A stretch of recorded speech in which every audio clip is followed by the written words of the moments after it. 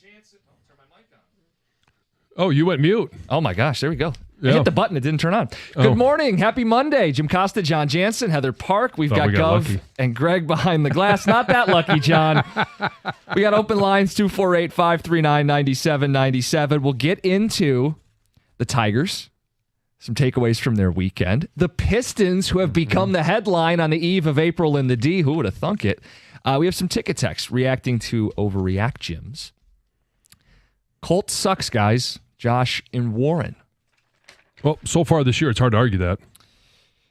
Said last week, ticket texter points out, Torres to third, Keith at second, Torque at first. That's the alignment that makes the most sense. It does, as long as you can get Gleyber Torres to buy into playing third base. I don't believe they've said it, but we believe that he was promised he's not going to play third. He didn't want to play third base. He turned down offers to play third. The Tigers got him on a one-year deal for him to hit and field and prove it. He doesn't want to play third base. It's kind of a sticking point when you don't have a third baseman. Yeah. It'll be interesting to see what Gleyber Torres does. How long is he going to be out? Does Colt Keith go to second while he's out and actually start hitting and playing well? If that happens, AJ's going to be forced with, you're going to have that conversation, right? Well, and what do you do? Because Gleyber could DH if he doesn't want to play third and then still play second occasionally with Keith and the two of them figure it out. You end up with this like three-man rotation for three spots with no one. That's why I think Torque makes the most sense at first. Well, and I'm curious as to what Gleyber Torres is thinking. Going into it, thinking, hey, I'm going to be the second baseman, and I'm going to hit. I'm on a one-year deal, prove it, and then I'm going to get paid next offseason. Is it better? I mean, what's the hierarchy for him, I guess is what I'm asking. Is it second and hit? And then if they find a second baseman like Colt Keith, who may be better in the field than Gleyber Torres, is it DH or is it third base and hit? Like actually showing a glove, or do you take a step back if you're only hitting? The other part of this equation is Colt Keith's the only guy with a long-term deal of the three. Yes. They clearly think a lot of Colt Keith, but it was odd that they displaced him and are teaching him a new position, and now he's also not hitting right now while Torque is, and I think it puts him in the crosshairs, which is why the first text is going to Colt Keith. They displaced him because he is the one with the long-term deal, and they thought that he would be the first baseman because Spencer Torkelson hadn't hit. And now you got to course correct. Yeah. Texter says, are we all going to ignore the fact that Jim has to sit and watch Western play in the Frozen Four? Hilarious, John in Lake Orion. No, we have not ignored that fact. It would just, the Frozen Four it's not a huge topic of conversation. So Jim is a huge hockey guy. And you did the Red Wing thing this year with the season ticket plan, and you haven't been so satisfied with the results. And then your wife is a huge hockey fan from Minnesota. She went to college in Minnesota. Went to college in Minnesota, excuse me. And really big hockey fan. And the fact that you're going on this trip with your father-in-law, right? And he's been to how many Frozen Fours? Like every single one for 15 plus years. And this whole thing, and then you're getting trolled by Western Michigan. Well, I don't necessarily think it can be trolling when you're, and this is not a shot at Central, when they don't have a hockey team. If they had a hockey team, not just a club team, then they could have a seat at the table. So it will grind you if you see them win the championship, right? Yeah, of course it will. I mean, it'd be no different than if you were a Spartan fan and you went to the Frozen Four and watched Michigan win the whole thing, right? I guess here's my point. Can you just have a good time? Yeah, like root for Penn State and root for Boston U. Go Terriers. I'm not rooting for Penn State. I don't like their hockey helmet. I do. It annoys me. We've already spent too much time on the Frozen Four. Yeah. Listeners wanted it. We had like 10 texts about it today. Oh, boy. All right. Oh, just because they want to troll the troll. Exactly. Full Frozen Four breakdown coming up at 8:02. No, we're going to talk a lot of Tigers, some Pistons. Let's get to Heather with the news. Well, storms rolled through Metro Detroit Sunday evening, leaving thousands without power. As of 6 a.m. this morning, more than 22,400 DTE customers are still without power. I know we lost it last night for quite a while, but it did come back on, which was great. I was nervous about my phone and my alarm because this is. So I was like, okay, I did buy one alarm an alarm clock with a that battery. I'd have to go find batteries because it doesn't have them anymore. Yeah. So I was thinking that's what I'll do in order. But then it came on before bed, so I'm like, okay, thank goodness. But obviously there was down lines, toppled trees. They were all reported. A possible tornado near Ashland, which is north of Grand Rapids, was also reported, but nothing confirmed. So that's what we dealt with. But in northern Michigan, man, people are dealing ice. with a lot. Over 100,000 customers have been dealing with power outages following this awful ice storm. I mean, the photos look pretty wild because to think if you what could we're just take it here. for Mother Nature's power, some of them look beautiful. Oh, sure. But if you're living in it, it's not so pretty. Like an inch of ice on the power lines, on And then trees, wind. and it's toppling over everything. And crews are working to restore power up there, but it could take days because damage is so severe and hard to get to. Extensive, and then trees have been knocked down. So you need all sorts of crew members out there. Yeah. So they're working hard to restore power in northern Michigan.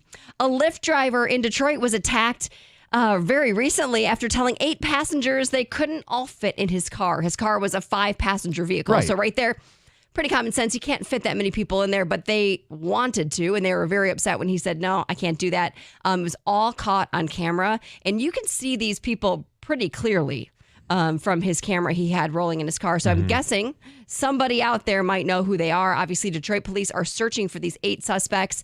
Anybody with information is asked to call 1-800-SPEAK-UP, and I'm sure somebody will. But it's just, it's disgusting, right? They started hitting him, spitting at him, throwing objects at him. Come on. And the driver is going to be okay. And he said, you just never know, but he tries to be as safe as possible. But you don't really know who you're about to pick up when you pick a customer up It's for crazy. a ride share. Yeah, it's pretty sad. Okay, so let's talk about this. It seems like the biggest talk following opening weekend for Major League Baseball is the new torpedo-shaped bat that's used by several members of the New York Yankees. I didn't see any of this, so I can't speak to it personally, but obviously I know the number. So through 3 games, the Yankees scored 36 runs, including a team record 9 home runs in Saturday's 20-9 blowout over the Milwaukee Brewers. And I've heard some of the players from the Brewers talk about these bats. Some say they're intrigued by them. Some say, you know what, they're terrible, but also say they're also genius. So people don't realize someone in the Yankees organization came up with the idea, let's put more wood where the ball is going to be struck. I mean, brilliant idea. It's kind of crazy no one thought of it until now. Right. And the results, not all those home runs were off the torpedo bats, but if you've seen online, some people have altered them to make it even look more dramatic. Yeah. So Of course they it's like have. a cartoon bat up there. But I'm just jealous we didn't think of it first. This is going to take over the league now, right? If they have success with it, yes. Others will try. The problem, I mean, you've got to have the bat path. You've got to have a lot of things along with it. And we talk about the Dodgers, but the Yankees they got a hell of a lineup too. Mm-hmm. Maybe Amazon's on its way with a torpedo bat for Colt Keith in Seattle. There you go. Or if Torque starts using one, we call him Torpedo. John hates me. We could steer clear good of effort. that. No, name. it's a good It's a good effort. I appreciate the effort. A for effort, but E for outcome. Cameron Maben, by the way, went on social media yesterday and said other MLB players are using this, so calm down on attacking the Yankees. Okay. There we go. Well, for the first time in program history, Western Michigan hockey is headed to the Frozen Four. So they beat the University of Massachusetts 2-1 on Saturday night. Penn State is also heading to the Frozen Four for the first time as well. They defeated UConn on Sunday. So they'll be joined by Denver and Boston University. And you're going to be there, so you'll I'll be there. be able to give us all the insider insight. Go Nittany Lions. We are. Penn State. Are you going to wear Central gear? You No, should. that's bad. You can't do that. Come on.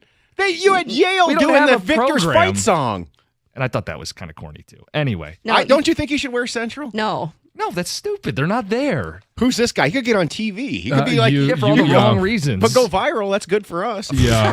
Fine, it wear would it. be perfect. Yeah, and we would also see the one guy wearing Central Michigan clothes, and you'd see his wife and in-laws acting like they have no idea who this guy is.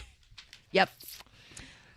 Heather, you got one more story? I got one more Okay. about Morgan Wallen. You might have heard this. He caused a stir over the weekend when he walked off the Saturday Night Live stage in the middle of the closing credits. So typically when the show is over, the host, the musical guest, they say goodnight and then they kind of all mingle with each other, right? All the cast and crew mingle. Well, he didn't apparently feel like mingling because he just walked off kind of directly towards the camera into the audience. And then moments later, I mean, when he was leaving, he posted a picture of like his private jet and he had a caption like, "Get me to God's country." So people were kind of like, oh, he's just didn't want to be there, being rude. But a lot of sources say that he just made an honest mistake.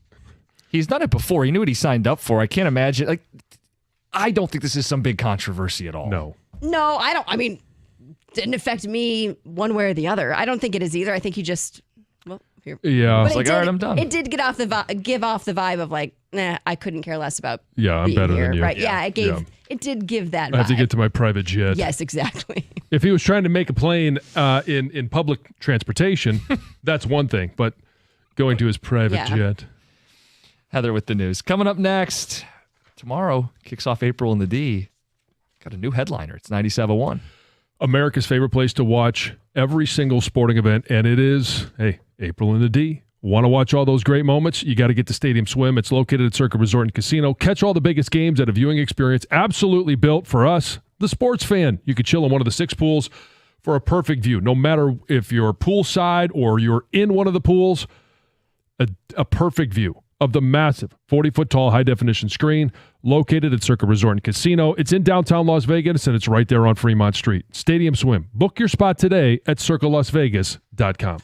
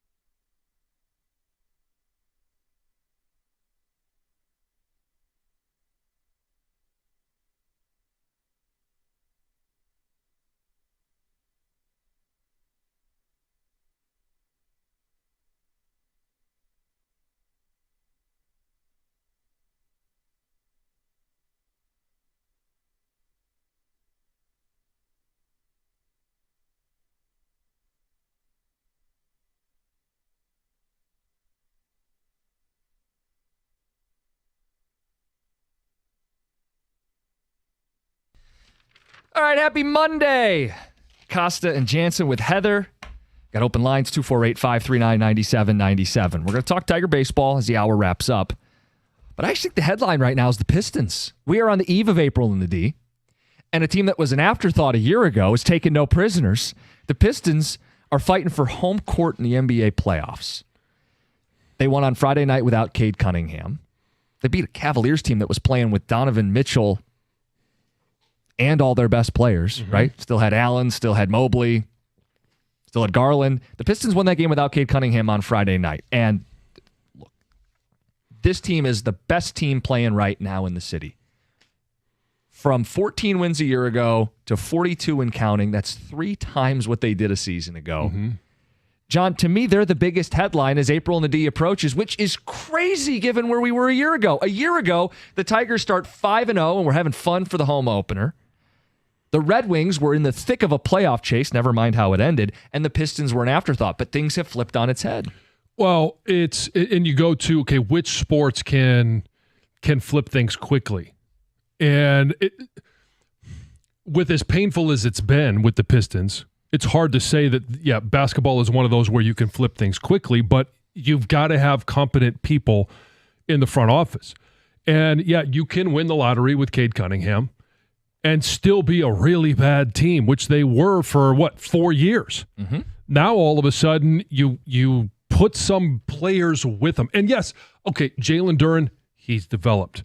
And you start to look at some of those, but then it's the addition of other players that you're looking at going, okay, well, this looks like a legitimate Malik Beasley, a guy that can shoot, a guy that wants to be here. Tim Hardaway Jr., while he's not a guy that you're going to count on for 30 a game, is a guy that gives you options offensively. You're playing modern-day basketball, and as soon as you play modern-day basketball, which means shooting the three, look, you can win some games. Look, you're playing the same sport everybody else is. Imagine that.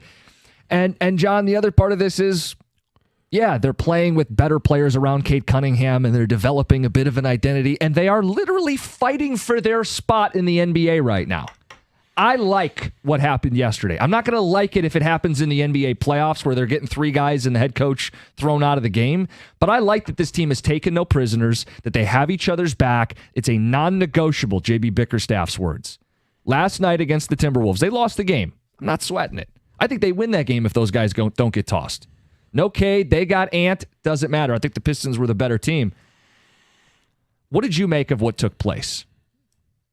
Well, I thought it was really weak. I mean, it was a very common foul. Ron Holland, and I know things carried over from plays before, but Ron Holland is just trying to, prevent a guy from getting an easy layup. And then all of a sudden, they're going to turn around and be like, hey, wait a second here. I had a clear path to the basket. What are you doing, touching me? How dare you play defense? How dare you? And I think that's where you just nailed it. How dare you play defense? If they're going to win a postseason, series, it's going to be because they play an aggressive style of defense. How did they beat the Celtics? They were, for the entirety of the game, 4 quarters. That's kind of where I think a lot of people's eyes were opened of, oh, okay, it's a one-off. I don't think they beat the Celtics in a 7-game series, but during the regular season, they showed how different they are from where they were in December and even early January, because this team understands what it's going to take for them to win. For some teams, it doesn't take, they don't have to play great defense because they're just that good offensively. But for the Pistons to win, they're going to have to be on offensively, but they have to play an aggressive style of defense. So you're not going to get, gimme layups. You're just not. That's not in the Pistons' DNA. You agree with me that they're the headline, the Pistons right now? They should be. They should be. That's a great point. In the D, yes. Yeah. Because, again, you're going to have 3 teams in action in the month of April. Yeah. Classic April in the D. The Red Wings are the one that are stalling out and denying us a full rebirth. Tigers did it a year ago. And I'm not dwelling on an 0-3 start against the super team. But the story is the Pistons and their march back to the playoffs, their march back to relevance. And they're doing it in a familiar way, a way that everybody loves. When Isaiah Stewart gets tossed, he's holding up the Detroit on his jersey on the way out. This is who we are. We're not going anywhere. If you're going to play us, we're going to defend, we're going to foul, and if you want to push us, we're going to push right back. Same gesture that Cade Cunningham made when he banked in a game winner. National TV game, yeah. And he's holding up the shirt, and it's Detroit. It's not about the name on the back. It's about the one on the front, and that's a rarity in a lot of professional sports, but especially in the NBA. And here's the other thing. What I loved about it was Ron Holland. Now you get to this time of the year, and you're not necessarily the rookie anymore. You have a full rookie season, but he wasn't going to back down from any seasoned vets. Oh, wait a second. Hey, you're stepping to me, and then all of a sudden, other Isaiah Stewart jumps right in there. JB Bickerstaff jumps right in there, and it's one of those where you just if you mess with one of us, you mess with all of us. And everybody knows around the NBA, that's what the Pistons are, that's who they are, and that's what they're going to be in the playoffs. And I would love it, absolutely love it, if it's the Pacers in round one. Any concern with it boiling over and hurting the Pistons in a playoff series?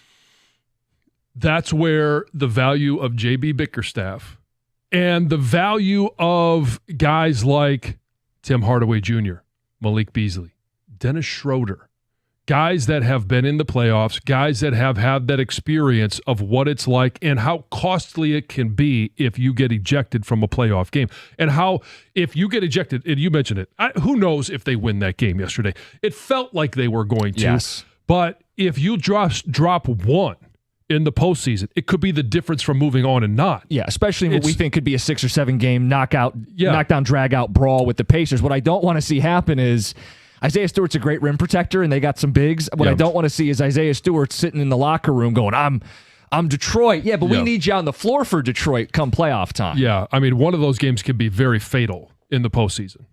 248-539-9797. So we are going to dedicate some time to the Pistons this morning. 8:02, we'll talk Tigers. But with the Pistons, I think there's a couple questions. Are they the headline as we shift to April in the D? And the fight you saw from them last night, good, or is there any concern in the playoffs that boils over and ends up getting them beat? 248-539-9797. It's 97-1. Hey, we all know grass is going to start greening up. Yours probably already started. I know mine has, and I love it that Natural Way Lawn and Tree Service, they've already been out. I've got that first treatment down, so I don't have to worry about crabgrass. And here's the other thing about Natural Way Lawn and Tree Service. Their communication is great. We've got new sod, new house, and they tested it and said, hey, we can go ahead and treat this area. This area hasn't taken root yet. So they are hyper aware of everything that is going on with your unique yard. And they're going to assign your yard, your home, its own specialist. Take care of you just like they take care of me. Custom tailored solutions specifically for your yard and your home. And they're so good at it because they've been doing it for 3.5 decades. Over 35 years of service here in Metro Detroit. And they're going to give you 100% satisfaction guaranteed.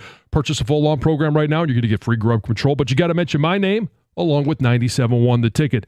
888-GET-GREEN is the number. On the web, it's naturalwaylawn.com. Natural Way Lawn and Tree Service. Get green. Stay green with Natural Way.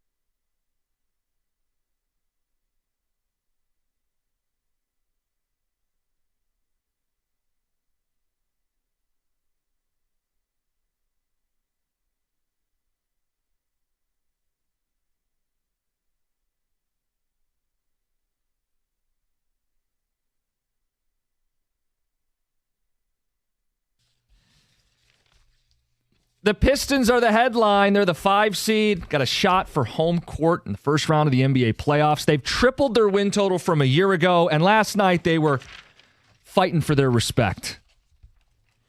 JB gets tossed. 3 Pistons get tossed. They lost the game. I'm not dwelling on a loss. I like the fight from this team. Are they the big headline right now? Understanding hockey's still going and the Wings are still technically alive. Baseball season's here. Home opener Friday. But the Pistons are the story, no? And the fight itself, how do you feel about it? Any concern about that hurting them in the playoffs? If they play too physical, it boils over, they get tossed, especially with the possibility of facing the Pacers. Ticket text 248-539-9797. Very proud of the Pistons because they didn't start it, but they let everybody know, if you start a fight with us, we'll finish it. #unity. That's about the way it was, too. They certainly didn't start it, but they didn't back down, and they were right there to finish it. My takeaway from the brawl last night was that opposing players don't really like to be guarded by Ron Holland. Crazy for a 19-year-old rookie to bother veteran professionals, but he's going to be a crazy special defender and player in general. Well, that's because it's very unique to have just individuals that play defense for the entire surface area of the floor. He does it on both ends, and whether it's, hey, if there's a turnover, he's not going to let you just outlet it easy. If there's a rebound, like he is there. He's pesky. The Timberwolves are Charmin soft. 2 grown men jumping a teenager. What are we even doing here?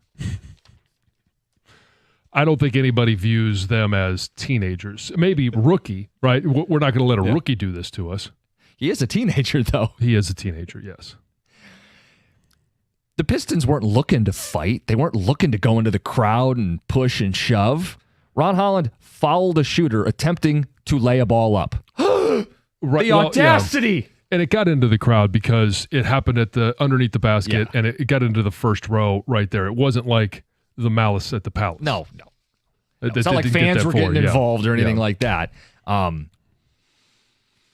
I'm just so happy with the way this team's playing right now. I mean, when they play in the playoffs, it would be the Pacers right now. And I know that's something that we look forward to because bring it on, right? This team wants the smoke from the Pacers. The Pacers do have the season series. They won 3 of the 4 meetings. The Pacers, to me, though, I don't think Halliburton wants to mix it up. You know what I mean? He wants to talk. I don't know that he wants to back it up. And I would love to see what happens in a 7-game series. And he has been on record saying that this is not a rivalry. Until they meet in the playoffs. Until they meet in the playoffs. And if that happens in the first round, it's going to be contentious. Every single point, every single game, every single night is going to be one for NBA fans, not just Detroit, but for NBA fans that they're going to want to tune in and watch because, one, I think a lot of people don't see the Pistons as a threat right now, but they see them as a threat in the coming years. Good morning. Ticket Texter says, I love it. Don't change a thing going to the playoffs, even with the ejections. Says, let them learn how to perfect this style for playoff basketball. Right now, the Pistons, says, are the Twins to the Lions. No one wants to play their style. Keep everyone uncomfortable. Get the experience in the playoffs. Learn what the refs will let you get away with and adjust. I hate trying to recreate the bad boys because I want this team to have their own identity, but they said that's who they are, and I'm with it. Rob in Detroit.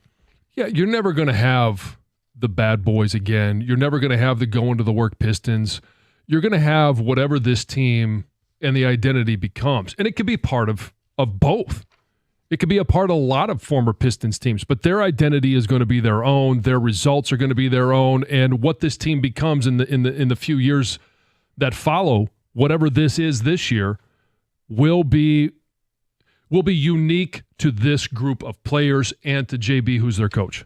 Mark my words, at some point Isaiah Stewart is going to cost this team a game. He continues to prove he's not disciplined enough and taking the I'm Detroit thing a little too far. A team like Indiana will bait him easily. Brian on the ticket text. That's a serious concern, and that's where playoff experience and getting to the playoffs, because we always ask the question, do you want to get in and just lose? No, nobody wants to get in and just lose, but you've got to be able to have experience.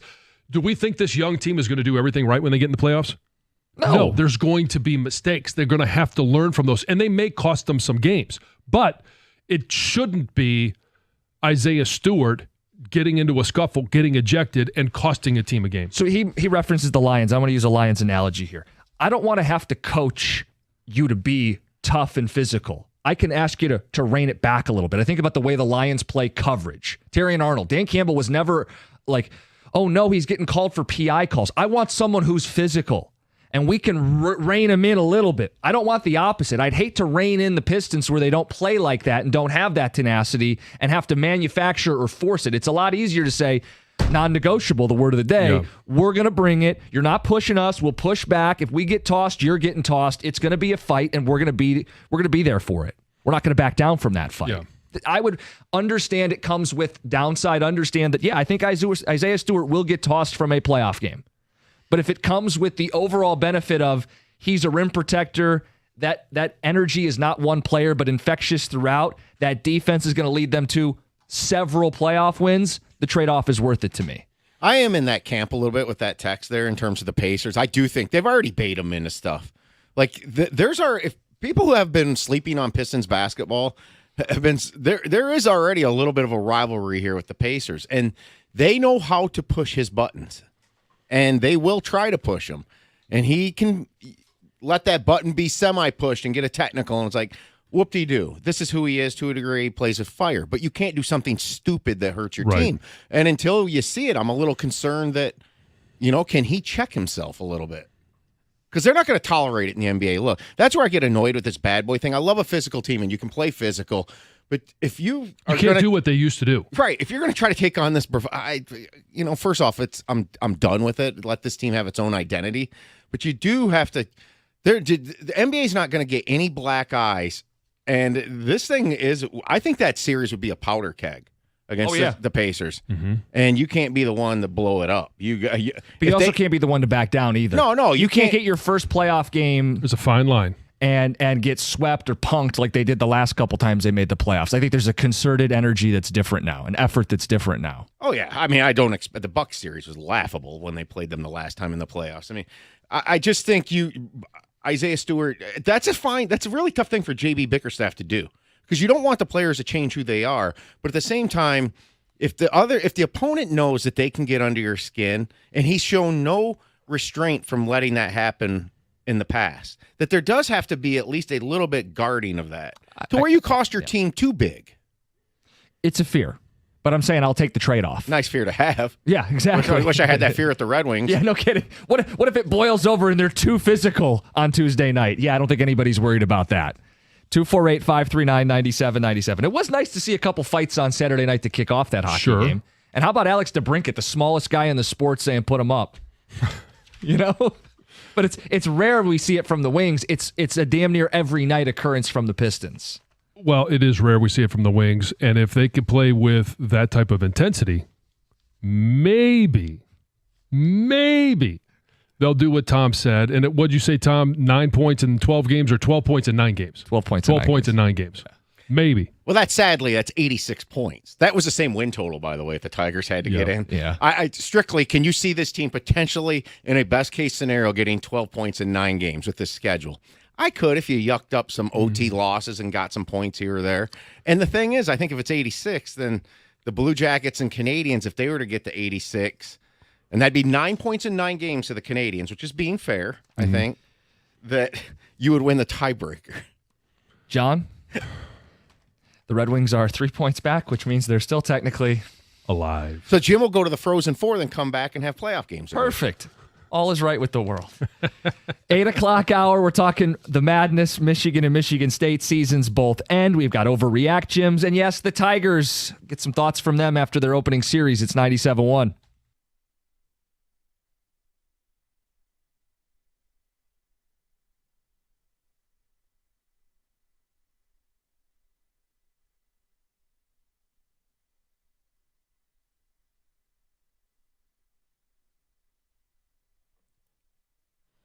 Brought to you by Twin Peaks. Shorthanded Pistons team comes up short to Minnesota last night, 123-104. But the real story coming in the second quarter following the ejection of 3 Piston players, 2 T-Wolf players, and both head coaches. Those ejections coming following a second quarter brawl among multiple players. No word yet as to whether or not further punishments or suspensions will be delivered. The Pistons now have their magic number for a playoff spot at 2. Meanwhile, it was a heartbreaking weekend for both Michigan and Michigan State as both teams had their NCAA tournament dreams shattered at the hands of Auburn. Michigan getting bumped in the Sweet 16 and MSU in the Elite 8. The Final Four matchups will begin on Saturday. Nothing but 1 seeds remain in the tournaments. The Tigers, they look for their first win on the year tonight with Jackson Jobe getting tonight's nod against Seattle. Pregame beginning at 9:15 can be heard right here on 97.1 The Tickets. And finally, the Red Wings, they resume play tomorrow against St. Louis. The Blues, they have been winners of their last 9 games. Meanwhile, with 9 games left, Detroit is still 3 points out of a playoff spot. From the Ticket Update Desk, I'm Dustin Fiocco. For details on these stories and more, you can stay right here on The Ticket or head to 971theticket.com.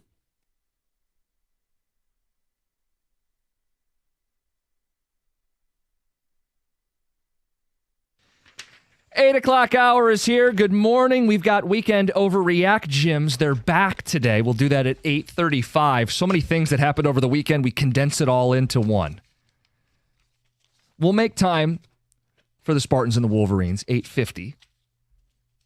Get in depth with what happened over the weekend. And there's nothing to be ashamed of for either of these teams, but just trying to sum up the season and what happened.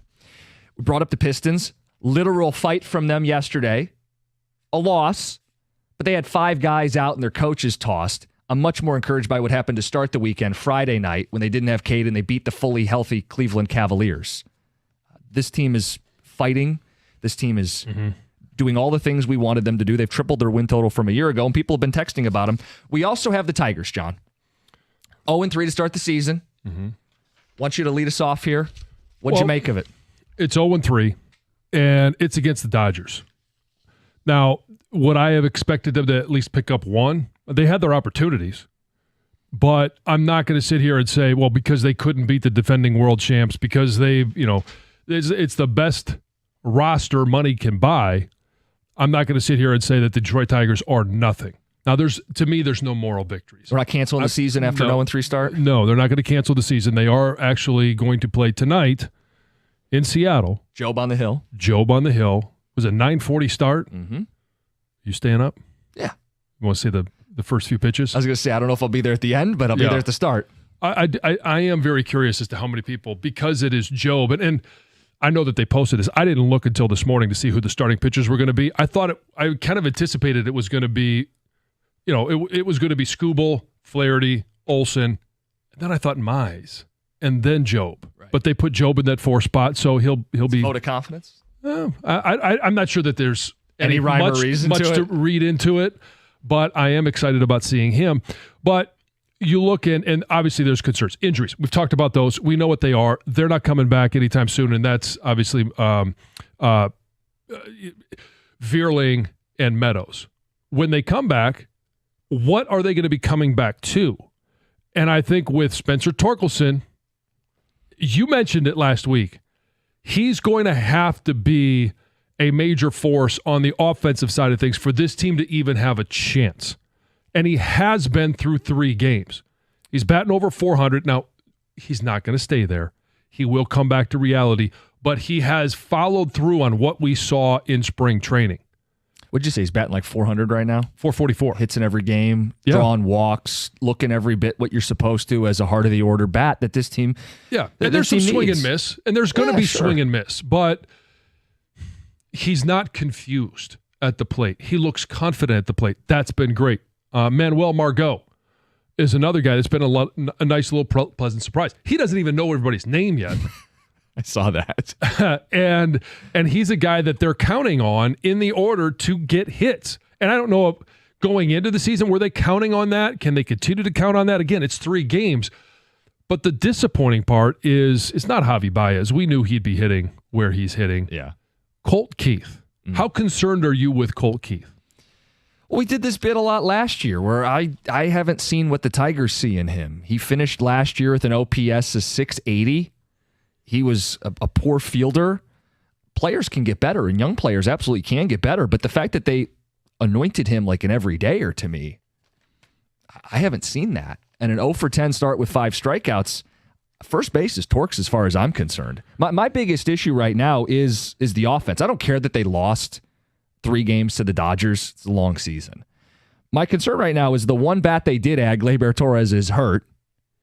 And it's going to put even more pressure on these young bats. They don't have Parker Meadows like they did at the second half of last year. Like I am concerned with that right now, not the record. Yeah, and I think the record's going to even itself out. We've highlighted the fact at the start of this schedule, whether it's the West Coast trip, right? It is L.A., 3 games. Best roster money can buy. You got Seattle, who's 2-2 right now, and their run differential is actually worse than the Tigers. It's -8, so I think they should be able to come away with a couple of wins. You come home, you play the White Sox, you get 3 wins, which it should be. You're going from starting the season with the best team in baseball, and you're going to open up at home with what could possibly be historically one of the worst teams in baseball. So it will even itself out through the course of the schedule, but and I know everybody gets mad when I talk about, batting average, all right? It's one of the numbers. I know everybody uses OPS right now. Well, Spencer Torkelson's OPS, Dylan Dingler, Gleyber Torres, they're all in really good shape right now. How much does that continue is going to be the question as to where this Tigers team is moving forward. So the question, 0-3 start. What's your biggest concern? Do you have any concern? Because you can write it off as that's a super team in LA. And you could say, you know what, the Tigers should have won Friday night because it wasn't conclusive and the run should have counted and it never should have gone to extras and all that. Fine. My biggest concern is the Torres injury and Keith struggles because that is going to waste good pitching. It's going to be what holds this team back. It's going to lead to losses against teams that aren't the Dodgers down the line. What about Riley Green? Slower start, yeah. Yeah. And, I mean, he's got obviously a track record that says this is just a slow start. Was there any concern, or when you pair that with what you've seen from Colt Keith, what you've seen from, or what you haven't seen from Kerry Carpenter? Coincidentally, all lefties. Yeah. Green, Keith, and Carpenter. I think that's why the Torres injury is so big, though, because that's supposed to be the guy. That's the proven vet. We've talked about all these other injuries. The one bat they added this offseason was Gleyber Torres. And he hits a home run, and of course he gets hurt. And now he didn't play, and he may miss some time here. I don't know what the latest is. They say ribs, oblique would certainly be more concerning, muscle. What's the latest update? He's not playing tonight, I would imagine. He hasn't been placed on the IL. That's what they call it now, right? And they're saying it was deemed precautionary to take him out, but ribs are an awfully dicey thing. Yeah. I would say right now, just based on reports, it'd be 50-50 that he might be in the lineup tonight. They're not going to waste a roster spot here. If anybody needs it right now, the way they're piecing this thing together. So if he were to be injured, like needing an absence of 10 days or more, up comes Justin Henry Malloy? Probably. And Keith moves back to second base. Yeah, so your experiment lasted 3 games. So but my point is that everything from the offseason, it's the same team again. And I don't think they're going to have a miracle. So playoff team. Okay, take the miracle off the table, and what were they? Yeah, but if Colt Keith goes back to second, I think there is something to be said for him concentrating so much on the position change that it has affected him at the plate. If he goes back to second, how long does it take him to get into the rhythm close to what he was last year? And now you get Torque at first, who's hitting better than the version we had last year. And, Riley Green's going to pick it up. I think we all assume that. Justin Henry Malloy comes up, hits. Kerry Carpenter picks it up to where we believe he'll be, whether he's an everyday guy or if it's just, hey, against righties. My concern from the weekend has nothing to do with the offense right now. I was pleasantly surprised that the run production that they put up, considering what they're trying to make this lineup every day in, day out. For me right now, it is the pitching a little bit. I would expect a little bit more, but then there's respect to the Dodgers lineup and how hard it is to get that through that 3 to 4 times. The other reason why I wouldn't overreact to an 0-3 yet is that they were virtually robbed on Friday night. That was never should have been overturned. I don't know one person that says that was the right thing to do. I've heard people say, well, I can see, but it's not conclusive. Yeah, that's the key. It's got to be conclusive. So why did they change the call? Well, who knows if they go on to win the game if they take the lead. The Dodgers would have gotten the bat again, so you never know. But if things played out the same, they would have, So I'm not going to – my respect for the Dodgers right now is just I can't overreact. Or they need to get a couple games here in Seattle. They really do. Sure. I Take 2 or 3. Settle down. I don't want this thing to come back 1-5. Right. Because that's just the you're good already news is, digging a hole. Well, you get the White Sox. Yeah, I was going to say, couldn't be a better team coming into town to kick off home baseball at Comerica Park. I'm not worried about the pitching because I think the Dodgers' strength is more in their lineup than their rotation, right? And you saw, even when Skubal was dialed in or when Flaherty was settled in early, all it takes is one bump, one bad pitch, and the ball's out of the ballpark. That team, there's no exhale. There's no, all right, here's the easy spot. It's just, here comes Ohtani, and here comes Freeman, and here's Hernandez, and Mookie Betts. The lineup's loaded. And Edman, who has had a career resurgence now. 3 homers. Yeah, there's no easy outs in that Dodger lineup, so I'm not panicked about the pitching. Right. My issue is the offense is who we feared they would be. I don't know if it is, though, because their run protection was pretty good. They had 4, 5, and 3 runs. Usually that'll win you 2 games in a 3-game series, just in the law of averages. I know, again, with the pitching that they have. And what you said, John, about you've got anything worried about Green. No, not yet. I think there will be a balance you find here between Green, Torque, and Margot. Margot is going to cool off. He's second best average in baseball right now. This guy wasn't on the team this day last week, was he? No, but you have a guy fighting for his professional career. Yeah, exactly. So obviously he's not going to continue to hit 500 or whatever. Torque's probably going to cool off a little bit no matter what. But then Green will come back. I'm pleasantly surprised what they've been able to piece together there, considering the injuries that they had coming into the season. You put Torres with that, that's a solid 2, 3, 4, 5 right there. Mm-hmm. I want to see the Torres injury report because I think that's going to be interesting here. I think he would have been on the IL by now. They had an off day yesterday. Probably right. He didn't play Saturday, so that's 2 full days. Yeah, is there a role where they DH him too? Sure. But it goes to, okay, if Torque is for real, and he could be your DH, but then what do you do with Kerry Carpenter? Because he's supposed to be the guy that's penciled in at DH. Well, he's got to play the field with all these injuries. Sure. But if Torque is for real and you put Cole Keith back there and he gets back to close to where he was last year, and I expect him to actually be better than he was last year. It's a slow start. It's a disappointing start. It's a concerning start. But for Gleyber Torres, he has obviously came here because he was going to play second base. We need him at third base. Is he so set on I'm not going to play third base that he'll just be like, okay, I'll just be your DH? But think about what you're trying to do here. And it is too early to go, crazy on Keith. Eventually, he's the odd man out. To Jim right now, who I think has bigger concerns than all of us combined on Keith. No, the reality is he doesn't belong in the lineup if this continues to happen. Parker Meadows got sent down last year. Torque eventually got set down. Cole Keith's done nothing to get his 140 starts no matter what this year. If he's the problem in the lineup, he goes.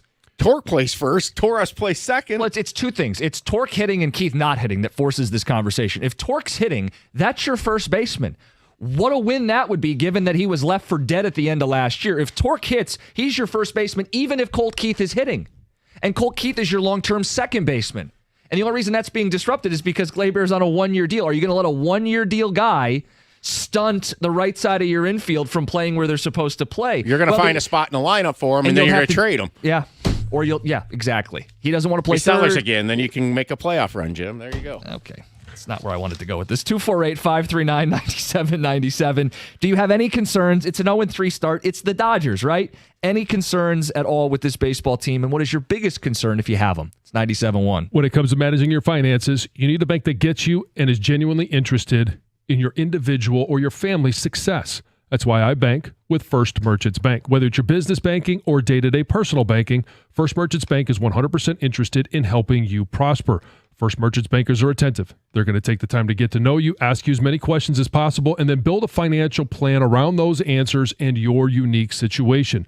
When you make the switch to First Merchants Bank, you're also going to get access to their highly rated mobile banking app with innovative personal finance tools. Plus, they're deeply connected to the community's needs because it's their community as well. And they volunteer and donate to local causes to ensure that we all prosper together. This is the difference of a 100% interest in you. For a better banking experience, visit firstmerchants.com. That's firstmerchants.com. First Merchants Bank, helping you prosper. Member FDIC, Equal Housing Lender.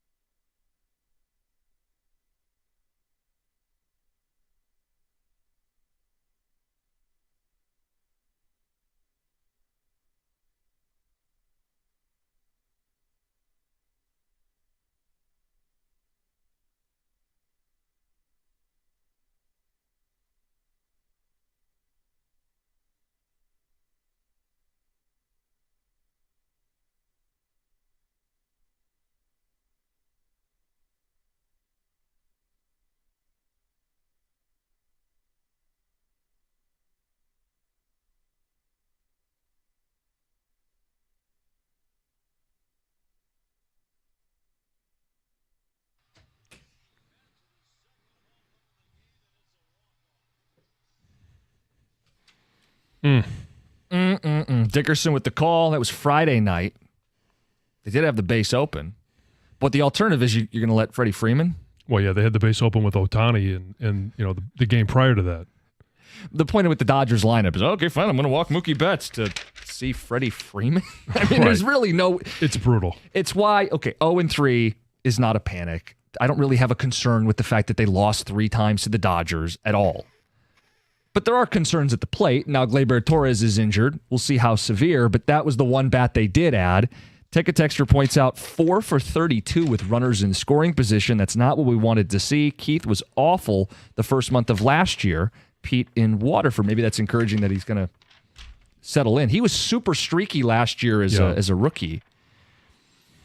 My concerns are third base and closer. I'd like to see the Tigers swing a trade for Arenado from St. Louis. You could eat the Arenado contract to make it less of a trade package. Yeah, but it's still... I mean, he's still got that no-trade clause in there. Yeah, exactly. And he is very vocal that he's not waiving it. We need some of those bats from the Yankees on the ticket text. Get the torpedoes. The torpedo bat? Yeah. Why not? Do you hate them? I don't hate them. No. I like them. Oh, I think they're smart, cool. right? Sure. Hey, this is where we're going to put the bat on the ball, so let's put more oomph there. If you got a lot of guys that are barreling it up, sure. Yeah. Let's wait until we got a lot of guys that are barreling it up. This whole story, why is this just happening now? Like, it is weird, right? The inventions and technology we have in life, and somebody just finally, hey, let's do this. They've been playing baseball over 100 years, and someone from the Yankees is like, hey, we should put wood where the ball's going to be. Right. It doesn't make any sense. We should move the barrel to where it's going to make the best contact. And you're right, it's not true of every hitter, but for hitters who that's the sweet spot, it makes all the sense in the world. Yes. But, I mean, okay, so I haven't done a deep dive into the torpedo bat, but, I mean, it can only be so wide, right? It's not any wider than a non-torpedo bat. Yeah, they're just moving where the weight. Right. Yeah. The weight. So it's a weight issue. Moving it to the label is the way I read it. Yeah. Yeah. And so what Jim said, the purity of hitting it in the sweet spot, they're claiming. I think this a team has hit. Actually, I saw this stat. The Tigers were the last team in an opening series in 2006 to hit this many home runs. And they weren't using any torpedo bats. I think a little bit of it's an anomaly. You got Yankee Stadium in play here, which is short. And plus they have home run hitters. And Judge is starting hot, which he didn't last year. Ticket Texter says, no worries with the Tigers. AJ has a handle on this team. He's a damn good manager. That video we're talking about, was it conclusive? Texter says there was a video that shows the tag was applied on his pants, but I doubt they saw that right away. Yeah, I mean, now that you have, I don't know what they were looking at. There is an angle now where you can see the pants move. Mm-hmm. And if that's the case, I don't care if it's just a grazing tag. You don't have to slam the tag on him for him to be out. Touching is touching. Texter says, who's worse, Gleyber or the Monopoly guy we have as catcher? Is that Jake Rogers, the Monopoly guy? Yes. His mustache is outstanding. I haven't used that term in a while. What? The outstanding, since I was told that I used it too much. But this is one I've got to break it out. That's a terrific stash. We'll take phone calls, ticket texts on the Tigers all morning long. 0-3 start. Nobody's canceling the season or anything, but we just want to know if there's anything that stuck out that concerns you from an 0-3 start. We've got the Overreact Gyms coming up in 10 minutes. Let's get to Heather's news. Well, rescuers are desperately searching for survivors more than 3 days after that massive earthquake struck Myanmar. This was crazy because I'm sure you have seen videos circulating everywhere. The videos I have watched are absolutely wild and devastating. At least 1,700 people were killed in this quake, toppled buildings, destroyed roads, destroyed bridges. Another 3,400 were injured. And officials are saying that this first 72 hours after an earthquake are like regarded as the golden hours, because that's when you need to find people, because after that, surviving without a water source is nearly impossible. So a 7.7 magnitude earthquake struck near the center of the country on Friday afternoon. Then it was followed by a 6.7 magnitude aftershock. You saw the videos, right? Oh, yeah. Like, I saw wild ones of people like in the pools. Yes, the pools, like these rooftop pools. I saw one. There was a couple, and the lady was on some floaty, inner tube, and he was just kind of next to it. And then all of a sudden, you could see a little bit of a ripple, and then all of a sudden, the water is just pouring over. It's the top of the that roof. those people didn't fly. Did your people fly out? No, no, no. Mine too. The ones I saw, I was like, how did they not just fly over the edge with all of that water? And then the bridges or the connectors between buildings becoming detached. Like, it was absolutely wild. It's crazy. It's estimated that the final death toll could surpass 10,000 people. And it's not wild when you saw those a building videos. Collapse, yeah. Yes, that many people will most likely die from this, but it's absolutely wild. Another massage parlor, this one in Macomb County, was busted for an alleged prostitution investigation. So last Thursday, the Macomb County Sheriff's Office executed search warrants at this business and residence near the corner of 14 Mile and Garfield in Fraser. Now, this business definitely worried people who lived and worked in the area. It didn't have like an official sign. There was no sign, no business name. So sketchy. All the windows were not necessarily tinted, but like you couldn't see in, you couldn't see out. There was just a piece of cardboard that said massage, right? And one woman said that she was a bartender, so she drove by at like different hours, 2 a.m. after work, and there'd be cars pulling up, fancy cars with men, always men in nice suits getting out. And she said that they had to do like almost like a passcode, like with their knock, that you could tell that it wasn't just somebody like da-da-da. It was like, whatever. Yeah, there was a rhythm to it. That she thought was different, concerning, right? So 4 people were arrested. No information released about who they were or charges they're facing as of yet. Yikes. Faygo has launched 2 new flavors this spring. One is based on ice cream, and the other is or got its inspiration from candy shops. So Faygo says it's Super Pop. That's one of the new flavors. Pays tribute to the Superman ice cream flavor. It has a vibrant, fruity taste. It's also electric blue in color. And they say it will transport fans straight back to the carefree summer days and childhood memories. So tastes like Superman ice cream, apparently. The next new flavor is Bubble Pop. And as you can imagine, it's like bubble gum. Bubble gum? Yeah, so it says it blends classic bubblegum flavor with hints of vanilla and fruit notes for the ultimate taste of nostalgia. It's like we're talking about a fine bottle of wine. Yes, vanilla and fruit notes. Mm-hmm. I don't know about the bubble gum. I'm intrigued by the Superman ice cream. They did a firework one a couple years ago that I was unsure if it would. It was great. I would try it. I don't love that it is bright blue. I wish that it may. I mean, I get why they did it.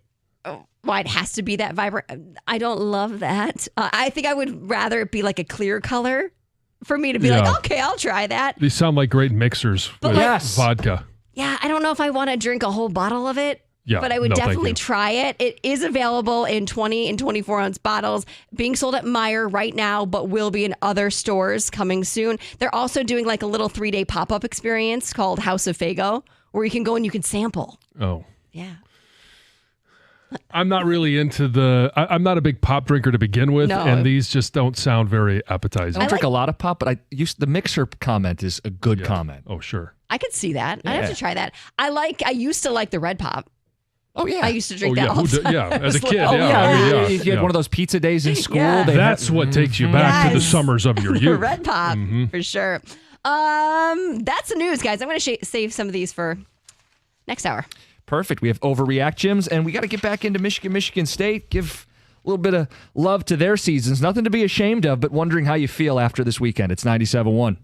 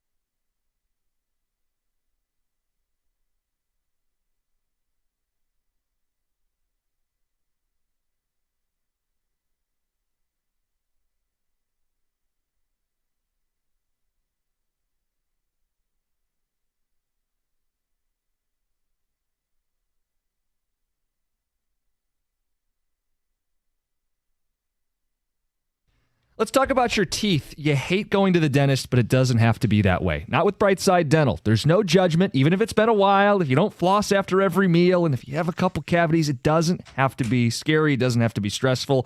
If you need a new dentist, you've moved, you started a new job, you got married, had a kid, whatever the case, life gets busy. If you need a dentist, it's Brightside Dental. They're accepting new patients right now. $35 new patient special that covers exams and x-rays. 9 Metro Detroit locations, so there's got to be one right around the corner. So make an appointment, get back into routine. 1-800-PAINLESS. Go to brightsidedental.com. That's Brightside Dental. No judgment, just care.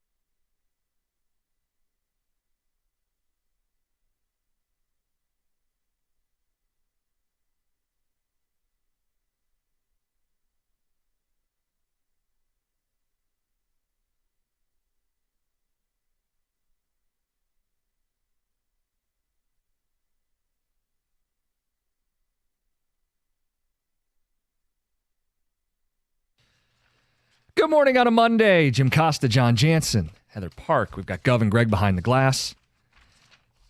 And we've got to put some final thoughts on the season for Michigan and Michigan State. I don't think there's anything to be ashamed of for either of these teams. Both were bounced when they should have been bounced and the way they should have been bounced. Michigan, you play sloppy all year. Turnovers in the first half, into the second half, 15 of them. Auburn's going to pounce. They were the number 1 overall seed. For MSU, what was the thing we said? A cold shooting night against the wrong team. That was how they were going to lose. So I don't think there's any shame, but I am curious if you're satisfied with your team's season, how you feel about the way they played this year and this weekend. 248-539-9797. I don't think anybody should be ashamed of either team. And Michigan made it way farther from the way they started the season, or let's go back even further, from where they ended last year. The hiring of Dusty May, the revamping, restaffing of the roster, and to where they were now and getting to the Sweet 16, huge victory.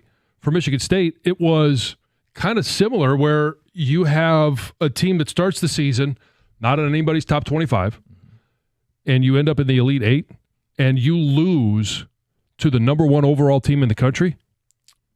I mean, it would have been nice to win, sure. Could they have won? Yes. But they were going to have to do some things, much like Michigan was going to have to continue to do things that they hadn't done all season long. The well was eventually going to go dry. The well went dry for Michigan State because they just weren't a great shooting team. Defense was the thing that kept them in it all the way to the end. But that 17-0 run, I mean, that was insurmountable. They were never able to recover. They were able to get within 8, but then Auburn just okay, thanks. And they kept them at arm's length. We've seen MSU overcome double-digit deficits. They did against Ole Miss. That 17-0 run was curtains. Would have liked to see Tom take a timeout during that stretch. Would have liked to see Jace Richardson get back into the game. He left when it was 10-8. He came back and it was 23-8.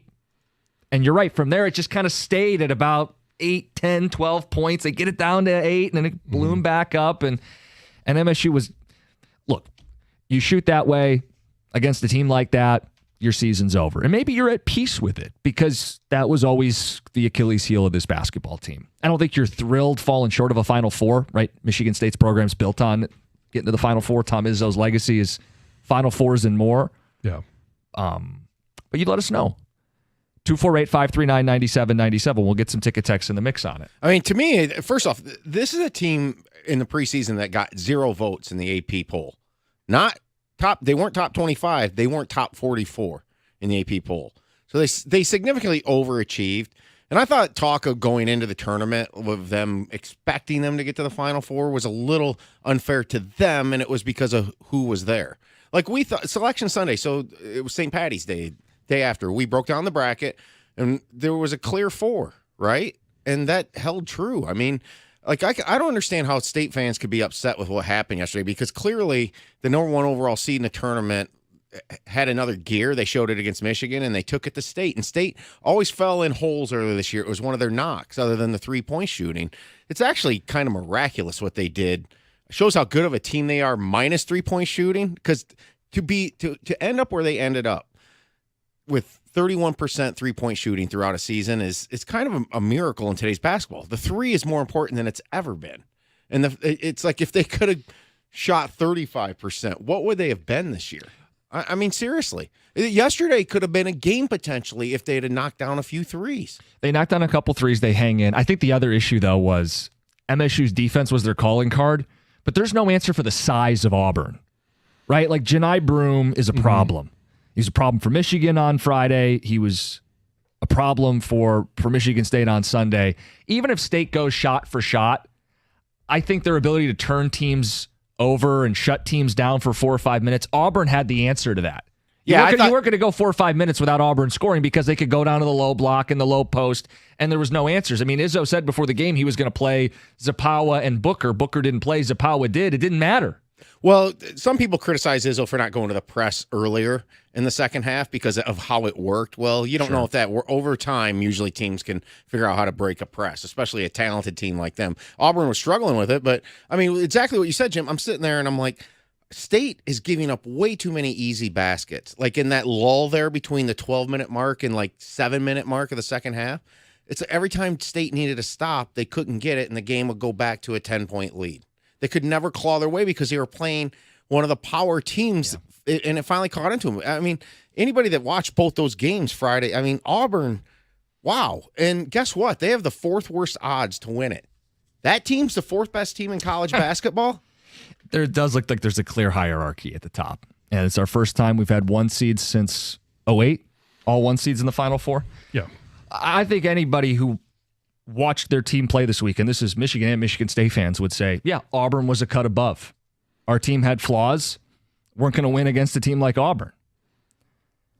And it's why I would ask Spartan fans today, are we going to still claim that we would rather have played Auburn?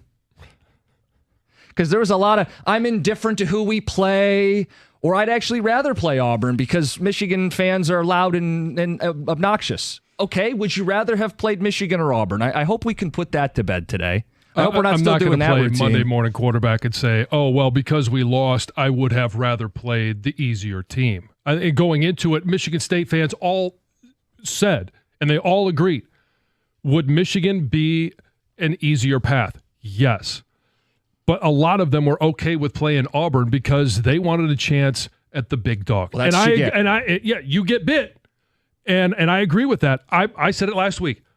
If I was Michigan State, I'd want to play the big dog. We've already dispatched to Michigan twice. Even after seeing it. I'm not going to go back and say, oh, well, I'm going to change my mind but it's now. Not in hindsight. We had the conversation ahead of time. Like, sure, and I said what I said.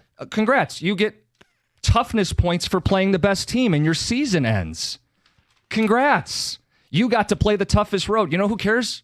Nobody. Okay. UConn won a national title beating 5 seeds. Do you think they're going to only half the banner hangs? MSU's on a 25-year drought. They should have rather played Michigan. Clearly. There's no need to fight about it. There's no need to be stubborn about it and go, well, we were the tough team. We would have played anybody anytime. You want the path that gives you the best chance to win the title. There's no shame in it. And to stick to it after watching Auburn play is nonsense. Greg, you look like you have something to say. They don't have any agency over who they play. You don't get to schedule your Elite Eight opponent. Right. I'm sure they would have liked to play Western Kentucky to go to the Final Four. Sure. Yeah. But that didn't happen, did it? Did they get a chance to play Michigan again? No. The question was who you They had to wanted play to Auburn. play. And this is what you wanted. MSU fans wanted yes, that. in this hypothetical world, sure. They wanted that. And so if you think if they all said, oh, well, we would much rather play Michigan. Yes, we want to play them a third time. That they would have played somebody different yesterday? No, it's just a question of, are you willing to own up to, yeah, Auburn was a really bad draw for MSU. That's a team you didn't want to play. I think when we saw their seating, yeah, 2, and they were in Auburn's portion of the bracket, everybody said, oh, yeah, that's going to be a tough game. And then if they won that one, oh, you get a chance to play Florida? Did Jim say it was going to be a tough game? Oh, they've lost 3 of their last 4. Ooh, easy draw for MSU. The point was, if you're given a choice, Auburn or Michigan, we had people say they would rather play Auburn. So you get what you wanted, and I hope you're happy with it. 248-539-9797. The rest of us looked at it and said, yeah, it would have been a better matchup to play Michigan, and you're probably still playing. Izzo's in his 9th Final Four. And you see what happens. You live to fight another day. Anyway, observations, 248-539-9797. Are you satisfied with your season? It's weird to say. Nobody likes when your season ends. But both these teams overachieved. MSU got 1 round further. They were the better team. What do you think? 97-1.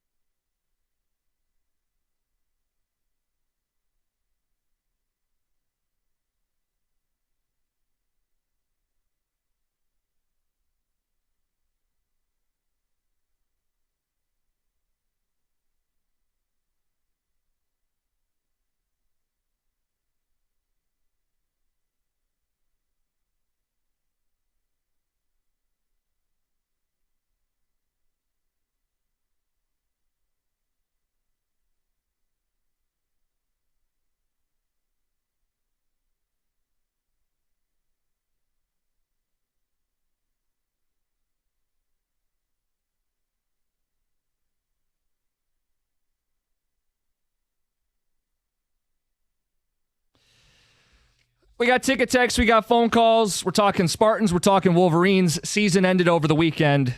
Auburn did it to them.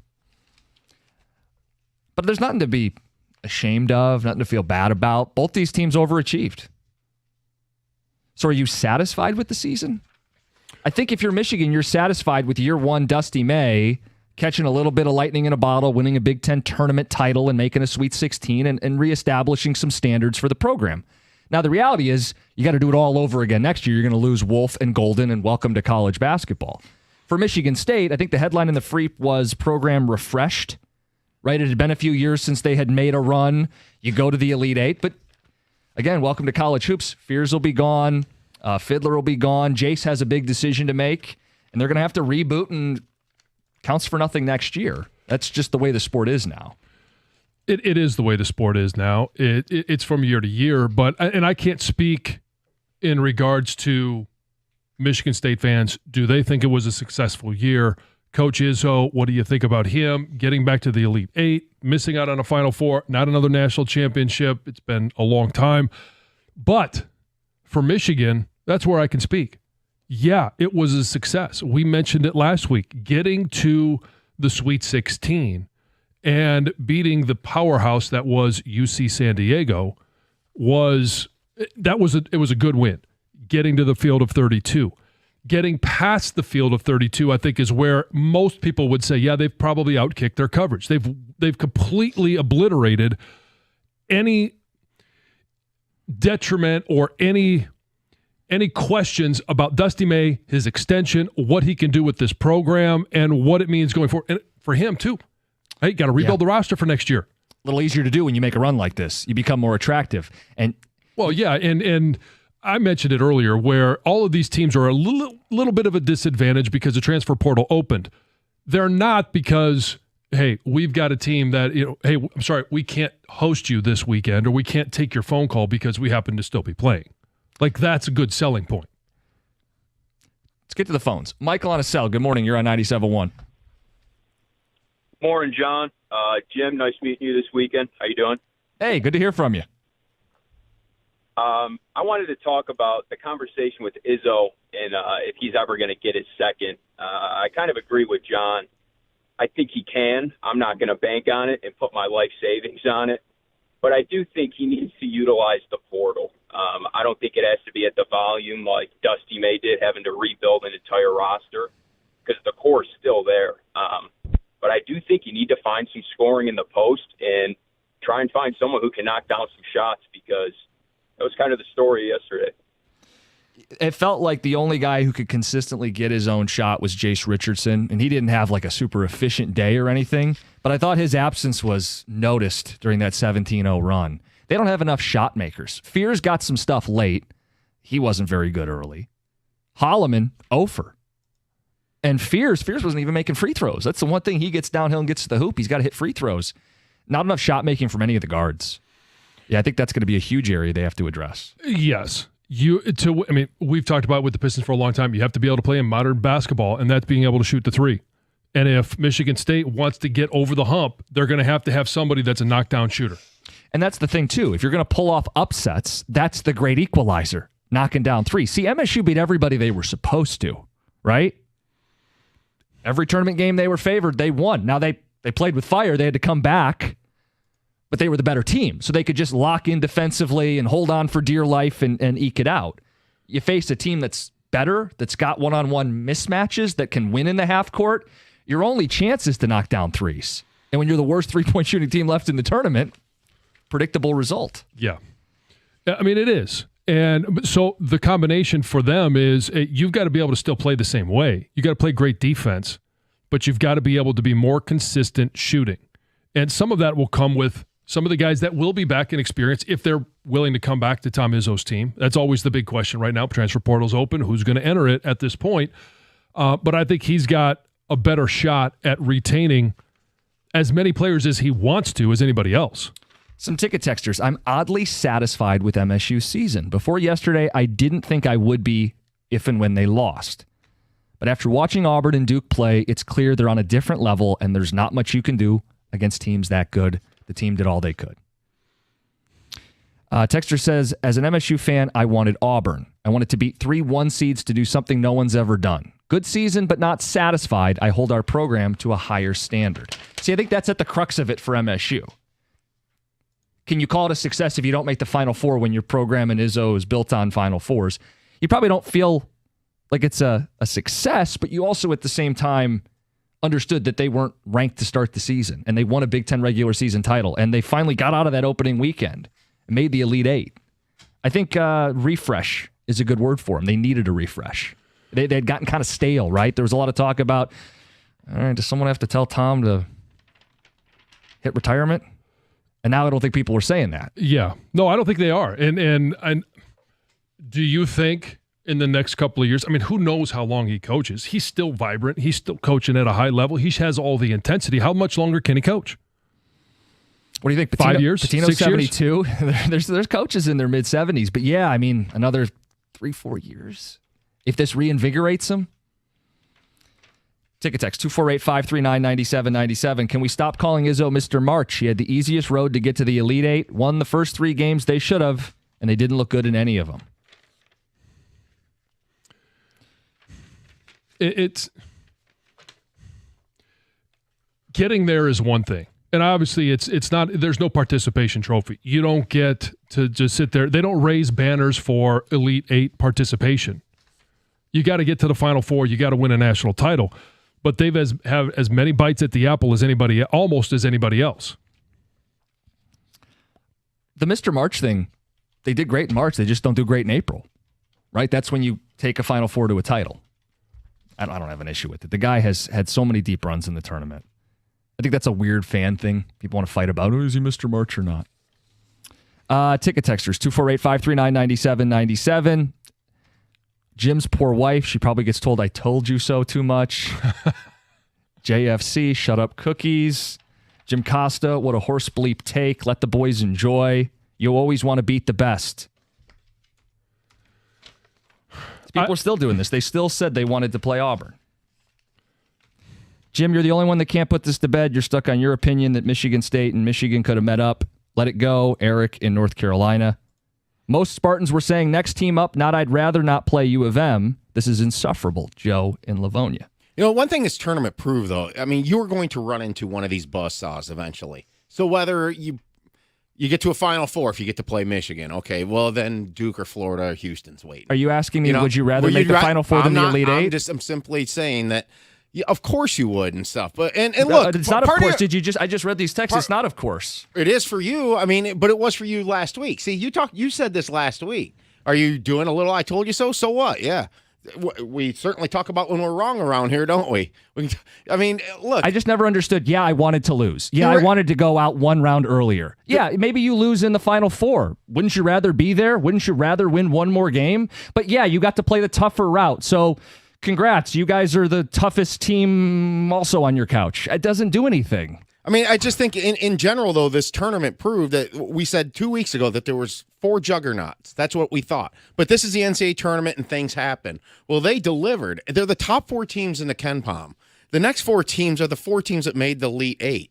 I mean, if you want chalk, that's the chalkiest thing ever. All you had to do was go to the KenPom ranking Selection Sunday, take the top 8 teams and make the Elite Eight, and then the 4 1 seeds to win.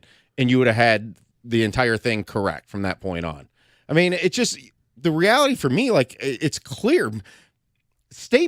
I thought State played better against Auburn than Michigan. That might be something that people don't agree with. It's kind of like for Michigan, once Auburn decided to wake up and say, uh-oh, there's 10 minutes left, we might be in trouble here, and they just went boom, and the onslaught was on, and Michigan started turning the ball over left and right versus State fought yesterday. And maybe on a given Sunday, they could have won that game out of a couple times. But to me, it's like I wouldn't be disappointed if I was a State fan this morning, considering expectations before the season.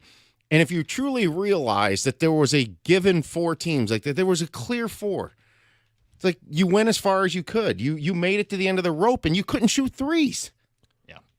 Disappointed in a game, but not disappointed in the season. I think both fan bases can agree that they are disappointed in losing, because it did feel kind of helpless. Michigan's like, oh boy, We can't get out of our own way. We feel helpless. And for MSU, helpless in a different way. It was always within striking distance, but they couldn't shoot consistently to close the gap. Couldn't get the stop.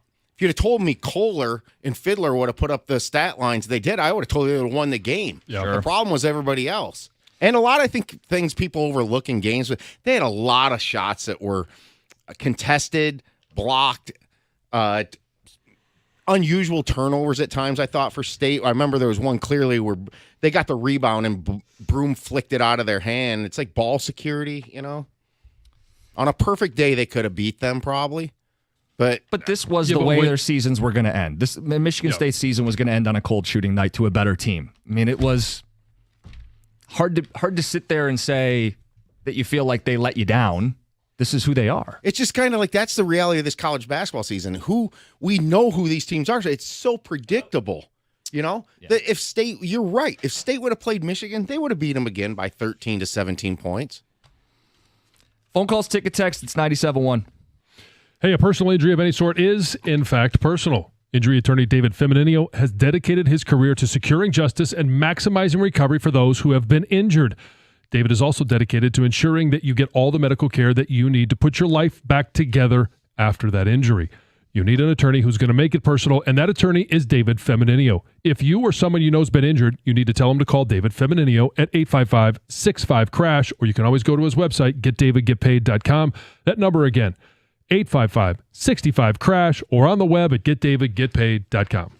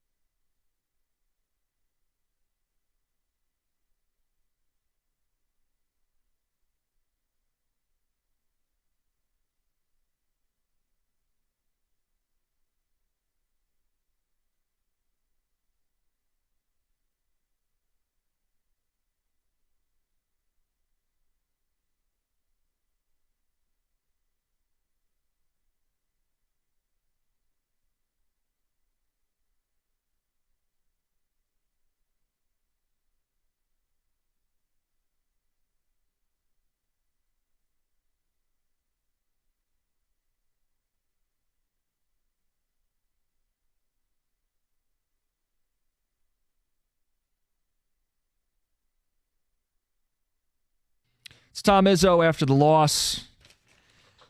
This season looked like he was refreshed, rejuvenated. They make a run to the Elite Eight. Nobody's happy falling short of the Final Four. Clearly, emotions in that locker room after the game on Sunday, but it's no shame in starting preseason unranked, winning a Big Ten regular season title, which is the more impressive title, and then making a run to the Elite Eight where you lose to a team that's just better than you on a night where you didn't shoot well, much like the season. I got a hard time looking down on what Michigan State did this season. I think they should be happy with the season. I'm not going to tell Spartan fans what to feel, what to think. An Elite Eight appearance, sure, it's great. I know that their standard is not Elite Eight. Right. It's Final Four. They want another national title. They want one for themselves. They want one for Coach Izzo, even though there are some that think, he needs to step down, fresh blood, all that stuff. I don't think he does. But I think there's a lot of people that their expectation is just more than the Elite Eight. And I get that. I do. This team had a shot to win it all. I think that. But it was one of these deals where they were going to have to shoot much better. Jace Richardson and Cohen Carr, to me, gave him an extra gear. But Jace is on the bench during the 17-0 run. Like, you're not winning that game. Well, the big question is going to be, can they build on this for next year? Can they build on the core that's supposed to be back? I say, is Jace back? It's the big question on every Spartan fan's mind today. Yeah. He did say, his dad played in the Final Four, and he always wanted to play in a Final Four. Izzo has said he better enter at least the, what's it called? You can get the feedback. Yeah. He should at least explore the pros. And it's easier now to put your name in and take it out, because it used to be if you hired an agent, well, now you can't. Well, okay, every college kid in his position has an agent now already, and it's widely accepted, legal. I hope he comes back, because I think if he comes back, they're a true national title contender. Like, you could see the flashes of him, man, that he's got. Like, you can see why he's a projected top 10 lottery pick in some mocks. Oh, yeah. And with Cohen and the experience that they got this year, Kohler's back, Fears is back. Like, I like what I see there. And if you hit the portal and go get yourself the best three-point shooter in the country that's available, go get him. You put that on that team, and, man, I think that they could be as good as anybody. I know there's so much player movement that has to happen and guys turning pro and stuff, but give me that all day. There are over 1,400 basketball players currently in the portal, or at least have entered their names in the portal. And I got to imagine that there's a good three-point shooter in there somewhere. There should be someone. Well, think about it. Auburn's team is largely built from the portal. Yeah. Guys, smaller schools that got lifted up into a bigger spot. And Michigan's team was built by the portal. Indiana's team next year is going to be 100% by the portal unless they bring in a freshman class. And I look at a team like Florida. They weren't in the Final Four a year ago. You know what I mean? Like, be aggressive. Go after it. Do you think Izzo will be aggressive in the portal?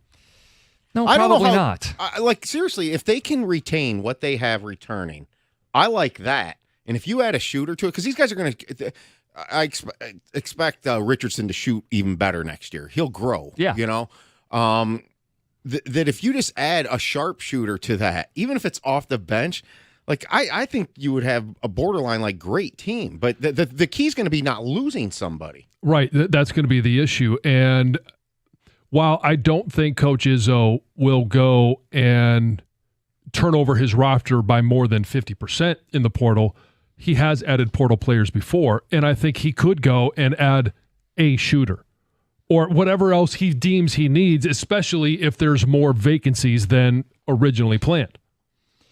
So Cooper Flagg's the best player on Duke, but the best player on every other team didn't start at that school, right? So L.J. Cryer for Houston was at Baylor at one point. Janai Broom was at Morehead State, I think, originally. Mm-hmm. And, give him the thumbs up from Greg. And Florida, Clayton was at Iona. So Iona. So that's what's a fair question when you ask, John, is Izzo going to hit the portal? Is Izzo's best player going to come from somebody else's school? And the answer is probably not. So it's going to be harder. And you look at what that's done to the NCAA tournament this year. Is the portal hurting Cinderella? I mean, those schools you just mentioned, Iona and Morehead State, I know they've won tournament games in my life. The portal has killed Cinderella. I mean, I don't want to get too violent on this, but Cinderella is not going to – it is going to be a rare occasion because all of those best players on Morehead State, on Iona. McNeese this year, they were that 112 seed that beat a 5. You don't think they're going to follow their coach? You don't think that they're going to leave McNeese State? Where's McNeese State going to be next year? Probably not in the tournament. I think the portal will giveth and taketh away. It is going to be curious as how to is it going to give it to the small schools because they don't have like $1.50 to spend. I don't think it's not going to giveth to the small schools, but it could take away from the top schools. If they have a player, as bizarre as it may seem, on Auburn, that's a third-year guy, but he's not making enough money. And the prospects of making enough money aren't there. Or he enters his name in the portal just to see what the options are. And then all of a sudden, somebody offers him $250,000 more than he's making at Auburn.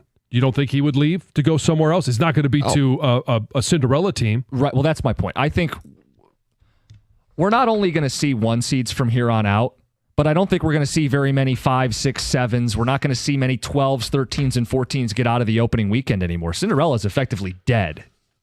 And you could say it's only one tournament, but I don't see how this is changing in benefit of Cinderella. So we won't know the ramifications until we actually see it next year and the year after and the year after. That's what I believe is going to happen. It is only 1 year, and we can't make assumptions about what it'll be next year, but this is what I do believe. All of the best players at the mid-majors and lower are going to be plucked by the Power 4 schools. Let's get to Brent and Macomb. You're on 97.1. Hey, how's it going today, guys? Good morning, Brent. What's up? Not much. I just want to talk about how awesome it is that I'm a Michigan fan, but I'm going to give Izzo his flowers, I guess is what they say nowadays. He did it without the transfer portal, and then Dusty May did it with the transfer portal almost completely. So it's just kind of cool to see both those teams win a championship in different ways, and I'm not disappointed by anything that happened this season. Nor should you be, right? Hard to be disappointed. I mean, other than losing, but the season itself, I don't think it's a disappointment for either Michigan or Michigan State. Larry, you're next up. Larry, you're on 97.1. Good morning. Well, you guys have pretty much said what I wanted to say. I think State's team, the players, should be proud of themselves. They had a great season, but this game has changed in the last 5 years, and if you want to make it today, you got to go to the portal and you got to get yourself a couple of stars, and it's the only way you're going to stay up at the level of Final Four or Elite Eight. Yeah. So, but you guys have pretty much covered that, so that's all I have to say.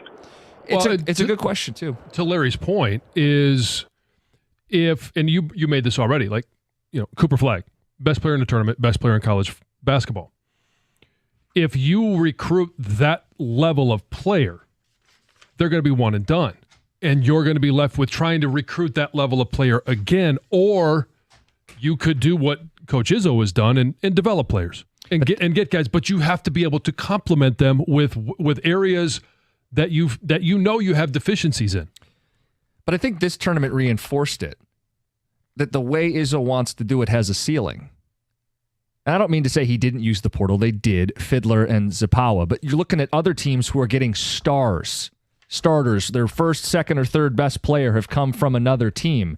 Izzo wants to do it methodically. He wants to, and I love him for this. He wants to coach people. Imagine that. He wants to take someone in and develop them, invest in them emotionally and through the techniques, and he wants to make college athletes better. Imagine that. But that's such an old school way of doing it. There is a ceiling to doing it that way. Even this year where they exceeded all expectations and made this run, what did they run into? Bigger, faster, stronger, better. And to act like you can do that where you're going to recruit and guys are going to stay 3 and 4 years. Yeah. And you're going to do it almost exclusively that way. I think we have our answer. It really doesn't work. All right, we got Heather's News coming up next. We'll talk Tiger baseball. 0-3 start. Any concern? It's 97.1. Do you avoid being in pictures because you're just not confident in yourself? You don't like the way you look? Well, you need to give Ideal You a shout because you could be 40 pounds lighter in just 40 days. It happened for me, and I can tell you about this program. It works, and it works fast. If you like meat, if you like fish, if you like chicken, if you like protein, this is the system that you need to implement in your life, and the lifestyle changes that you need to make. Works, and it works fast, because I lost 50 pounds in those 40 days, and I got to eat real whole food. So it's really cutting out a lot of junk, and it's the fact that they assign you a weight loss coach, somebody that's going to be with you every single step of the way. And not only are they going to help you lose weight, they're going to help you keep it off. I'm 3 years into it. I've been able to keep off every pound and lose a few more. You can book today, and Ideal U is going to give you a free body composition analysis. That's $150 value, absolutely free. Book your free consultation right now at idealu.us. Ideal U is different than other weight loss companies. It works, and it works fast. You can lose up to 40 pounds in 40 days and be happy taking those pictures again, especially as we get closer to summer. Book your free consultation right now at idealu.us to get your body composition analysis. That's $150 value, absolutely free.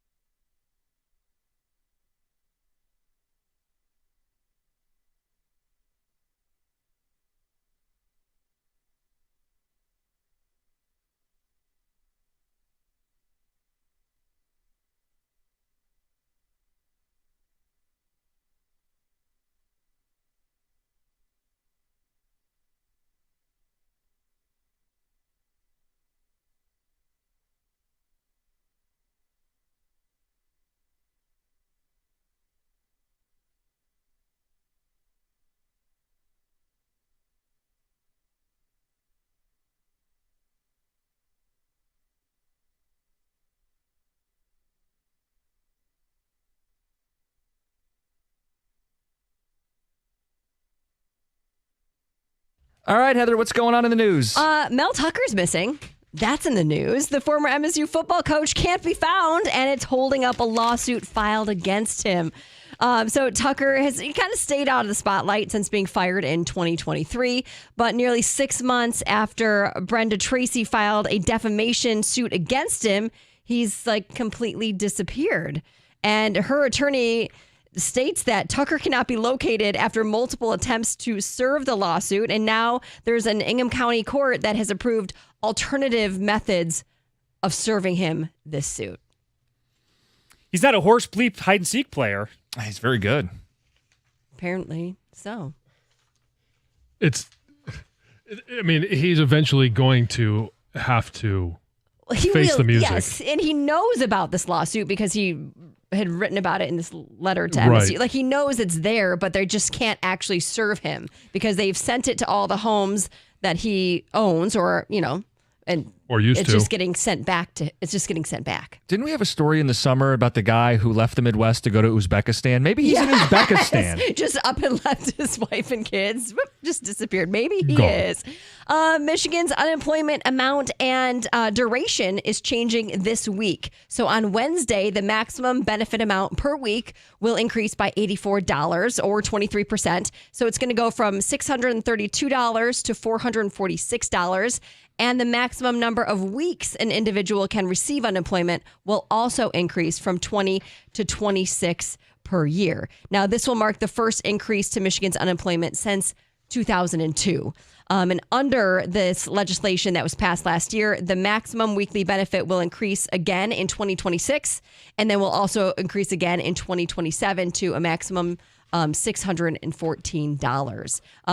The new law also increases the amount for up to 5 dependents from the current rate of $6 per dependent to $12.66 each on Wednesday. So that's going to go up as well. And then by 2027, that will increase to $26 for each dependent. Chapel Roan, she's under fire for insulting some parents of young children. So during her recent interview on the Call Her Daddy podcast, she said, quote, "All of my friends who have kids are in hell." And she went on to add more. She said that basically anybody who has a child under 5 is not happy. I would disagree. I would too. I was going to say she hasn't talked to me, or apparently you, or a lot of people with kids. Basically what it is she probably has friends who has young kids. And we all have, if you're a parent, you've been in a moment where you have some challenging moments. Yes, and you're feeling challenged. And maybe you confide in a friend to just say, you know what, I'm struggling in this moment, right? Like every parent has had those. And now she is using that against all of her friends. Yes, with kids. Yes. She said she doesn't see the light in their eyes anymore. They're all sleep deprived. Yeah. They're all depressed and unhappy. And a lot of people were not happy with her comments, started calling her out on social media. And one person kind of said what I just said. One person said, "Imagine being one of those friends that confided in her about being an exhausted parent only to have her share it with the world in a negative way."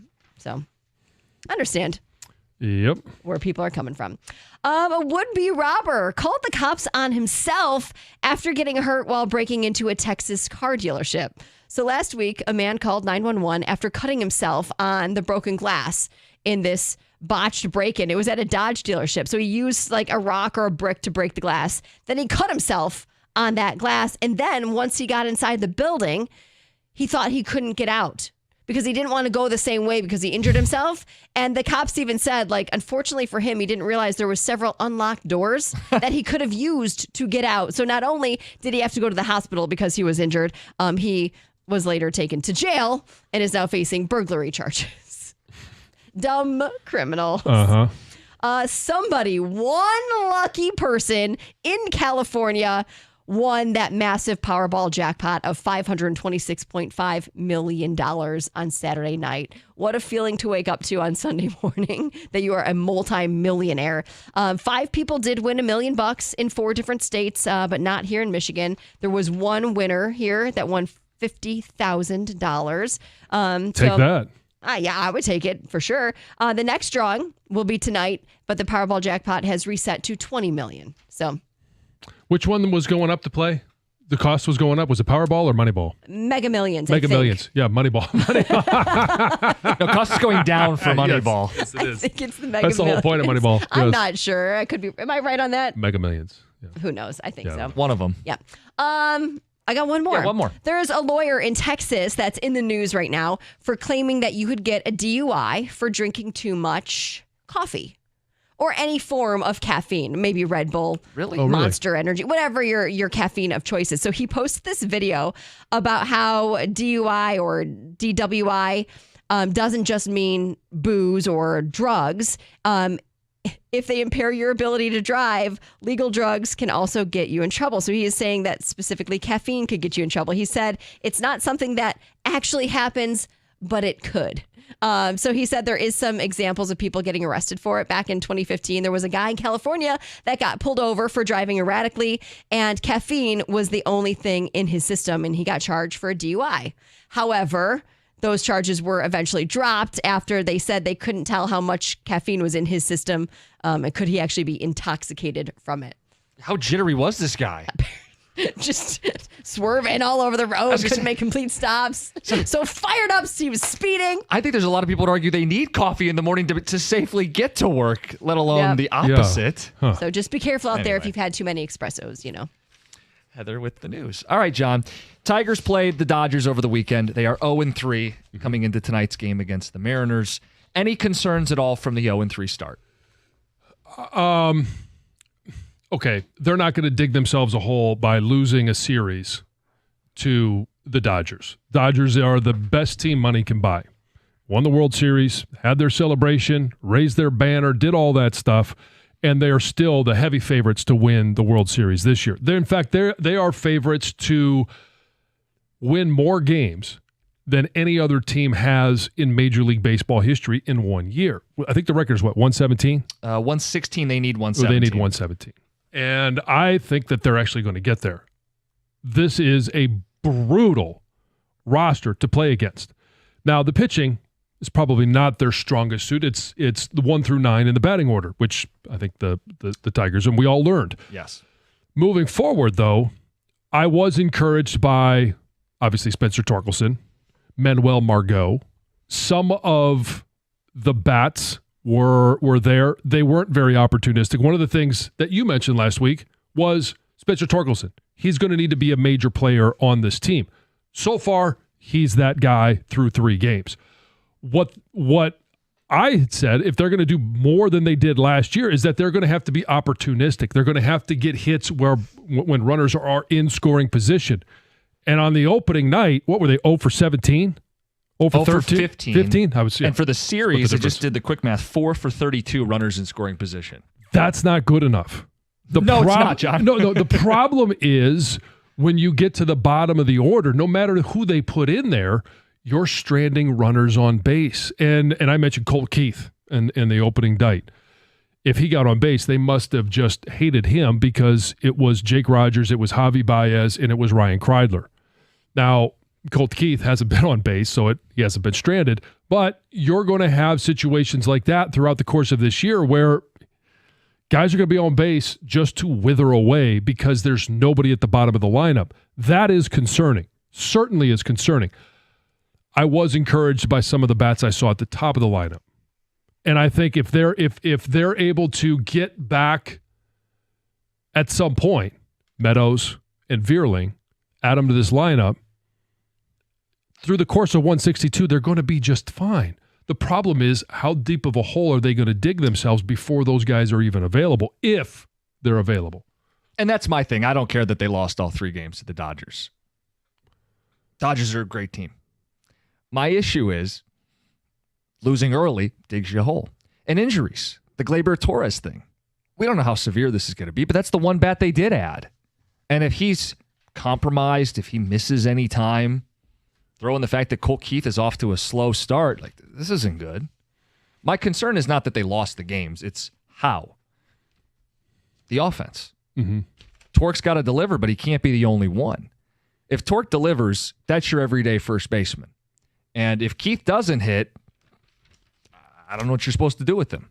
The fact that they moved everything around for Gleyber-Torres, who is now injured, and Keith over to first, who hasn't hit, I guess you want a silver lining. They're hardly playing Javi Baez, but he's on the team. Yeah. So I don't know. Concern level, I didn't think they were a playoff team before this weekend. I don't think they're a playoff team after this weekend, but it has nothing to do with the fact that they lost 3 games to the Dodgers. It's because the problems are the problems. Well, we were trying to make a judgment and prediction without having seen this team. Yeah. Now we're trying to make a judgment and prediction having seen them against maybe the best team in baseball. Going to need some more data to make some reliable predictions about whether they are or not a playoff team. But I'm encouraged now when Jackson Jobe takes the mound tonight. I think everybody's excited to see him. What do we get with him on the mound? Does he get some run support? What does it look like against Seattle, who is a good team, but they're nowhere near the Dodgers?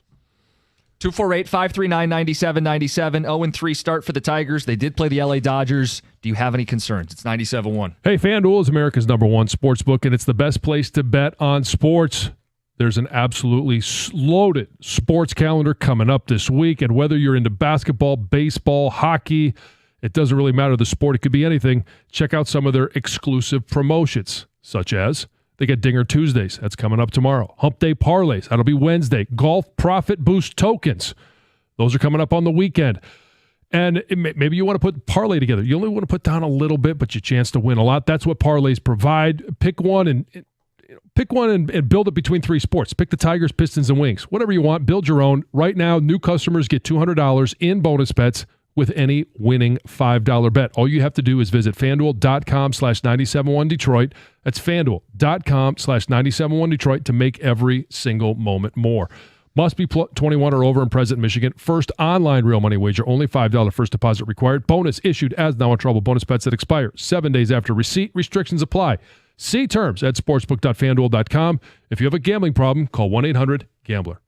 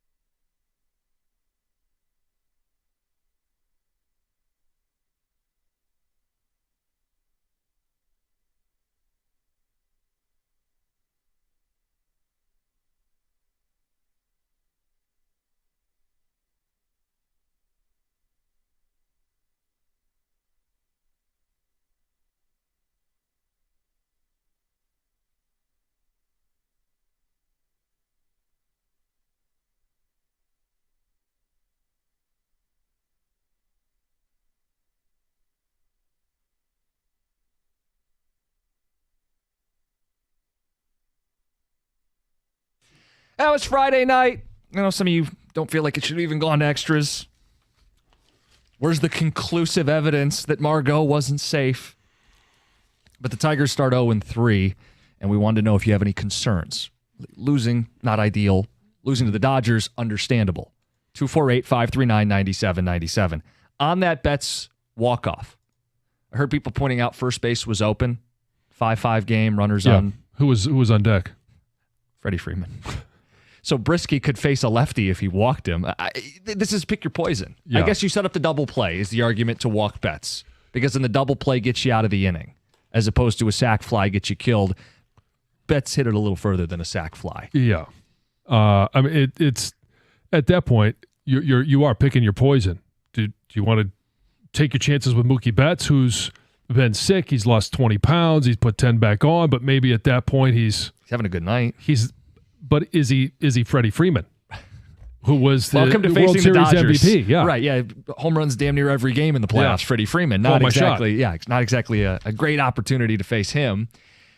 Takeaways. We got phone calls. Bob and Howell, you're on 97.1.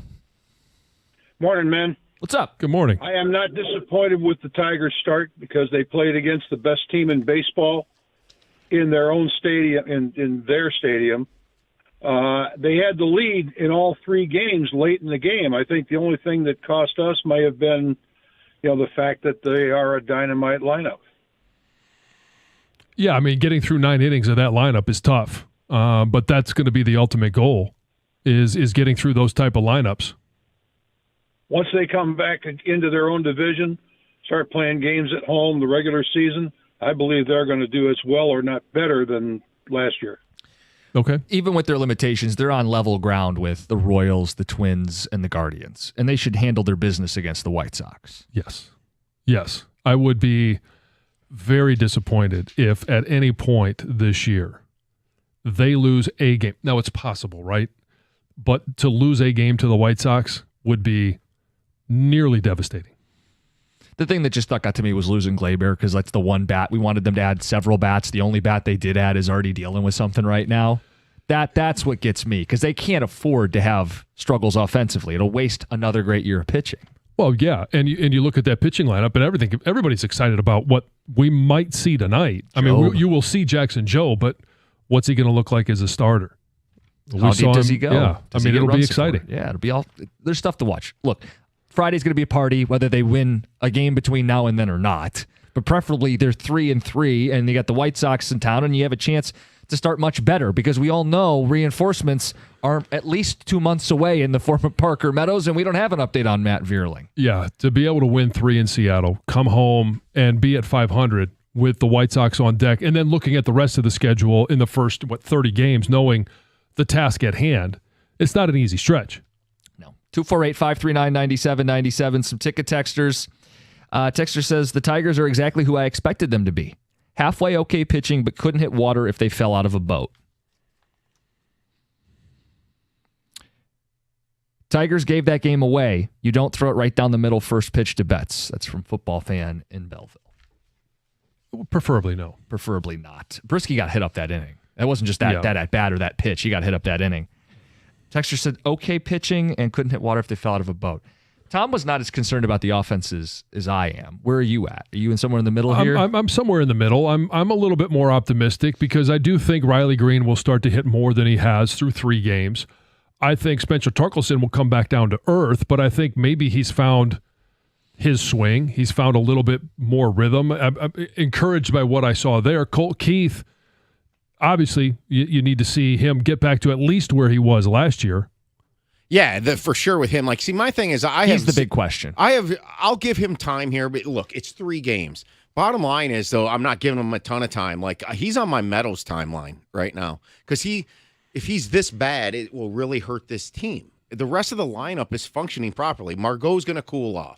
You said Torkelson's going to come down to earth. Karp's going to hit better than he has. Right, and Green's going to improve, and the difference is going to be the same. And if Torres is back, he's not on the IL yet, so if you got a decent 2, 3, 4, 5 there to work with, you get Vierling or Meadows back, I'm in a pretty decent place because this team's approach to hitting still is better than most teams in this game. They get quality at bats. They manufactured runs against an allegedly decent pitching staff out there.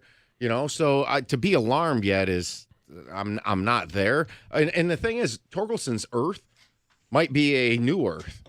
Well, it needs to be a new Earth. There's no question. Yes. The baseline needs to be much better than it was even when he was hitting those 30 home runs. Nobody expect him, though. Like, seriously, 25-plus homers and to get into the 250 range? That's better than he did a few years ago. That's like a Christmas present. Merry Christmas. Got Gator in the studio. I know you guys are going to be talking some Tigers today on the show. Oh, yeah, most definitely. Yeah, we got Tigers, Michigan State, Michigan, Red Wings thrown in, Pistons fighting, literally. Ish. Pushing and shoving. I mean, it's a basketball fight. I'll say this. They wanted to. I think they wanted to. Ron Holland was. They don't I back love down. Ron Holland, man. That guy's great. And he's scrappy and has been. And this has been a long time coming with him. I think somebody at Twitter said it's been a while coming. It was just a matter of time before he erupted. And yeah, I think he loved standing up for himself. And good. Go do it, man. We all like them standing up for themselves. We love JB standing up for his guys, non-negotiables. Do you at all worry if they face the Pacers that they could get themselves tossed from some of these games? Yes, of course. Okay. I'm worried. I mean, I'm okay with the trade-off. I'd think rather them stick up for themselves. But in the back of my head, I wonder if they play the Pacers in a 7-game series and they don't hold their composure, could that be what does them in? I don't know if look, is that's a very small worry in the back of my mind that can do them in, but is it a concern that they can get a little riled up and find themselves ejected from a game that might also eject somebody else from a game or whatever? Yeah, I mean it's there. I don't know if it'll cost them, but that's the ultimate concern. Right? You just hit them with, you got to see the other guy.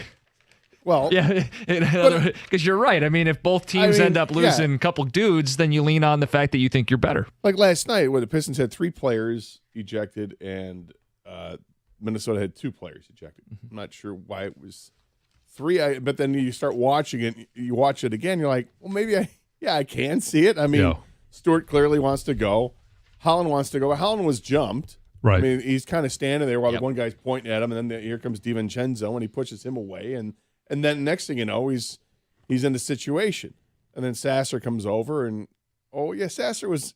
I mean, he definitely escalated things. So I get why they were all suspended, but I mean, I think it's a good sign because it shows that these guys, they're all going to stick up for each other. Yep. What sucked is that they were playing so well, and even right after that, even played well too. That it was that adrenaline bump, and then just completely dumped.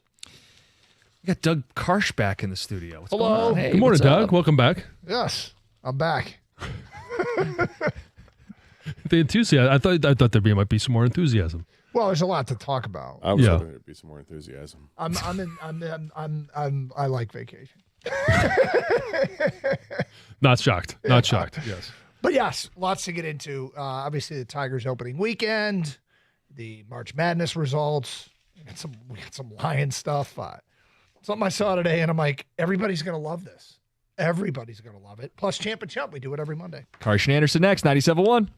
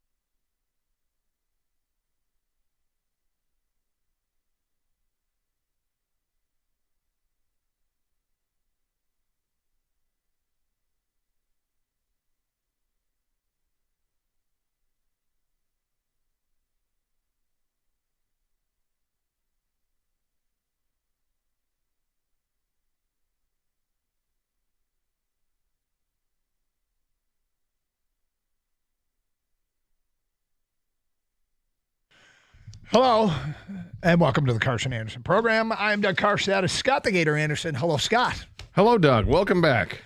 Thank you. It was a great week. We had our senior son baseball player final spring break trip with the high school baseball team to Vero Beach, Florida, and a chance to go to Dodger Town, where the Dodgers used to hold spring training. Major League Baseball's turned it into the Jackie Robinson Training Facility, and it is a great place for high school teams. Our high school does some great fundraising. What's wrong? I can't even tell you this. I'm sorry. This computer is. I'm just trying to log in, and it's doing all kinds of weird things. Would you like me to go over there and try and log in for you? Oh, you can give it a shot if you like. I mean, it's just typing by itself. It's. I'm gonna do a little Control-Alt-Delete and see what happens there. All right. Yeah. Anyway, I'm sorry. So please, or just try to restart this thing. How about that? There we go. We're gonna restart it. Hey, so you were down there with the children. Well, yes, a child. One of our kids, yes. But it's 5 days. It's 5 days of high school baseball, and then the trip ends on Wednesday. And for the first time ever, we stayed, and we took 4 high school kids to Fort Lauderdale for spring break.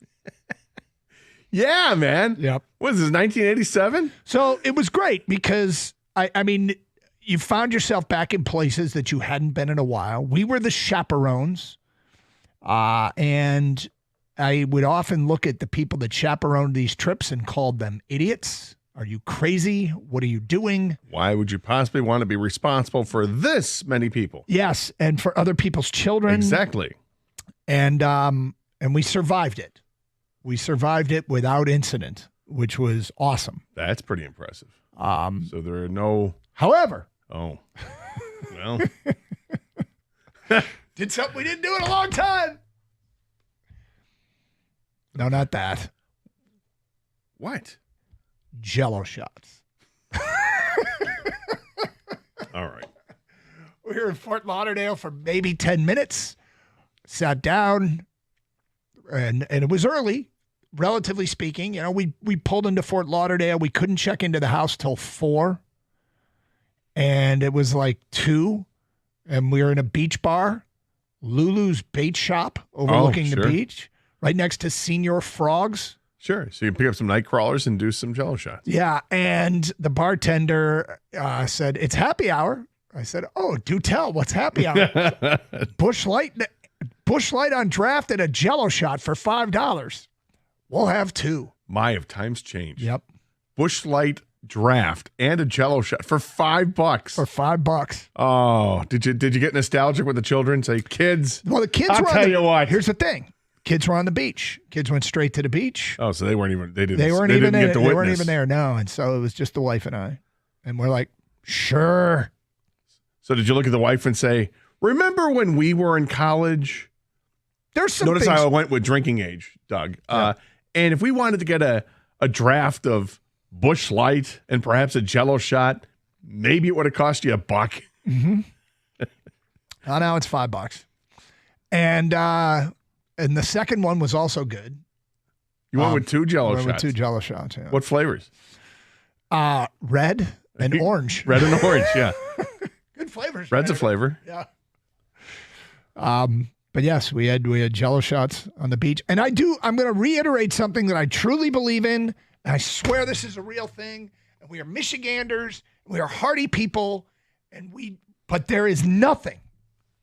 I swear to God, there is nothing like Florida cold.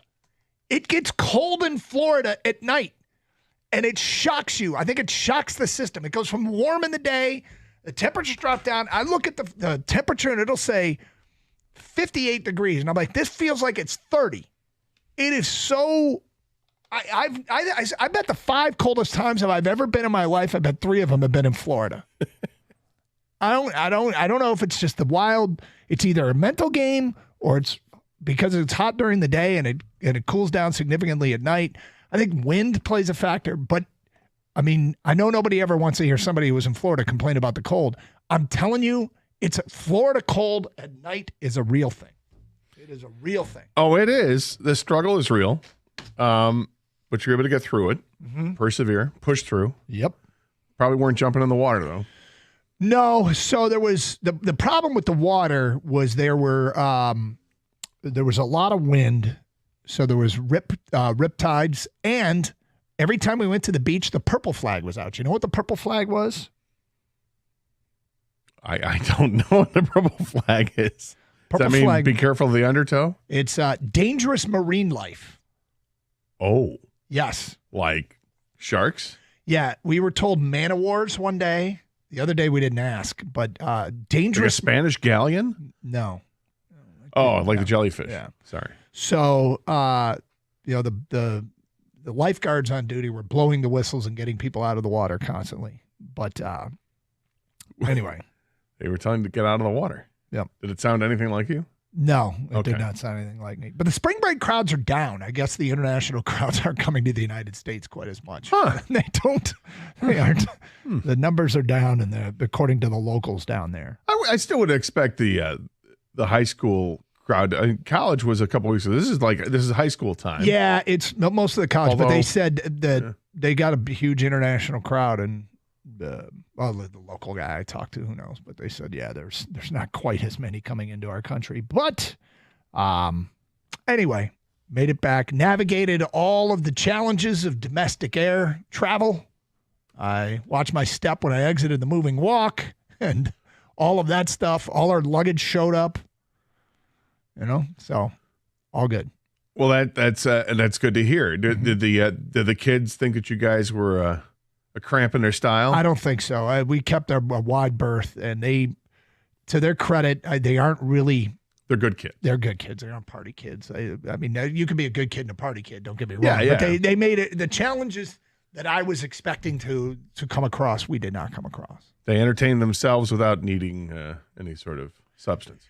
Yeah, they like to mess with us. And pretend like they were? Yes. Oh, that's fun. Yeah.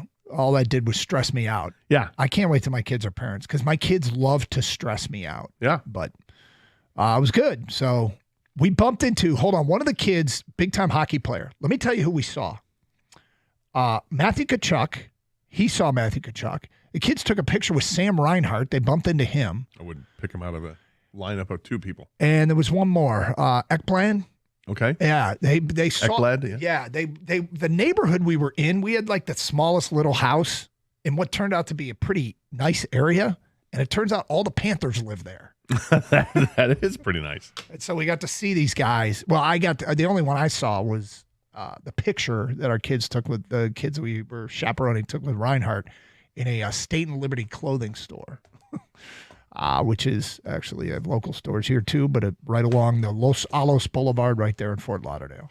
So anyway, back, ready to go. Tigers open their season. March Madness comes to an end for Michigan and Michigan State. Mondays mean Champ and Chump. We'll get to your phone calls, your feedback, your Champ and Chump nominations. It is Carson Anderson on a Busch Light Jello Shot Monday on 97.1 The Ticket.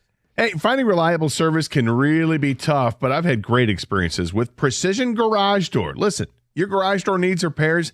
These are the guys to call. Now, I had to go through that a few years ago, picked up the phone, called them. They came out right away, fixed the problem immediately, and I couldn't have been happier. So when the time came to get new garage doors, you guessed it, I called Precision Garage Door because I love the experience, and I think you will too. Right now, you get a free door opener when you buy any new garage door. Now, this is nothing to sneeze at. This is a $499 value, but the sale ends tomorrow. Plus, mention 97.1 The Ticket, and they're going to waive your service fee. That's pretty awesome. Don't worry about the cold weather causing any problems. Call these people out there. They are going to take care of you. They're available on weekends at no extra charge. In fact, they offer the industry's leading warranty. So give them a call today at 1-800-DOOR-REPAIR or visit precisiondoormi.com and book your appointment today.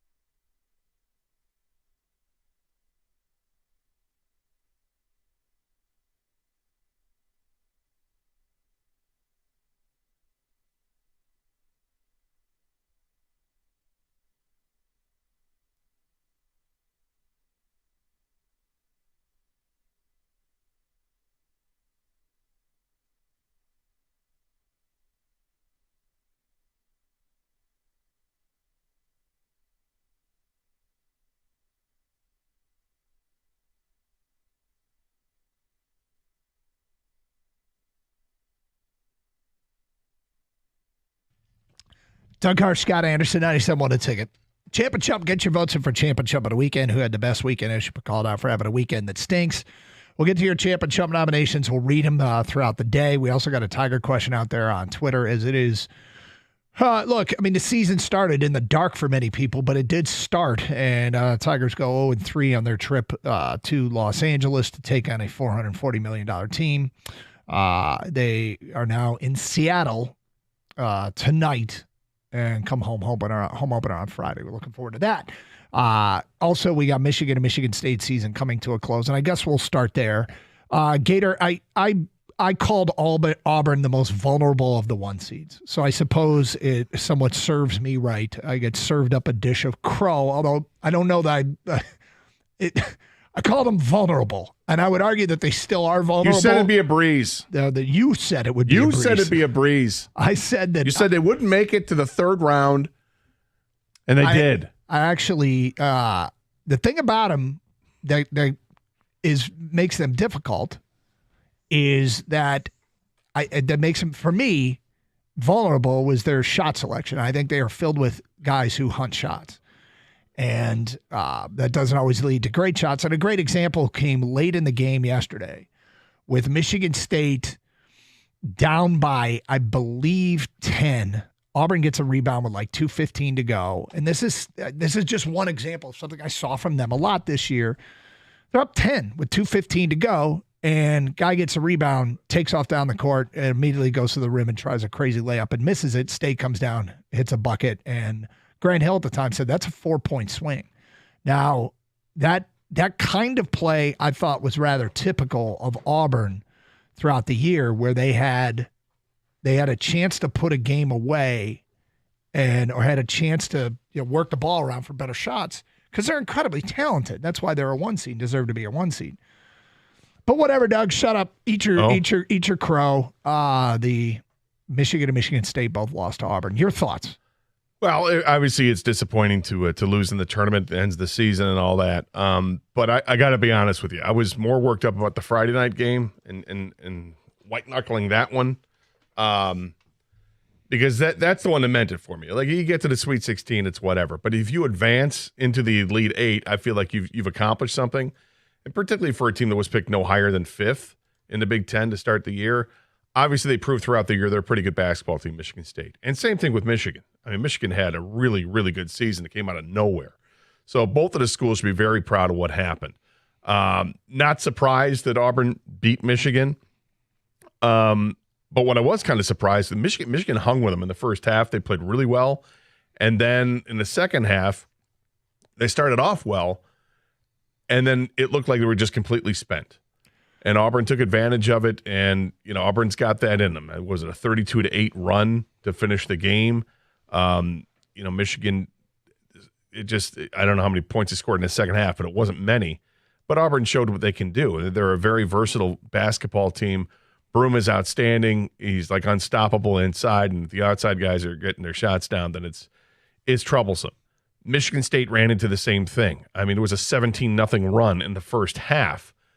That being said, it's not like Auburn didn't score like 50 points in the first half. I mean, it was still kind of manageable. The Michigan State was able to come back a little bit. I felt Michigan State kept getting on the brink of a run. Yeah. They were on the brink of making a run. Hey, here's a 7-0 run. Well, 7-0 run is better than a 17-0 run on the other side of it. I mean, they did get back within 5 points a couple of times, but they just didn't have it. And you're not going to win many games when you're starting, not your starting four, but your four guards combined shoot like 25% in the game. Yeah, that's not going to happen. When Jace Richardson goes 1 for 10, you're not going to have much of a chance if nobody else is going to step up. And Aikens had a little moment here and there, but Fears and Holloway Holloman just weren't clicking. There was one frantic moment where they got like 4 offensive rebounds and took like 5 3-point shots in a 20-second span and made none of them. It was just kind of crazy and frenetic the way that it was going there. And that tells you right there, it ain't going to happen. It's not their day. And as a team that didn't shoot well overall, I mean, Jackson Kohler was their best player out there, and it wasn't enough. It was a bad day to have a bad day. We've seen that too many times here locally in sports, but it does happen. Now, there's no shame You lost to the number 1 overall seed. And when Auburn's playing well, you can't stop them. And you thought maybe there was a glimmer of hope when Broom went down with the injury. Okay, you don't want to see anybody get hurt, but take advantage of it if you can. And they really didn't do that. So State did the same thing, kind of ran into a buzzsaw. They couldn't knock down shots. The lid was on top of that rim, and so be it. Nice season for both teams locally, but now you get to the Final Four, and it's the 4 number 1 seeds. First time since 2008 that this has happened. Well, we talked about it before the tournament, and I did make the prediction that it would end the run of, because since 2008, a 5-seed or better had made, or worse, excuse me, a 5-seed or worse had made the Final Four, and I thought that this was going to be a top-heavy tournament, and it turns out it was very top-heavy, maybe the top-heaviest of all time. Oh. With what was it, 4 1s, 3 2s, and a 3. Yeah. Playing in the Elite Eight, which, by the way, made up of Ken Palm's regular season top 8 teams were the top 8 left. Well, we'll never hear the end of that. Yeah. Well, here goes Ken Palm. It's a predictive tool that turned out to be rather predictive this time. But yeah, it's going to make for a great Final Four. Because you're just going to have and boring brackets, but lots of people still in it. I would imagine. That's the thing. If you played a lot of chalk, you're looking pretty good, and a lot of people do. The upsets early are fun, but I've always argued that these make for the best Final Four. So I'm kind of excited for this weekend if the local teams aren't in it. 248-539-9797. Let's go to Chad. You're on 97 on the ticket. Hi, Chad. Hey guys, how's it going? All right, Chad. Well.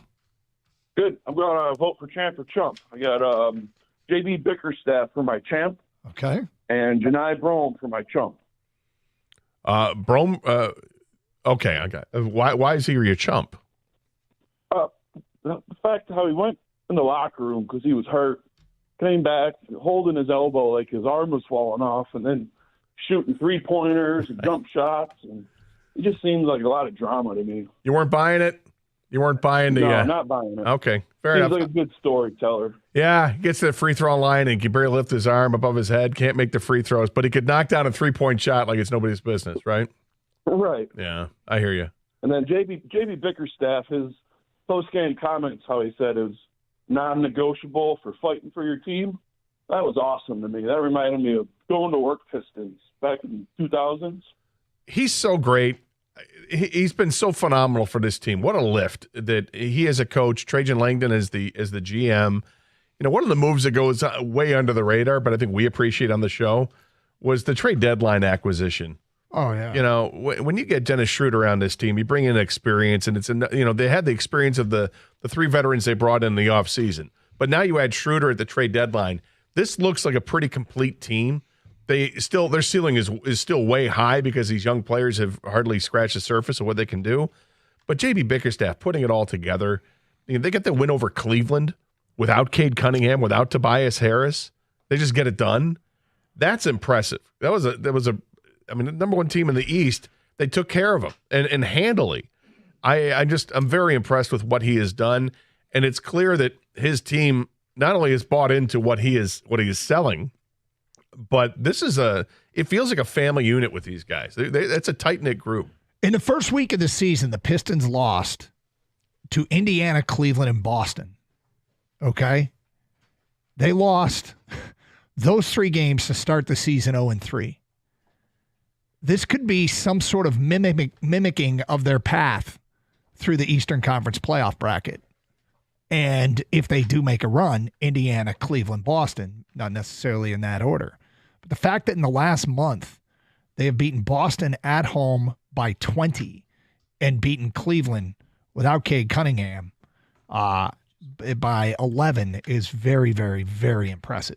Champ and Chump, let's get them in. 248-539-9797. We'll have ours today at 10:35 here on Carson Anderson on 97.1 The Ticket.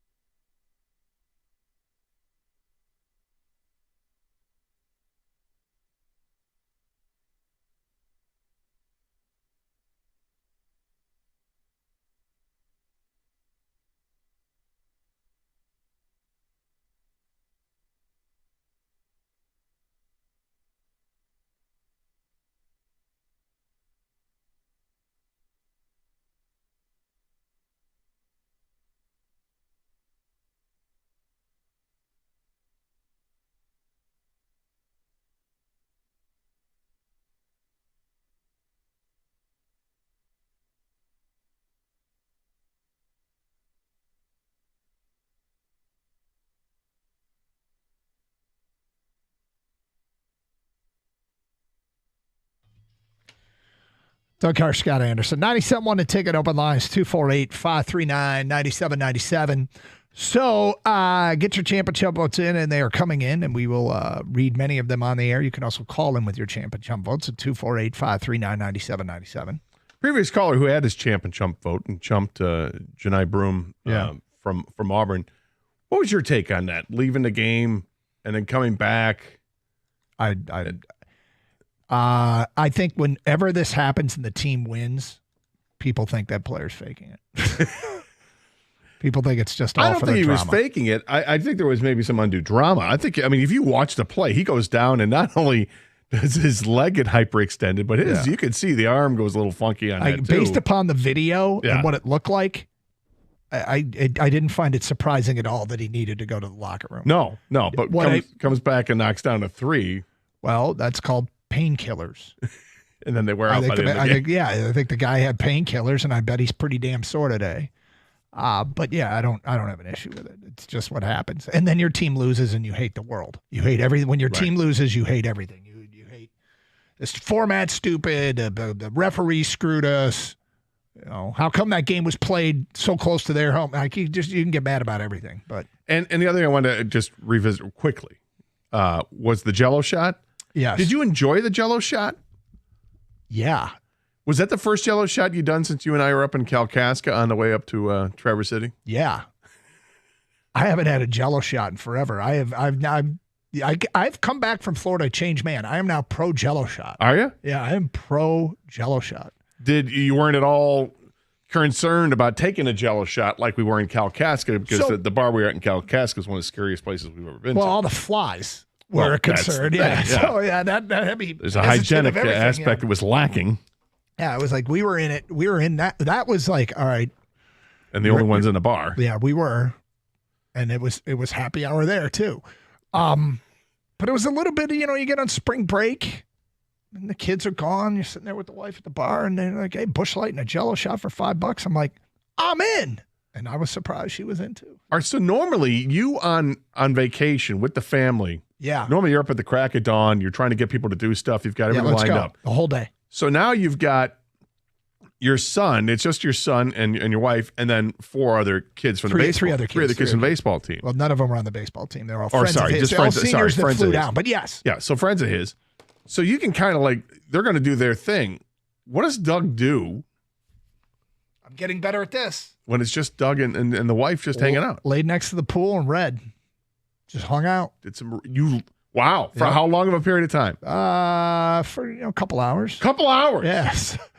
This is cocktails and just relaxed. Quite a revelation. Yeah, this was not Doug's vacation. Not Doug. This is not. Did you like it? It was okay. Yeah. I mean, my next trip, I want to be at the top of a mountain to watch the sun come up. But yes. But that was fine. And then there was nowhere to hang out at the pool for a couple hours. Say this. Florida sucks for mountain biking. Couldn't find a bike to rent anywhere, nor were there any trails. No bikes to rent. Huh? You could rent bikes, but I preferred the trip to Utah for that. Let's just say that. There was no mountain biking in Florida. I get it. Look, I mean, you went there for a reason. Yes. It was for the kids. No, it was for the kids. If it's just you and the wife and you're choosing a vacation spot, it's not going to be Central Florida or wherever in Florida. We were more Southern Florida. I'll probably never go back to Florida. I think that was it. Florida is more like it is now than it's ever been before. Okay. And all its Florida-ness. And you were the first that pointed out to me that Florida is a weird place. Yeah. And the more I start paying attention, the more I see weird stuff. And I won't go into deep detail, but there's a reason there are Florida man stories. There are Florida man stories absolutely for a reason. And I saw people and I'm like, you're going to be Florida man someday. you have been Florida man. That's an interesting choice of shorts. Yes.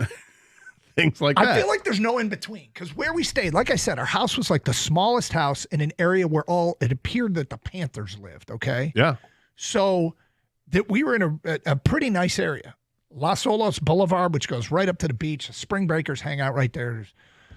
There was a concert. We went to a concert when we were there, and it was an old people concert. Got it, but we went to a concert. What'd you see?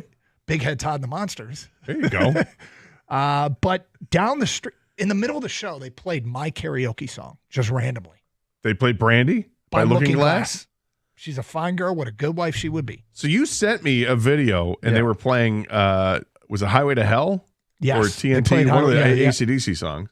They played TNT. That's awesome. Yes. And then they played Brandy by Looking Glass. That's quite a departure there. Yes, both ends of the spectrum. Well, the funny thing is, when we saw that there was a place where there was concerts, I said to my wife, I don't care if it's Garth Brooks or Metallica, anything in between. If we've heard of the band, we're going. And it turns out we'd heard of Big Head Todd and the Monsters, so we went to that show. And we knew 3 songs. Bittersweet. What's the other one? I knew nothing of Big Head Todd. I knew the name of the band, and I had a roommate at one point in time that had a CD of theirs. I never listened to it. Broken Hearted Savior. Oh, there you go. Sure. And the Superman song. But anyway, so we know those 3 songs, and then they played Brandy and they played TNT, and in between a lot of other songs. Did you get any merch?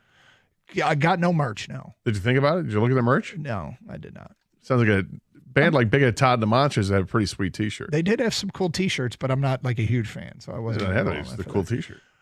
But anyway, the nice part of Fort Lauderdale, Los Olas Boulevard, was incredible. Like a really, really cool, fun place to hang out. That if you wanted to spend a ton of money, you could, and if you're trying to ball on a budget, you could. So, well, now you've done it, you're done. Yep, Florida's in the rearview mirror.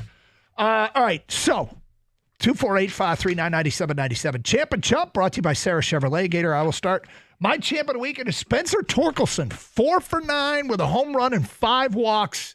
It's one series, but it's clear this is who he's going to be all season long. Right? He was locked in that first game, man. 4 walks in the first game of the home run, and it was just a rope that he hit the left field well over 400 feet. That was good to see. It's great to see, actually. It's not good to see. It's great to see a good start for him, albeit 3 games. Yep. My champ, Grand Valley State Lady Lakers. They won the Division II National Championship. Congrats to Coach Mike Williams. His 3rd trip to the Final Four with his team, or with his school, I should say. His first championship with GVSU, and it's 10 years now that he's been there. 278-49 is his record. They went 38-2 this year. Strong. My jump of the weekend is MLB replay. I do not think that Margot's out at home plate was conclusive. Would have gave the Tigers the lead in the top of the 9th. I can't stand that call. I didn't like it at the time because I thought that was very inconclusive. Yeah. But then Major League Baseball releases the videos that they were looking at, which is there was one that was completely different. And you could see, I think he was out. Yeah, because there's a point where the glove comes up and it just touches his buttock before it gets to the leg. And here's the thing. You see the pocket of his cheek kind of like go, and that's why they called him out. Yeah. Now, is that conclusive enough? I mean, if I were the Tigers, would have argued they just had flatulence. Pocket can move because of wind. Yeah, you can fart, and there it goes. My chum of the week, also kind of like a fart in the wind. Michigan State hockey. The game against Cornell last week in the NCAA tournament, they completely outplayed Cornell. It wasn't even funny. I think they just absolutely destroyed Cornell, except for putting the puck in the net enough times. They end up losing it 4-3 by giving up a power play goal with like 10 seconds to go in regulation. Had a horrible feeling about it, and sure enough, it comes through. This is a really good Michigan State team that is done, and that sucked. I love this team. Number 2 overall seed for a reason, and they lose in the first game of the tournament. That's not good. The Toledo Regional there got Michigan State and Ohio State. Like, let's go smack dab right in the middle of 2 huge fan bases, and they both got beat. Yeah. Was it BU beat Ohio State? They were down 3-1, came back and won like 8-3, 9-3. Yeah, it was 8-3 they won. I know that. Yeah. And then Michigan State had leads. I think they were up 1-0 and Toledo 2-1 must have and been 3-2. so psyched. Like, we're going to have packed the bars and restaurants. And Michigan State and Ohio State out day 1. 248-539-9797. All right, we'll get to your Champ and Chump nominations brought to you by Sarah Chevrolet, and tally them up and post on our website who the people select as Champ and Chump. Carson Anderson on 97.1 looking down at Twitch. Champ, the Detroit Pistons from Bear Slaves. Champ, the Detroit Pistons, the culture change is incredibly evident. Chump, Stingray. Dude sent out a tweet parading Michigan's performance when they were up 9 with 12 minutes left, and immediately after that, epic collapse happened. He is the Stinks, a.k.a. Jinx. UPS Church says champ Alyssa Liu for winning the figure skating world championship. She's the first female American to win it in 19 years. Chump MLB umps because reasons. So they that video. They need to make that video accessible to fans too. They did, and I saw it through something on CBS Sports. I mean, during the broadcast. Well, you'd like to, but Major League Baseball made it available to, I guess, to the teams just shortly after the game. Yeah, it might be in their best interest to make it available during the broadcast. Even then, they should have smelled around home plate to figure out if it was indeed flatulence that made the back of his pants move.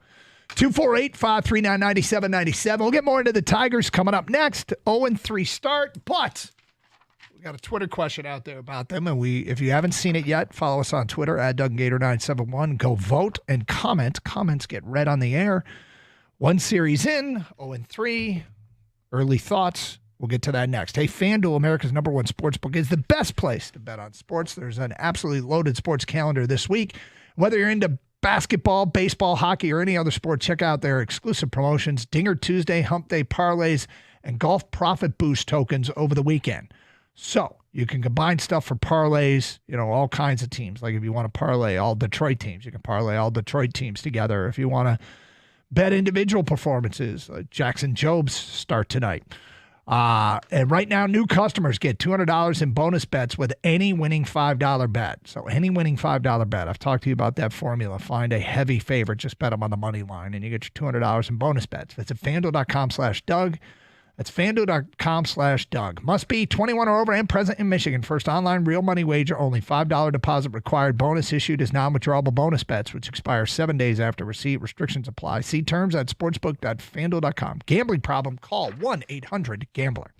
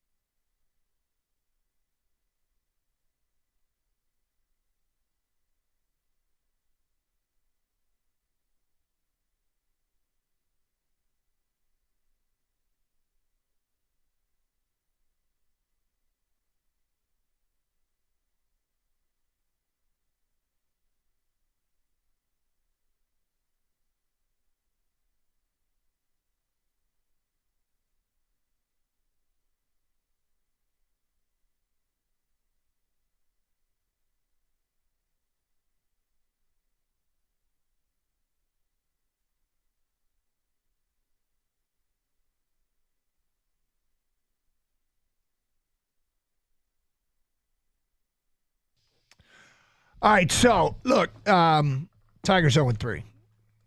Tigers 0-3. And if you are drawing any conclusion about who this team is based upon a 3-game road series against a $440 million roster that is defending World Series champion, well, I would question that. I would think that would not be a way to define who this team is. You'd rather not be 0-3, but, the Dodgers are considered like it's a historic roster. It's a historic payroll. And so much can go wrong. It's a long season, and certainly we all hope it does for the Dodgers, because who roots for the tank in Tiananmen Square? But the Tigers, I got to tell you, I came away actually a little optimistic. I came away pretty pleased with a lot of what happened at the plate.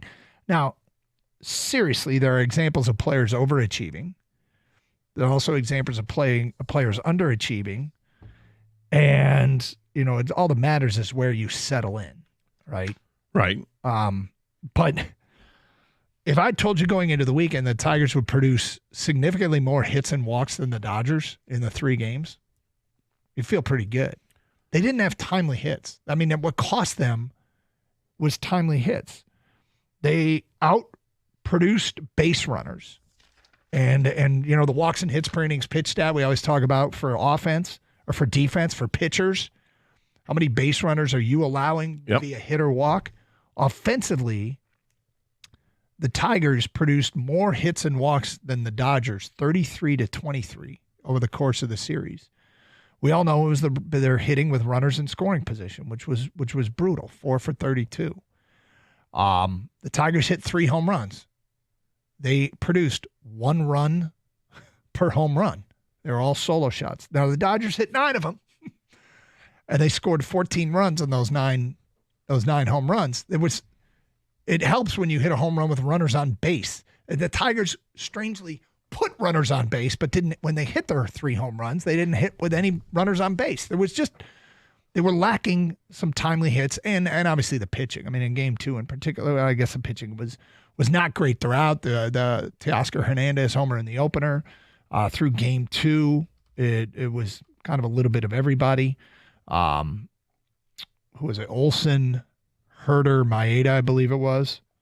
That was game 3. Sorry, my apologies. Anyway, point is, I'm actually okay with the way that series went down. I mean, I'm not happy about the 0-3, but I'm happy with the plate appearances. Yeah, I mean, there are parts absolutely that you're happy with. And I think the Spencer Torkelson part is the most encouraging. And there's lots of yes and no, right? I mean, Gleyber Torres getting hurt right away. That's not good. But the Tigers are that's the easiest thing for them to absorb, because now that he's hit through 3 games. Torque, go back to first base. Colt Keith, go back to second base. Colt Keith is disturbing that he hasn't gotten off yet. This is a rough start for him. Mm-hmm. And McKinstry's had a couple of hits. The play of Kreidler in center field, I mean, that catch he made over the weekend was freaking fantastic. So there are some positives that come out of it. But they're also, I mean, where I'm trying to put myself in, it's just I have to keep everything in perspective that they took on the best team in baseball. Yeah. And you want to compete, and did they compete with them? They did. They lost all 3, but they had a chance to win 2 of those 3 games. Mm-hmm. So I'm kind of, I default to, punt basically. And at this point, it's too early to tell. Of course. Because I'm encouraged and discouraged. So it goes both ways there. Look, let's be fair here too. We're pretty well aware of the self-scout here. I think the show tends to, and I'm okay with it. And if you don't like it, sorry, but we're a little bit glass half full. How can things be better? And that's okay. Like there are different things out there for people wanting, but overall, I really, really liked that they, in many ways, were more productive at the plate. Productive's not the word. They were getting on base better than the Dodgers. They were earning stuff better than the Dodgers. Now you got a swinging hit, a swinging bunt from Margot, and he had a little looper in there mixed in as well. I mean, there were some stuff that, was just some good luck. But they were lacking the timely hits to have the big inning. And, so we asked the question on Twitter, and we'll read comments on the air. How would you characterize your feelings towards the Tigers after one series? And there are 4 possible responses that Twitter allows you. And there probably should be. I wish there were more. But the 4 possible responses we went with were very concerned, mildly concerned, actually encouraged, or too early, no conclusion. We actually gave you the punt top. We usually don't. Normally don't. But we gave you the punt option here just to see how it would come in. And no surprise that is leading with 46.3% of the vote.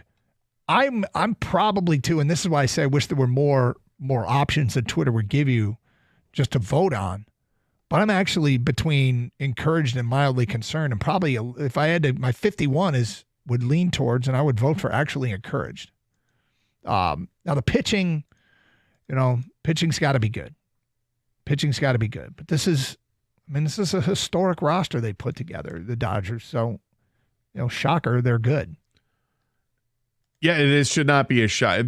So I understand why you can come away encouraged. Yep. Most people won't. Nope. Starting off 0-3, that's bottom line is your bottom line. It's 0-3. They're in a hole already. But it's early in the season. I don't freak out series to series. I've learned to kind of judge it by 2 weeks at a time. I figure you can make adjustments 2 weeks at a time. You get 2 trips through the rotation during that stretch as well, close to 3 trips, actually 2.5 trips, 3 trips. So I'm not going to go crazy just yet. But if you don't come away at least mildly impressed with Spencer Torkelson, I don't know what to tell you. That's a really good sign. Yeah, and the confidence at the plate, the ability to draw the walk, the home run, the singles, hard hit balls. I mean, we understand the caveat that comes with every conversation. It's early, but it like you said, it's a good sign. So, and for every good sign, there's a bad sign. You mentioned Cole Keith. Let's read some of the responses that have come in. Young Titos writes in, reacting to the first 3 games of a baseball season like cooking Easter dinner now. It's way too early and the food will go bad. From Who Jive, scheduled sweep, we win 5 of the next 6 easily. Now, when you say scheduled sweep and 5 of the next 6 easily, do you mean 5 of the next series or 5 of the next 6 series or 5 of the next 6 games? If they get 5 of the next 6, so they got Seattle and then home for the White Sox. Do I got that right? It is home for the White Sox, isn't it? I believe so. Yeah.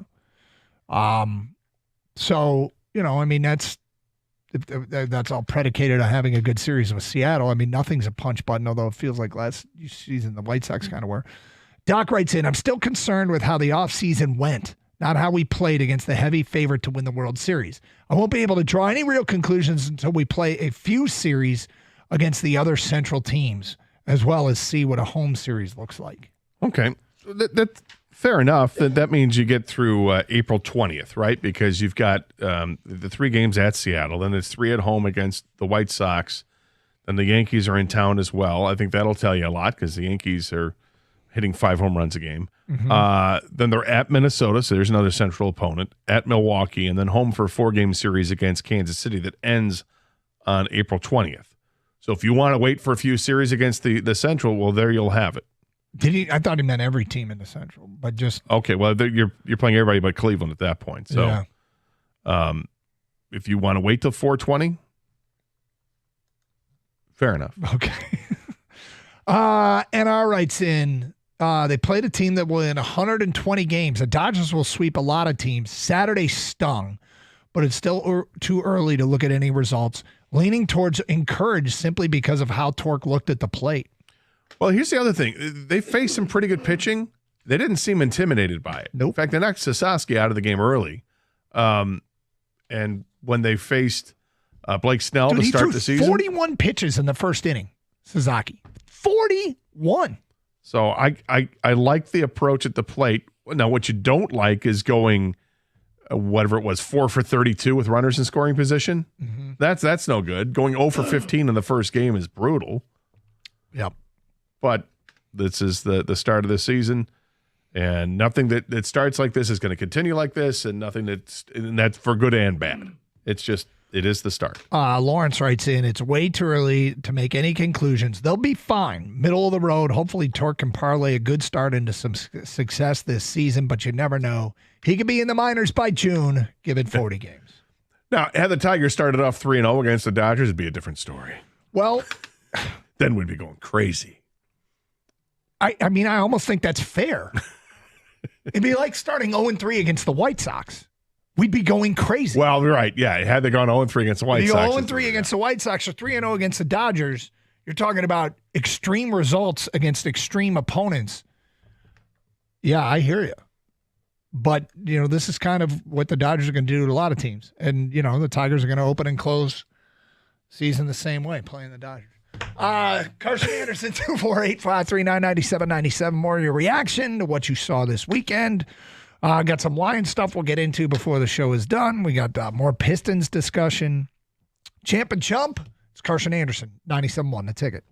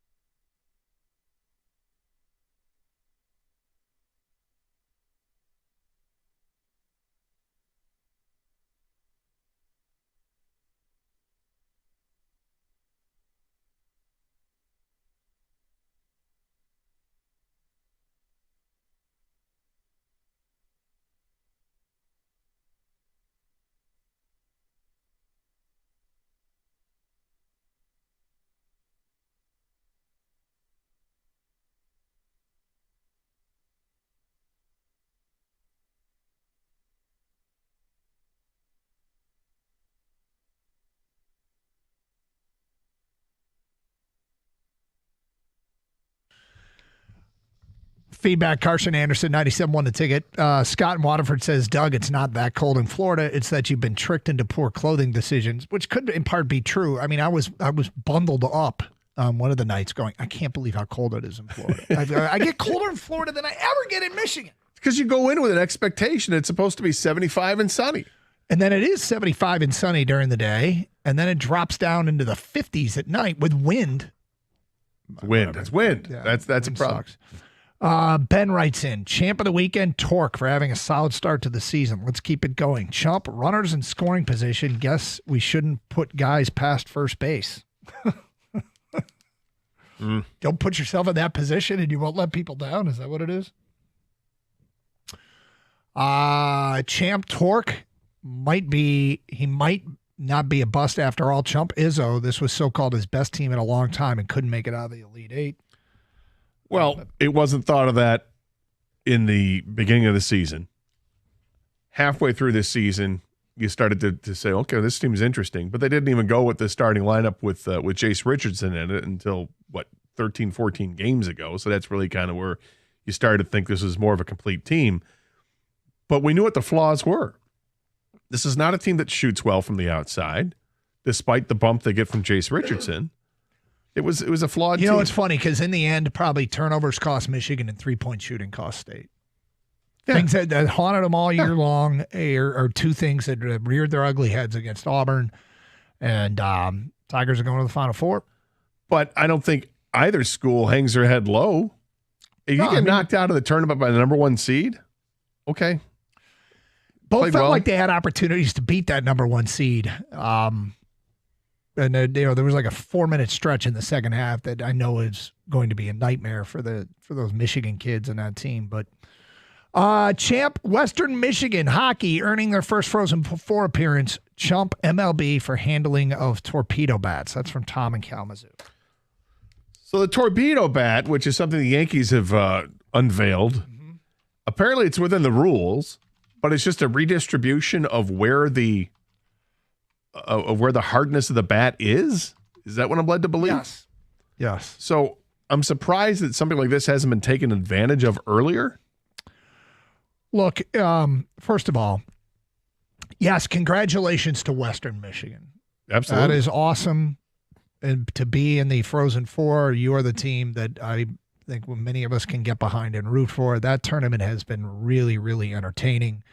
Last night, including an amazing Penn State-UConn overtime game. But overtime in NCAA hockey is, look, overtime in playoff hockey, it applies to the college game as well for people who haven't watched it. And all games are one and done. All games are Game 7. So congratulations to Western Michigan.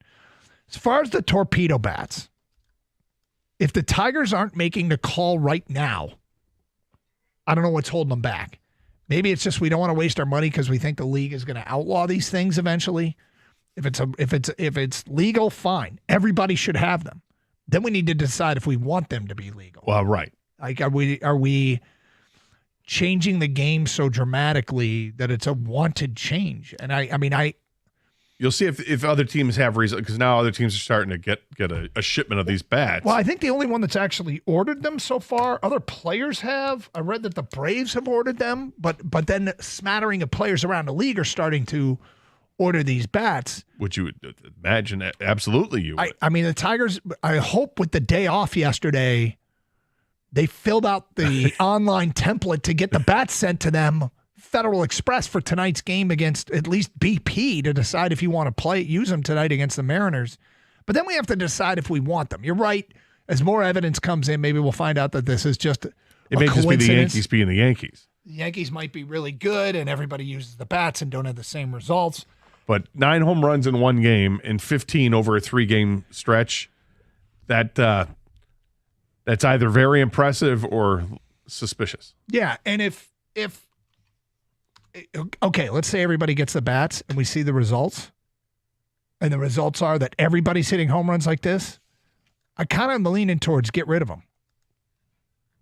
I don't know that the game needs MIT physicists putting together something that is, the equivalent of an aluminum bat. No, and at the same time, why haven't they? Yeah. for all these years, people have been trying to find an advantage with the baseball bat. Mm-hmm. Players have hollowed them out. You've got that scoop at the top of the bat, and you can't have pine tar up above a certain point in the bat, and they've done all types of stuff with it, right? If you're gonna take part of the bat out and you fill it with cork or with super balls or whatever the heck whatever it has been over the years, they've always tried to do it. But then the Yankees come in this year and they're like, oh yeah, we just we changed the spot where the hard spot of the bat is. What? Yeah. I'm sorry, you can do that? Okay, if you can do that. We'll see how long it lasts. Yeah, I mean, then Major League Baseball have a decision to make. Let's just say this impacts everybody the same, and they're hitting bombs all over the place. Everyone is. Do you want them to outlaw this bat? Yes. Yeah, my first instinct is also yes. Then get rid of it. It doesn't seem like that's right. Yep. There's something funky with this. Yeah, if they're going to do that, if this is going to become the thing and the game is going to change this dramatically, it's a bit much for me. Now, here's the question. Will TV ratings go up? Will more people watch? Chicks dig the long ball. Chicks do dig the long ball. If this it leads to more TV ratings, it also leads to longer games, I suspect. If there's that much more offense. Because the game's going to do whatever the game thinks is in its own best interest. Yeah, the player's going to fight hard. If this ends up being successful, like this bat makes a difference, the players are going to be all in favor of having this. The pitchers won't. Pitchers won't, no. No, but the position players will. What scares me, this is not a unique observation, but since TV decides everything, and if TV ratings are up because of the bats, that the bats everybody gets them, they become legal, and everybody starts hitting home runs like crazy. If it results in a dramatic jump in viewership, then I might be on board with it. Because really? Only because this, Doug. Baseball needs a lift. I love baseball. But baseball is not top of mind for a lot of people. And what do you want to add, a 3-point shot? No, I don't want to add a 3-point shot. But I mean, if this is something that it's the bat, right? I get it. And I imagine there's going to be studies done with this ASAP. And what you're going to find is that, yeah, if you hit the ball on that sweet spot of the bat, that maybe it does go further or whatever. But does it generally make your swing any better? Or is it just only if you hit it on that spot? Does it matter? I don't know. There's a lot to weigh with it. Like I said, if it ends up being that people love it, if fans are tuning in because of it, or they go, more people going to the ballpark because it's a lot more fun. There's more runs being scored, and this is like a happy thing that baseball wants. Baseball's done it before with a charged baseball, but they just won't admit to it. But they've had the baseball that goes further. Now if they allow for a bat to allow the ball to go further. I'm not thrilled with it. I'm disappointed in you. I just want more people watching the game. I'm actually not. I know. But you know what I'm saying? I want the sport to be popular enough where it matters again. Well, look, I don't know. I feel dirty. I feel a little dirty. Here's the thing about it is, I almost feel like this conversation should be had to the people that don't watch baseball. Like, I think baseball guy will call up and tell us their opinion. But the reality is, Mickey Mantle didn't need a bat like that. Yeah, exactly. We're doing Boog Powell. No, I mean, I feel more like if you aren't that compelled to watch Major League Baseball, they're the ones that will probably dictate whether or not this becomes a thing, because they might be the ones that actually, I will go to more games and I'll watch more games if there's more offense. God, it's weird. 248-539-9797, Carson Anderson. All right, if you want to get into the back conversation, Warrior Champ and Chump calls, Tiger fans, reaction coming into the 0-3 start to the season. You can see what we've asked the people on Twitter and go vote and comment there. Are you discouraged? Are you minorly concerned? Are you actually encouraged because the offense, they got guys on base way better than the Dodgers? Or is it just way too early to even draw a conclusion? It's Carson Anderson, 97.1 The Ticket. Hey, looking to upgrade your outdoor space? Well, Builders First Source has you covered. With 4 Metro Detroit locations, they specialize in top-quality composite decking. Brands that you trust, like Trex and TimberTech and AZEK. So whether you're a DIY enthusiast or just need a certified installer, their expert team will help you build the perfect deck that stands the test of time. Visit one of their locations today in Lapeer, Auburn Hills, Clinton Township, or Shelby Township and discover why Builders First Source is your go-to for decking. Quality, service, and unbeatable value. That's the Builders First Source promise. Search buildersfirstsource.com.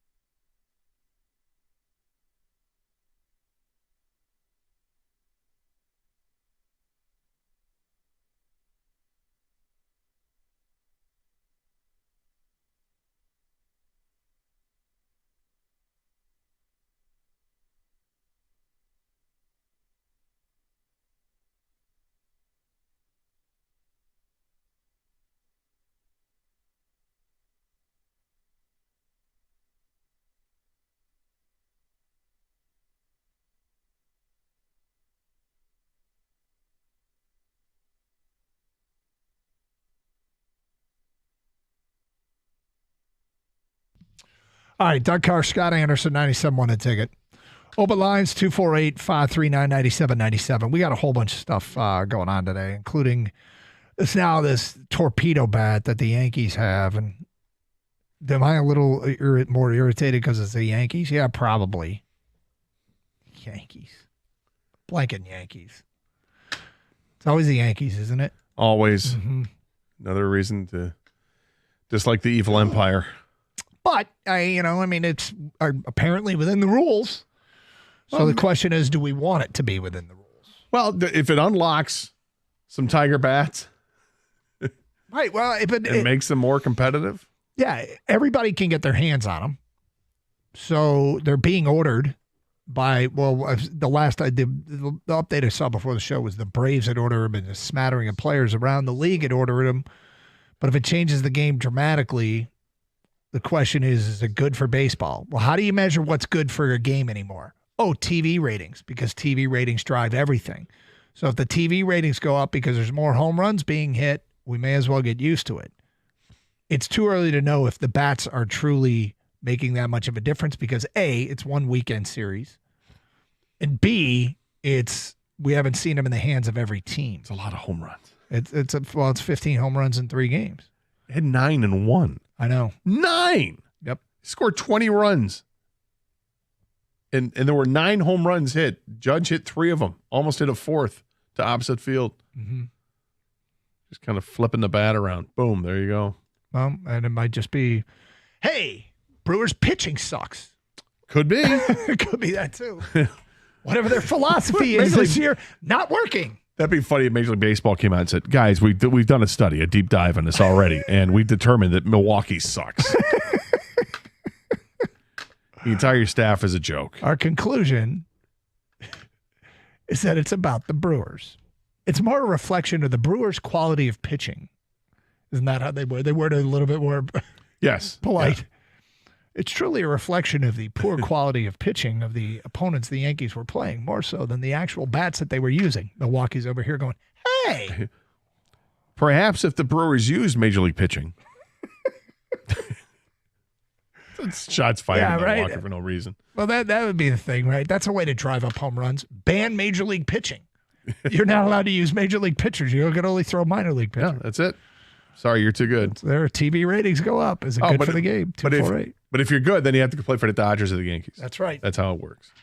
Kind of is how it works, unfortunately. Already to start the year, this is it. Major League Baseball. That's what they're pushing for. Yankees, Dodgers. It's clear, right? Dodgers get the call against the Tigers. Dude, you're making me unnecessarily bitter.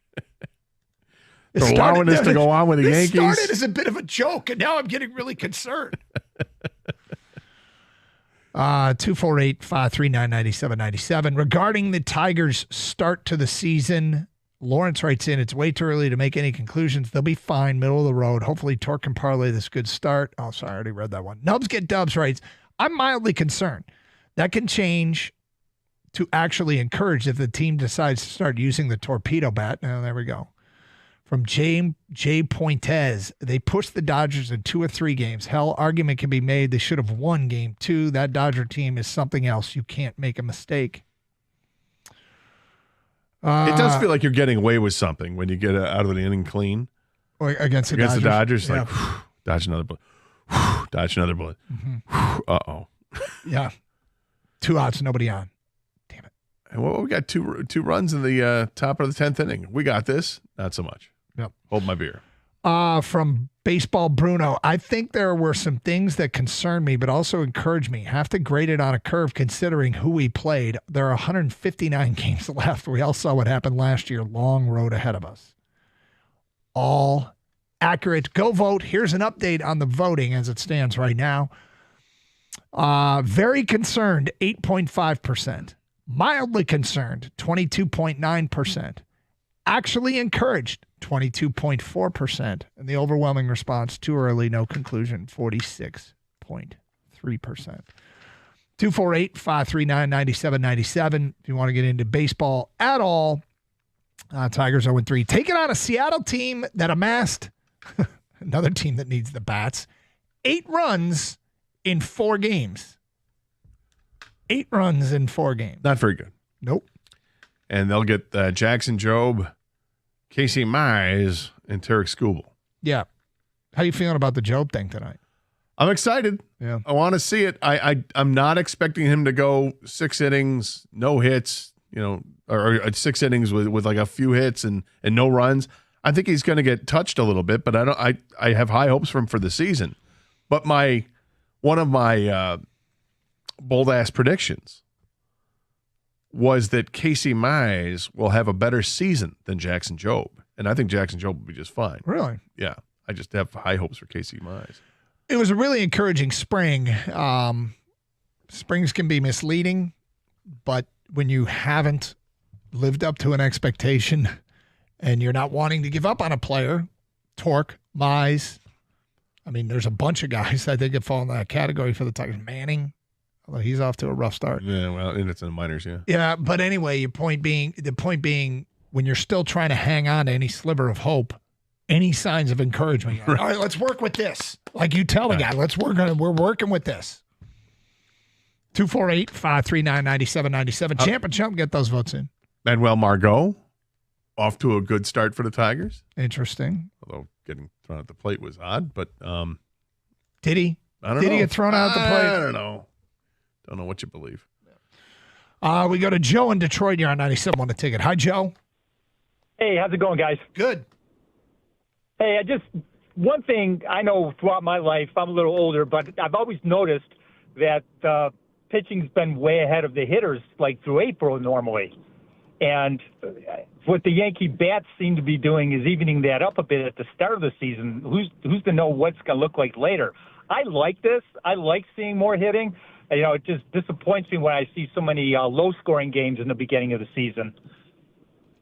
Yeah, I mean, you're right about that. And, this could get out of hand if that's the case this time around, right? Yeah, I agree. But the other thing is they were playing at that JV field called Yankee Stadium, which is a lot easier to hit. And those guys are, they're home run hitters. Yeah. Well, it could be a reflection of their lineup. Yes, you are correct. And I mean, the guy, Judge isn't even using the bat. That's the other thing. Well, let's look at what did the Dodgers do to us? They have 9 home runs in 3 games? That's a lot, too. Yep. You're right. Well, thank you. Not 15, though. No. But, I mean, can you imagine if Judge were using the bat? No.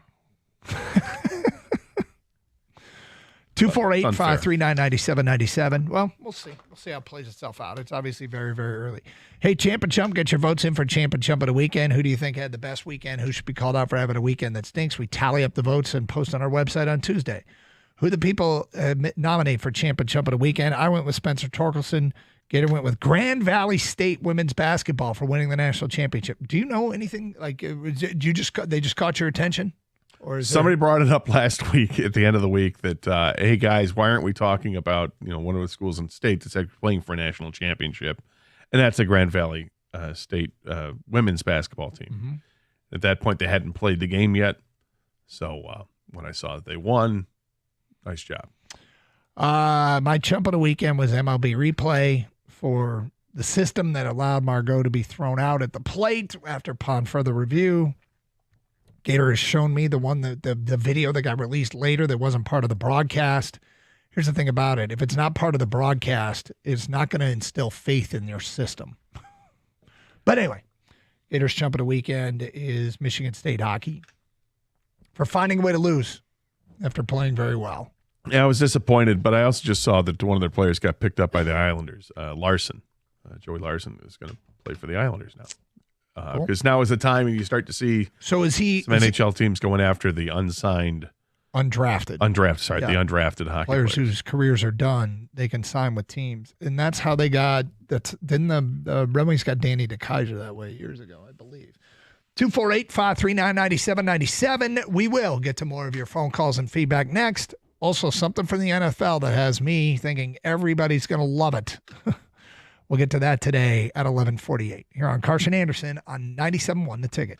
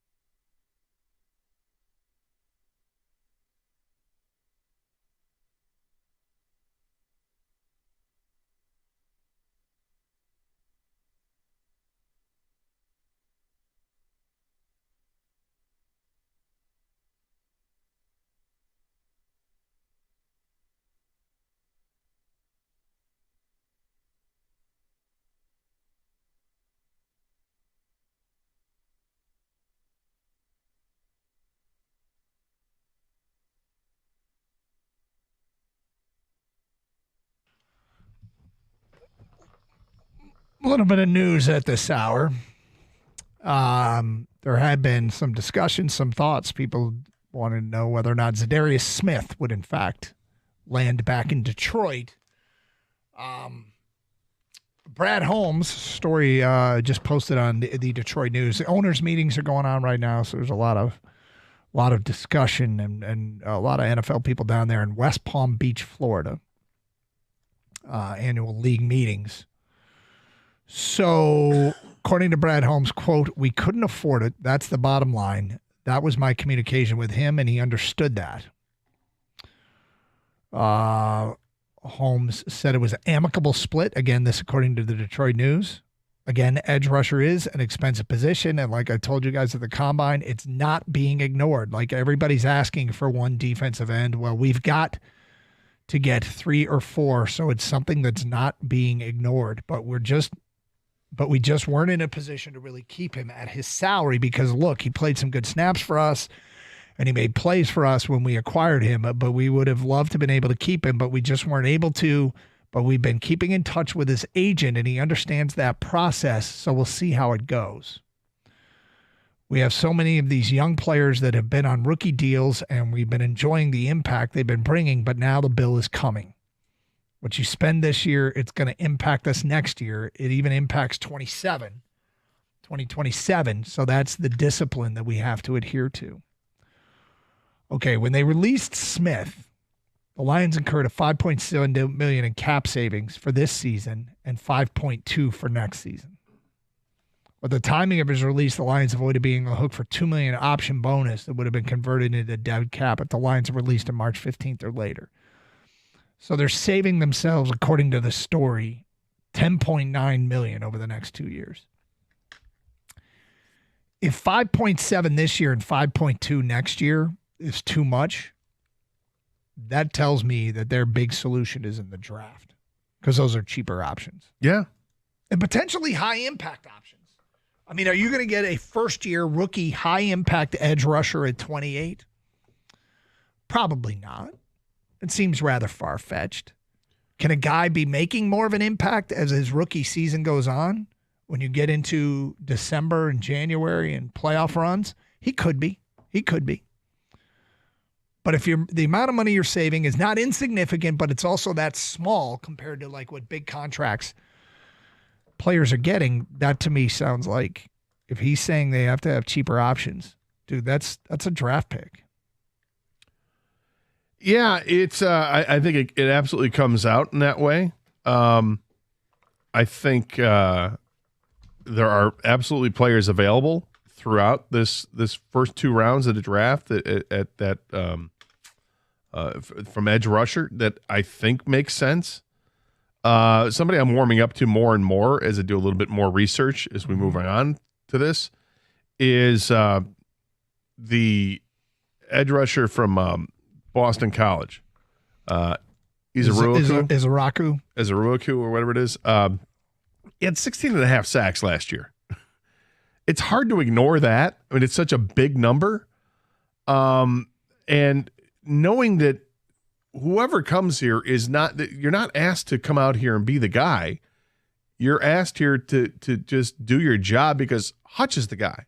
And yes, I fully expect Aiden Hutchins to be back 100% ready to go. I know many people don't feel that way. Seems like more listeners are skeptical about it. That's fine. Yep. You can be skeptical about it. Let's be it's clear. A serious injury. There's been no indication that he's anywhere that this has had. There've been any complications with his recovery. Correct. But I mean, Izaraku had an amazing year this past season. He had 80 tackles. So that tells you right away that, okay, this is more than just, your edge rusher. This is somebody who plays linebacker or plays on the line. Wherever he plays, he's an impact type player. 16.5 sacks. And he's got decent size for that edge rusher. I mean, he's almost 250 pounds. May not be as tall as you want. It's 6'2", but he's quick. He's strong. And he's got an arsenal, apparently, of pass rushing technique to get him to the quarterback. But there are several players that seem like they could be available there at 28. And, of course, there's always the thought that if the Lions really fall in love with somebody, they can try to move up and get him. Yep. But The weird thing is, if Brad Holmes, who just made those comments about Zadarius Smith was too expensive, and he wasn't in the grand scheme of edge rushers and the really good ones, he's not that expensive. But he's also not, he is what he is. He's a guy who each year you'd have to expect his production's going to go down. Last year he played opposite of Myles Garrett for some of the year, and then he played where he was going to have to make some plays without an elite guy on the other side, and he still made some plays for sure. Somebody pointed out, and I'd have to go back and look. Do you remember the year that who was the defense? Amani Awarie had 6 interceptions, and we went back and looked at the 6 interceptions, and it was basically of the 6, 4 of them fell into his lap. Like like they were the just like you. The ball got tipped, and he was the guy that got tipped directly to, or a quarterback overthrew somebody by 5 yards, and he was just standing there, and it went right to him. They weren't like contested 50-50 balls, and he came away with Right. It wasn't. And then somebody made the observation that was Zadarius Smith's sack production in Detroit. Is he was not. The quarterback got forced out of the pocket right into his lap, and that can happen too. I have to go back and look. But if you're making the comment that he was too expensive, but also are emphasizing it's not being ignored, we are going to address it. That screams to me draft. And yet what that puts Holmes in a position where suddenly the GM who only drafts the best available player has to address it has to go after a position, which I think you should be flexible. It's worked to build where they are. But now that they are where they are, it might be a good time to be flexible. Well, this is the plus side of having someone as special as Aiden Hutchinson is. With all the pressure that he gets, you can have a guy at the other end who maybe just be the benefactor of playing there because Hutch gets the pressure, quarterback has to move out, and then, he moves right into the position where the other guy is, right? So whomever it is can be the guy who really benefits from that. But there's a ton of these guys in the draft. Shamar Stewart, Landon Jackson, JT Tuimoloau. These are guys that, some might go in the first round, some go in the second round. And there's just a long list of these players that I think could really benefit this team.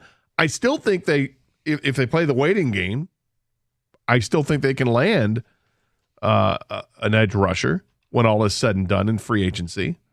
But if the trade, there could be a trade. But if the plan is simply we're going to draft one, then all right, we'll see that plan to come to fruition, and then that that's the pick at 28. Fair enough. I was doing some self-reflection on our vacation when I was sitting next to the pool. Nice. Post Jello shots, and the one thing I wondered about a little bit when I was thinking about the draft, filed it away for on-air use later, was. Is it truly a deep group of edge rushers and defensive tackles, or have we tricked ourselves into thinking that because our team is drafting at the end of the draft? And I think it truly is. Like, we're paying way more attention. In previous years, okay, when the Lions were at the top of the draft, we were so focused on the top end of available talent that we could fall in love with guys there. Now that the Lions are picking near the bottom of the draft the last couple of years, are we becoming more acutely aware of the depth? And I don't, and falling in love with guys that are allegedly going to be on the board when the Lions are picking. And I think there might be a little bit of that going on. But then again, you look at people outside of Detroit and they say, no, these positions are deep. I think the one position that the depth they might not get into is tight end. Although, as we pointed out, when they look at saving money down the road, there's probably going to be a young player or two that they can't re-sign. It could be Laporta, it could be Branch. I mean, we haven't heard anything on Kirby Joseph. I expect a Kirby Joseph deal to be announced around the same time all the deals were announced last year, which was right around the draft. Yeah, the first day of the draft, they had a couple of those deals done, and then it took a couple weeks later, and then they got the Jared Goff deal done. Or you wait until training camp or whenever it was that Lee McNeil got his deal done. They'll get it. They'll get something done with Kirby Joseph. I think they'll get something done. But yeah, to your point, you can look at that position and say, okay, we can take this guy now if we know that we're not going to sign Sam Laporta long term. If we feel like that's an area where we can cut back and we can find a replacement right away. Right. Okay. And I'm not looking to get Laporta out of town. Laporta, they might deem him to be way too valuable to do that. And fair enough. I'll let Brad Holmes make his decisions here. But in the meantime, They've got the options. And I actually do think it's quite a deep draft for what the Lions are looking for. Now, every year you're going to have teams that are looking for quarterbacks. There's a couple, 3 quarterbacks could go in the first round. It seems like wide receiver is the new hotness with drafting in the first round. So there's probably going to be another 4 wide receivers taken in the first round because, in part, the Lions had success with Jahmyr Gibbs in the first round. I feel like running back is another position where you might see a couple, 3 running backs taken in the first round. You've probably got at least 1 tight end, maybe 2 tight ends that can go in the first round. And that's before you get to the meat and potatoes of the offensive and defensive lines, which are an area that both of those areas the Lions could use at 28. Not to mention all the corners and then the secondary guys that typically go in the first round. Maybe this is the year that there's not a run on corners, but there might be a run on edge rushers. Now, we can't completely slam the door on Zadarius Smith because Brad Holmes did say publicly, after, hey, we would have loved to keep him, but he just cost too much. We've been keeping in touch with his agent, and he understands that process. So we'll just see how it goes. Yeah. So if he doesn't get an offer from another team that they're asking for, does he feel comfortable enough to come back for the Lions on a 1-year deal for, $7 million? And this is where you really, perhaps, the maneuvering, the patience pays off, and you get the player that you wanted to keep, but at your price, not his, the price that he agreed to in his deal with Cleveland and the Tigers. The Lions had traded for it. So we shall see. Again, that's ongoing, and thank you to the Detroit News for the reporting. Quotes out of Brad Holmes regarding Zadarius Smith from down in West Palm from the league meetings. All right, that transitions us into a trade proposal for the Lions. Whoa, boy.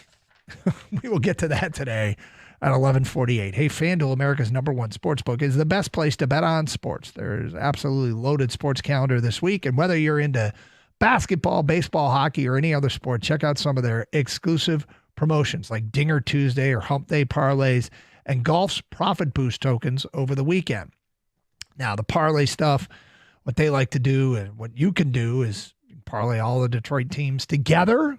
Maybe, go with something where you got the Red Wings and the Pistons.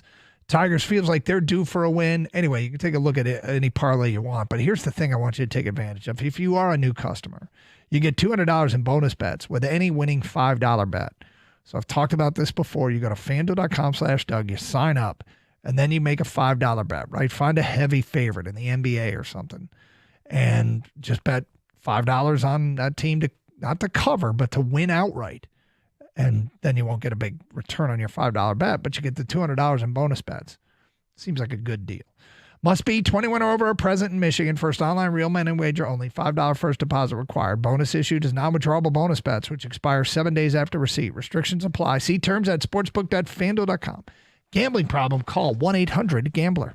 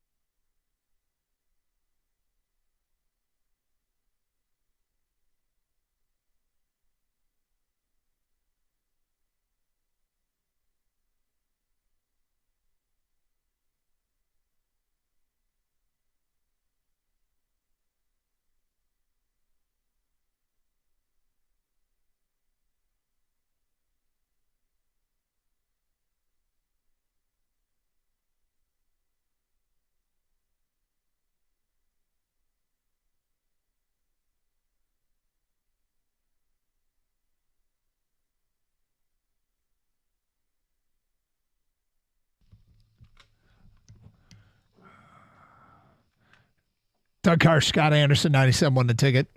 248-539-9797. We'll get back to some Tiger stuff next hour. Talking some NFL with the quotes from Brad Holmes. Why Zadarius Smith wasn't in the plans, just too expensive over the next 2 years. But he kept emphasizing in the quotes in the Detroit News story that an edge rusher will be addressed. And if Smith at 5.2 and 5.7 was too expensive, then that would tell me he's shifting gears here a little bit in his draft philosophy, and he knows that he will address it in the draft.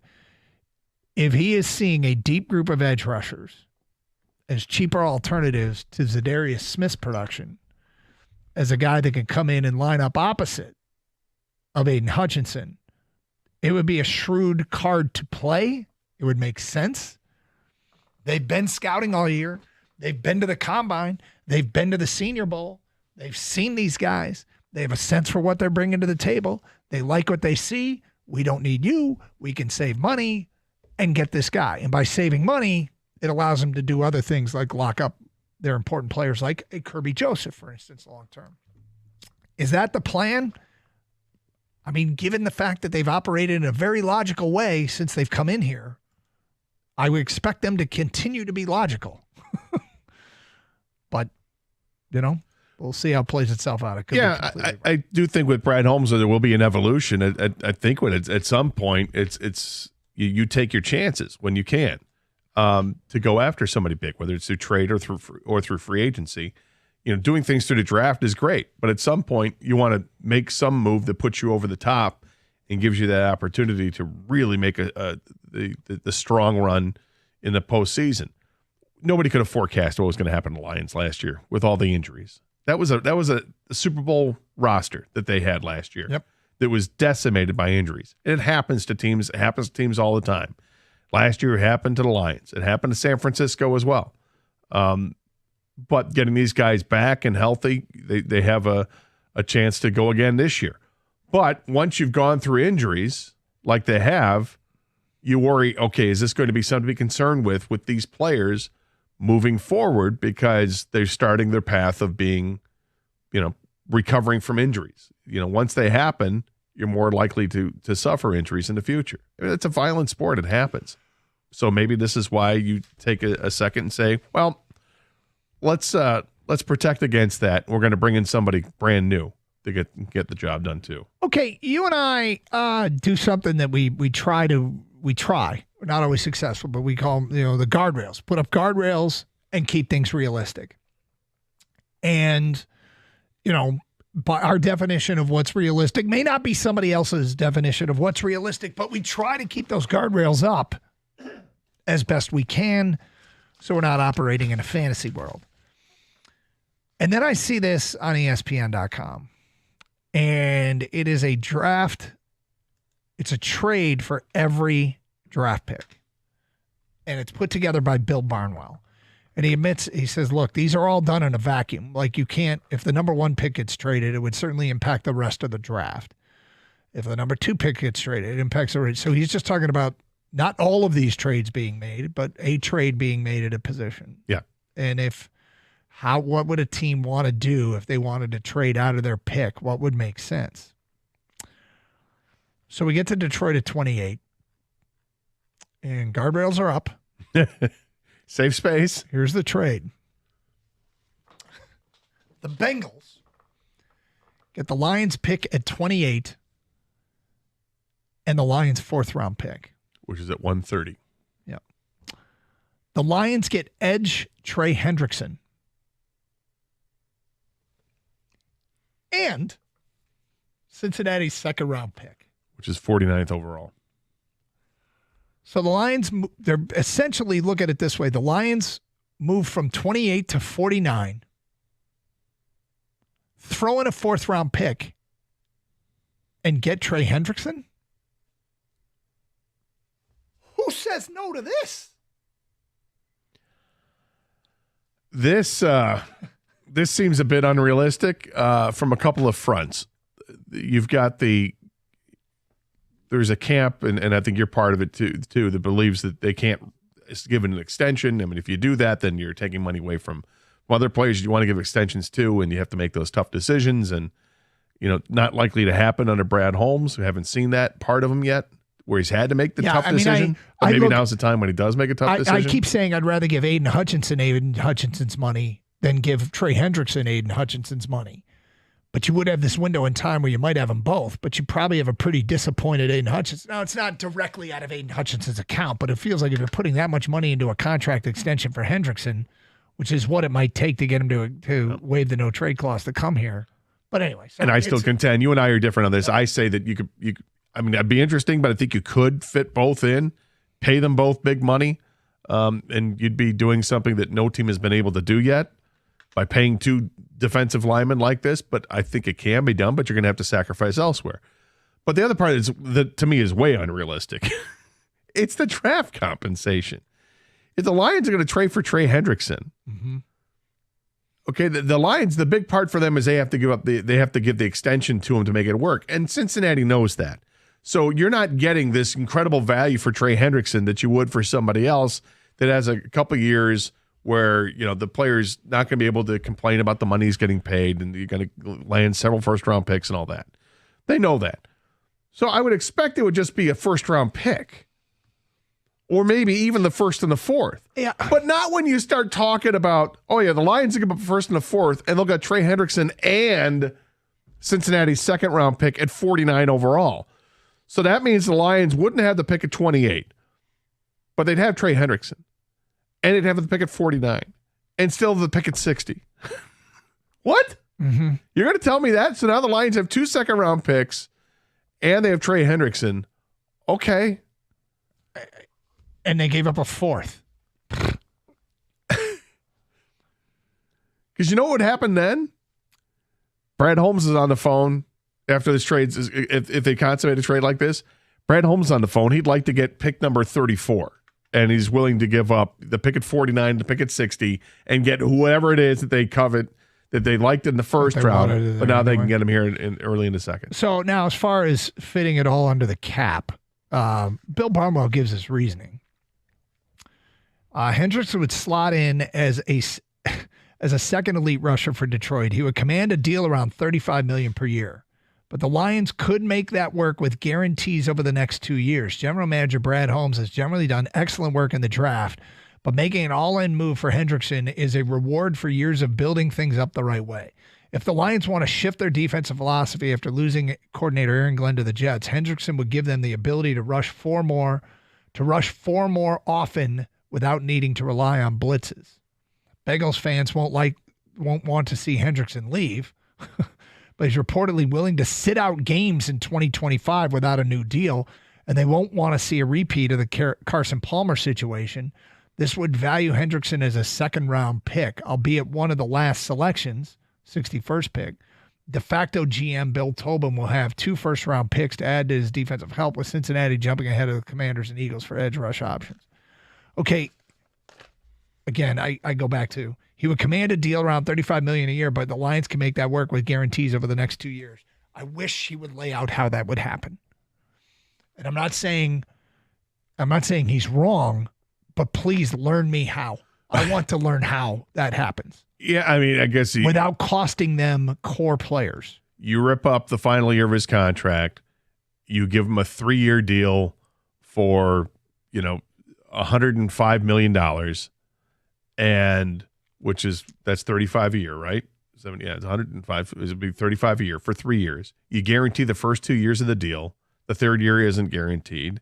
So those are your first, and then what you're probably going to have to do is then you have to say, we're not going to pick up the 5th-year option on Jameson Williams. So you're saving yourself whatever it is, $14 million there. So you just have JMO for this upcoming season. And then you'll see where you are with the salary cap, because you're obviously going to sign Hutch. You're probably going to sign Kirby Joseph, and you already know that. Now you have to decide, are we going to be able to also give extensions to Brian Branch or to You're Sam saying Laporta? Do this and re-sign Kirby Joseph? Maybe. Okay. Well, what I'm saying is, if you're going to free some money up by, we're talking about, hey, I don't give Jameson Williams another contract, right? Yep. But what if you don't even give Jameson Williams the 5th-year extension? That's where you save some big money there. Yeah. because that fifth year ends up bumping up significantly, and I think it's like a $14 million hit. Basically, this is the last year of JMO coming up. Yeah. They don't. I mean, because when I read that, it all sounds great on paper, but when you start saying no, JMO can't extend Kirby Joseph, may not be able to, I don't know. Well, but if you get down to brass tacks of what it also costs you, I think that makes it seem. It doesn't make it seem like so much of a no-brainer. But this is why, again, it gets this weird salary cap world, and this is why you need a brainiac to work the salary cap to be able to understand it completely, where he says, yeah, no, we can make this work. There's a lot of shifting and this and that, but we can still hang on to this player and this player. We'll pay the piper. It'll be 4 years down the road, but for the next couple of years, you've got this situation that looks pretty good. You may pay the piper, and it may be next year. Like it may be you have disgruntled players that didn't get their extensions, and that's something you have to balance. They think they're getting an extension, then they don't get an extension, and that's a tough balance. I don't know that would happen, but I would have to think if they aren't re-signing guys, and everybody knows JMO's not going to, his fifth year isn't going to get picked up, do suddenly going from having one of the best cultures in the NFL to having one that's a little poisoned. Well, but if you go out and win a championship, that cures everything. Fair. And it's an all-in move, but it's what it is. Yes, it's an all-in move. It's an all-in move, and one of the things is, do you even need to do all that to still win a Super Bowl? Because you have to go a long, long way back. You look at all the teams that keep winning Super Bowls without having 2 top 5 edge rushers. It's a long list. You don't need all that. No, you need It's great to have it. You need the GOAT quarterback though, and they've got a good one. No, they have some really good pieces. It's different when you've got Tom Brady or you've got Patrick Mahomes. All-in moves come at a cost, but anyway, it'd be interesting to see him lay out how that contract would work with Hendrickson. It's Carson Anderson, 97.1 The Ticket.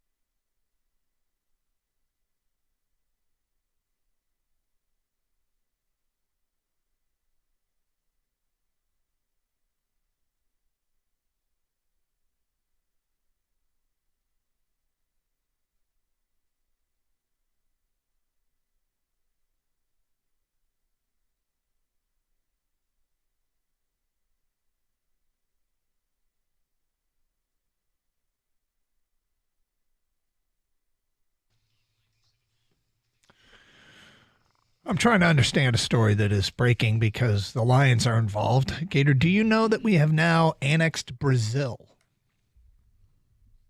What's that? The Lions have annexed Brazil. Wait, because we couldn't Greenland, or no, the Lions. Apparently, this is a real thing here. The writer named Mick Akers, a sports business and transportation journalist in Vegas, is pointing out that teams are expanding their global markets programs, their GMPs. 9 clubs that currently hold the global marketing programs rights will expand to additional countries, acquiring between 1 and 3 territories per club. The Lions have added Brazil. NFL clubs can apply for rights to international markets by submitting proposals to the International Committee to review each spring. Clubs are awarded rights for a 5-year term through the program, and during this period can pursue activities that are consistent with what they can do in their home domestic market in their awarded international markets. So what does that mean? Does that mean Lions games will be shown in Brazil? I guess it just means that they have exclusive marketing, first marketing rights in Brazil. If that's the case, it's not a bad thing when you're looking at internationally, if you can get your pecking order, because I don't know if you know this. A lot of people in Brazil. Here's the thing. The Eagles have added Brazil. What? Well, how can they add Brazil if the Lions added Brazil? Apparently, multiple teams can add the same country. I don't like that. I don't either. Sao Paulo ain't big enough for the both of us. We called it. Actually, it is. It's quite big. It probably is. Is this a game of NFL? We called it. Hey, we called it.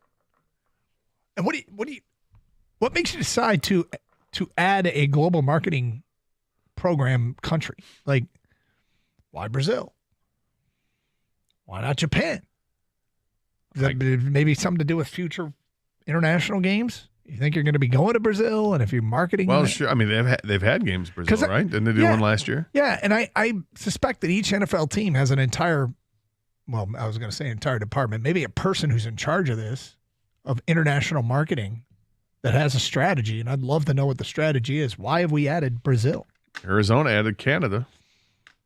Yeah. The Chiefs get Spain, Ireland, and the United Kingdom.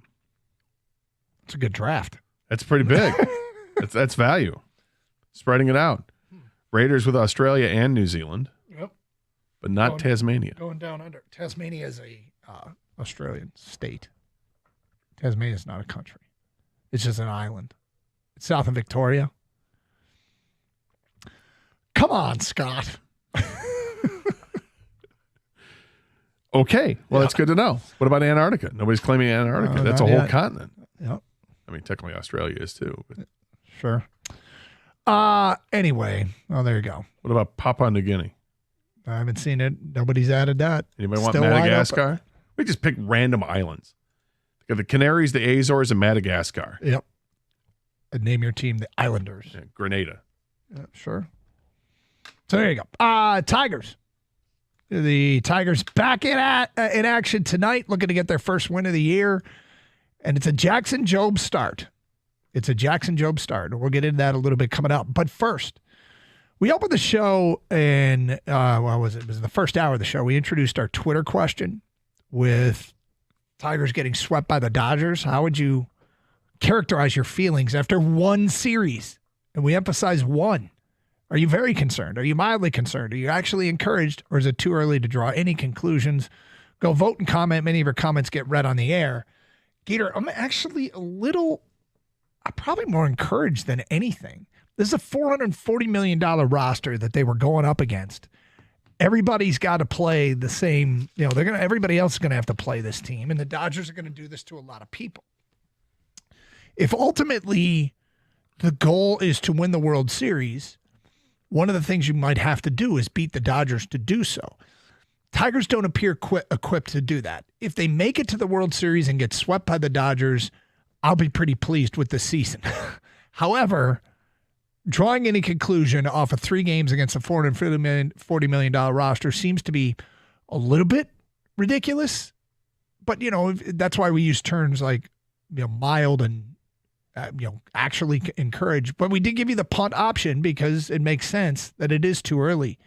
What encourages me is the Tigers went out, and we always talk about walks and hits per innings pitch. And after some reading this summer, and I'm trying to measure, which analytics I like and which ones I don't. If we like WHIP for pitchers, why don't we like WHIP for offenses? And I do. I do like walks and hits per innings at the plate. And the Tigers earned 33 hits and walks in the 3-game series to the Dodgers 23.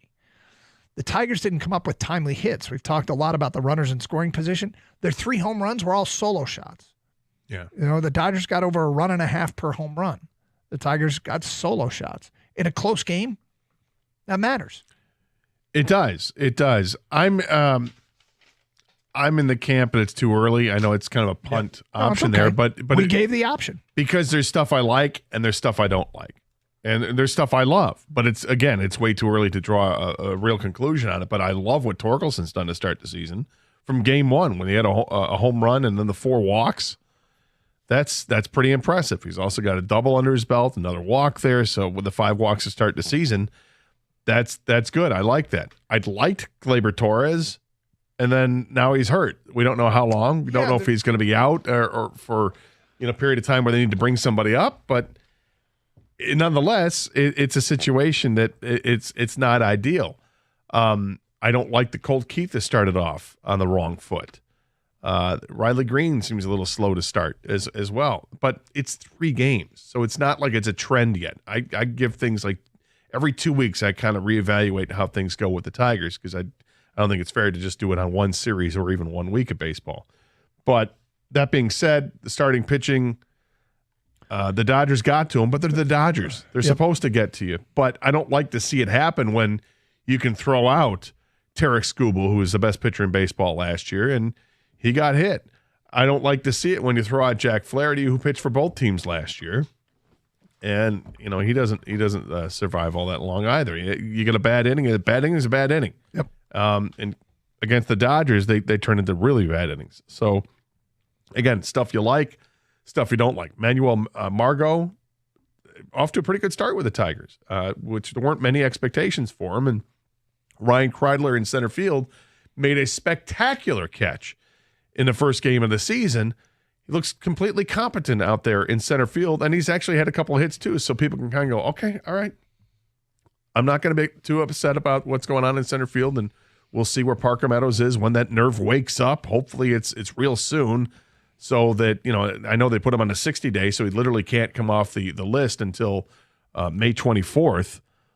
But hopefully it happens any day now, so he's getting real reps at Toledo in the meantime, just waiting for that date to show up. There's one thing that I really don't want to have happen, and we'll get to that coming up today at 12:18. Phone calls, feedback. Don't forget Mondays mean champ and chump.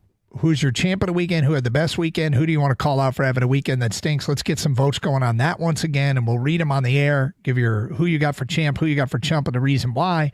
Then we'll post on our website on Tuesday who the people select champ and chump of the weekend. My champ was Torque. Gators champ was Grand Valley women's basketball national champs. My chump was MLB replay.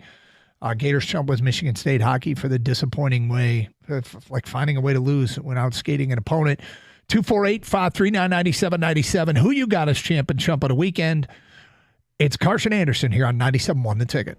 I've had great experiences with Precision Garage Door. This is why I scream to the rooftops. If you have any issue with the garage door, call Precision Garage Door. If you want to get a new garage door, you should call Precision Garage Door. It's exactly what I did. They came out right away, walked me through a bunch of different options. We picked out the perfect doors for me, and I couldn't be happier. In fact, right now, you get a free door opener when you buy any new garage door, and that's a $499 value, but you got to hurry because the sale ends March 31st.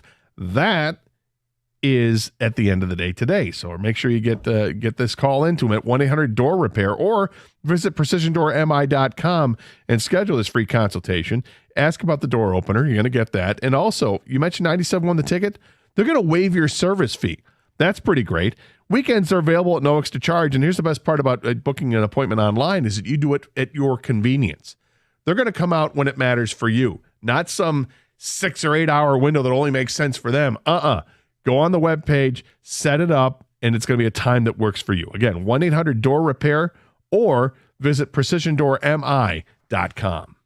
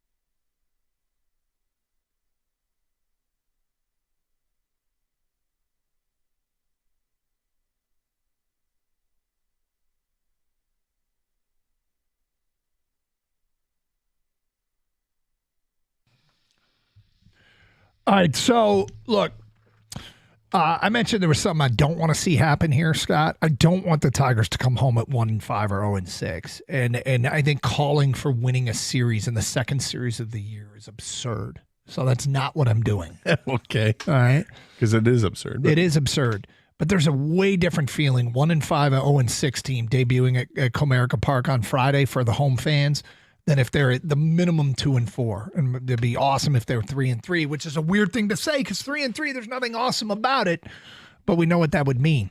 But the buzz in the air, everything feels different. This team is I think, injected a You know what they did last year and how it's impacted this year? I don't think the run to the postseason last year has given us a place where we are clearly hopeful. I think we are on the brink of being hopeful about the Tigers. I think we're hopeful adjacent.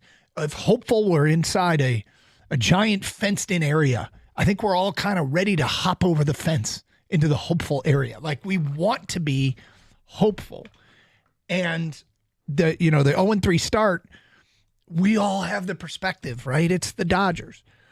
But last year's team went on such an improbable, awesome run, kind of stamped some validity on it by winning a series, and actually came this close to making it to the ALCS, which is, in retrospect, kind of insane, but that almost happened.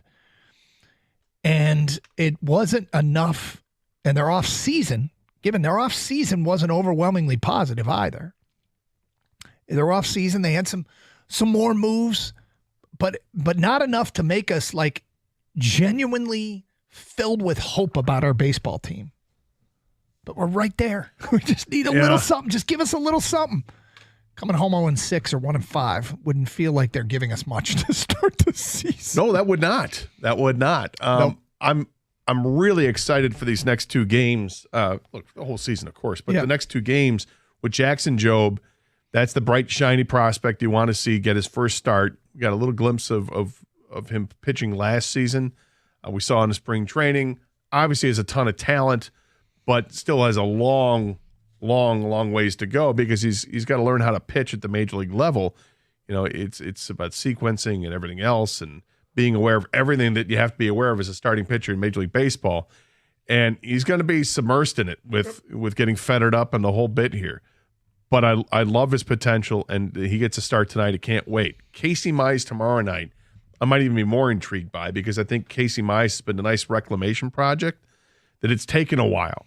And he's gone through injury issues. He's had to go through, maybe a new delivery over the years as well. And it's a guy who's been around for a while. He's been with Federer for a little bit here too. So now maybe he's ready to make this huge stride and be a big part of this team's future. If not, then he won't be this. If he doesn't show it this year, then he's probably done.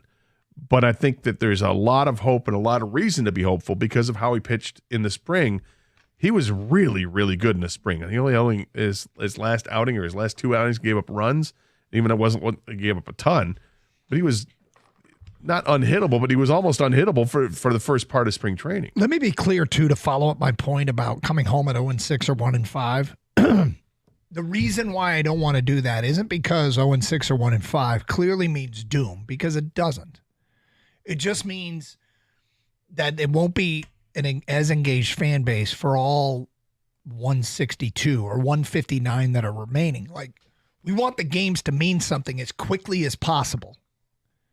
And we want people to get on board. We want there to be Tiger buzz. We want, and certainly it's a little bit work related, but it's not all work related, right? It's last year when the Tigers got hot at the end of the year, we were up against two massive things. One, they played 3 months in the dark because of their TV deal. And two is most people had given up. Yeah. And then came back and went, wait, Parker Meadows is doing what? Wait, hold on. Who's starting today? And he's going an inning and a third? Like, it was all this weird stuff that people didn't know what was going on. We could start that way where people are jumping on board early. 1-5, 0-6 wouldn't help, but it is what it is. It's not give up on the season. It's just you're probably not getting the entirely, engaged fan base from moment one. No, yeah, probably not. And, as we're starting. People have other things to do, Scott. They'll find them.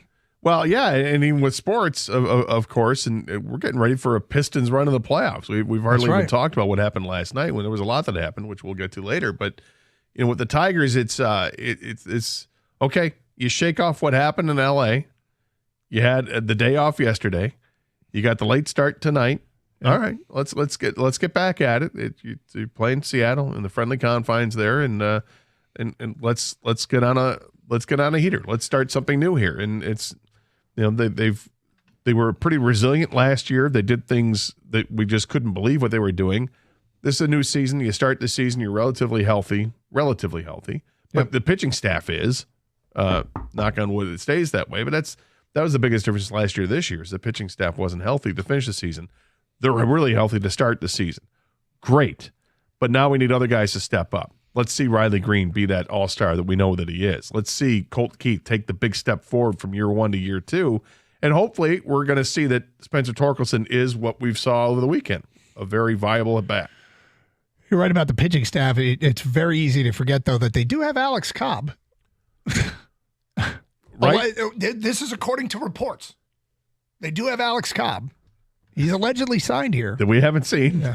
That we and then there's we'll Sawyer Gibson Long, who is on. Sawyer Gibson Long has been placed on the 6-year disabled list. 248-539-9797. Raymond in Commerce, you're on 97 the ticket. Hi, Raymond. Hey, Doug. Hey, Gator. Just wanted to get my championship votes in. Let's go. So, Spencer Torkelson, I thought he had a really nice first series, got a home run out of it. Would like to see him put, some series together where he's actually looking pretty competent, like he carried things over from spring training. It's obviously a long way to go, but very nice opening series. And then I have to jump myself for just being the jinx that I am. Michigan was up in the game. I shared a tweet with my buddies, and it happened to, be a Auburn 38 run to follow that. So, yeah, I feel like I have to personally apologize to every Michigan fan out there because I just kind of dropped the ball in this one. So there's been much speculation about who exactly is to blame for that, and now we know it's you, Raymond in Commerce. Oh. Yes, it is me. I own it. Oh, God, that thing unraveled in a hurry. Were you the one responsible for when they committed 4 fouls on one trip down the court? Does that also fall on you? I wish I could take all the blame, but I can't take the blame for fouling. All right, fair enough. All right, Raymond, you are noted here, and we got a vote down for you for Chump of the Weekend. Robbie's in Clinton Township and next on 97.1 The Ticket. Hi, Robbie. Hey, how you doing, buddy? All right, Robbie. I think the Tigers got robbed that second game. The first time I turned the radio on at nighttime, as soon as I turned it on, home run Dodgers. I said, you dirty rats. All 3 series, all 3 games. Next thing you know, I said, they're going to reverse the call, and the Empire safe called home plate, and they did. You dirty rats. They won that game. Yeah, it's really, it was painful to watch that on Friday night because it's like every angle they showed, like, no, I know they can put it together and sync it up, or you would see that the hand would be on the plate before the glove is on the foot. And even if you're going to say that, I'm not sure if it is, well, that's the whole definition. Then you go back to it's inconclusive, and the call stands. It's how it should have been. But I guess they have some view, and where Major League Baseball at headquarters in MLB that they saw that said no, it looked like he was got the glove on his hip or on his buttocks right before while he's launched in the air before his hand comes down on the plate, and then it hits the foot. By the time it hits the foot, he's already touched home plate, but they're saying that maybe beforehand that he was tagged. Carson Anderson, 97.1 The Ticket. What a time to be alive for a Detroit sports fan. Twin Peaks, can't wait to serve up your favorite action all week long. Your basketball team is jostling for seeding into playoffs. The hockey team has that window of hope, still making it. Baseball team just kicked off their season. Why not take it all in at Twin Peaks? For starters, they've improved your viewing experience. They're known for wall-to-wall TVs. They even took down some wall hangings, put up more TVs. Big upgrades to ensure you don't miss a second of any action. We're talking about video walls at the Livonia Lodge, 498-inch TVs at the Madison Heights Lodge, another one in Auburn Hills. Imagine your favorite teams on all at once while you are comfortably sitting at your table with ice-cold 29-degree draft beer and the beautiful Twin Peaks girls dropping off your hand-cut New York strip steak. Talk about the ultimate man cave experience. It's a match made in heaven, and mark your calendars for Thursday as their Toledo location is hosting their Miss Twin Peaks photo shoot from 6 to 10. Live DJ samplings, swag and prizes, you won't want to miss it. Twin Peaks, eats, drinks, scenic views.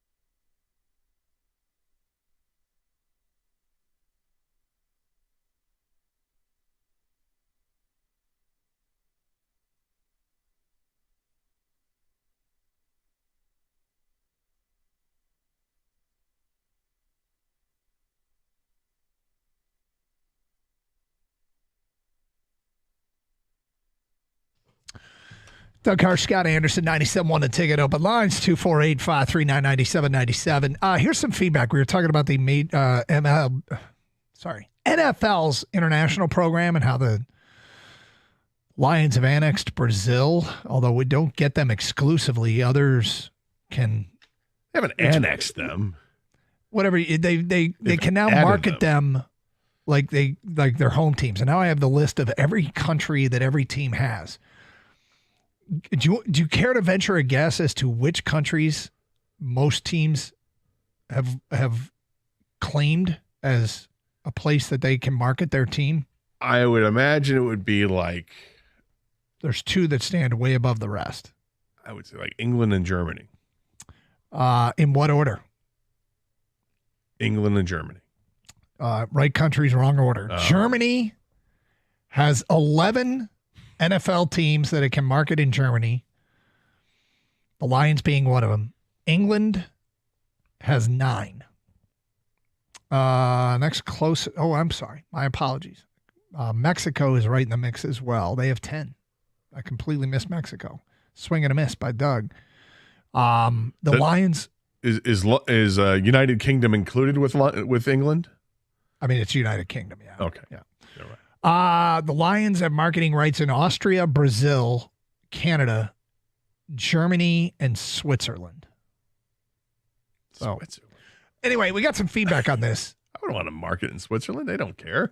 The unnamed texter says, for what it's worth, I'm a big follower of esport, and the Brazilian fans are some of the most diehard in the entire world.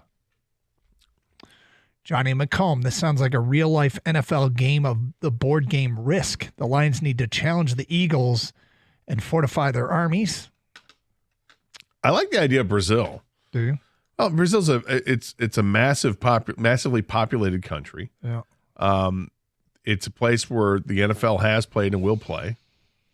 Yep. That kind of makes sense. Plus, Brazilians are tough, man. Scott writes in, I don't know what this means, and after your description, I still don't understand. Is this like a country draft with the 54th pick in the NFL country draft? The Texans select Belgium. It'd be so awesome if they had drafts. Oh, that's crazy. Let's get back to your phone calls. We go to Rick. You're on 97.1 The Ticket. Hi, Rick. Doug, Scott, happy new week, man. Wanted to call in for the champ and chump. Let's hear it. You guys are hockey guys, so I want to do this to you, okay?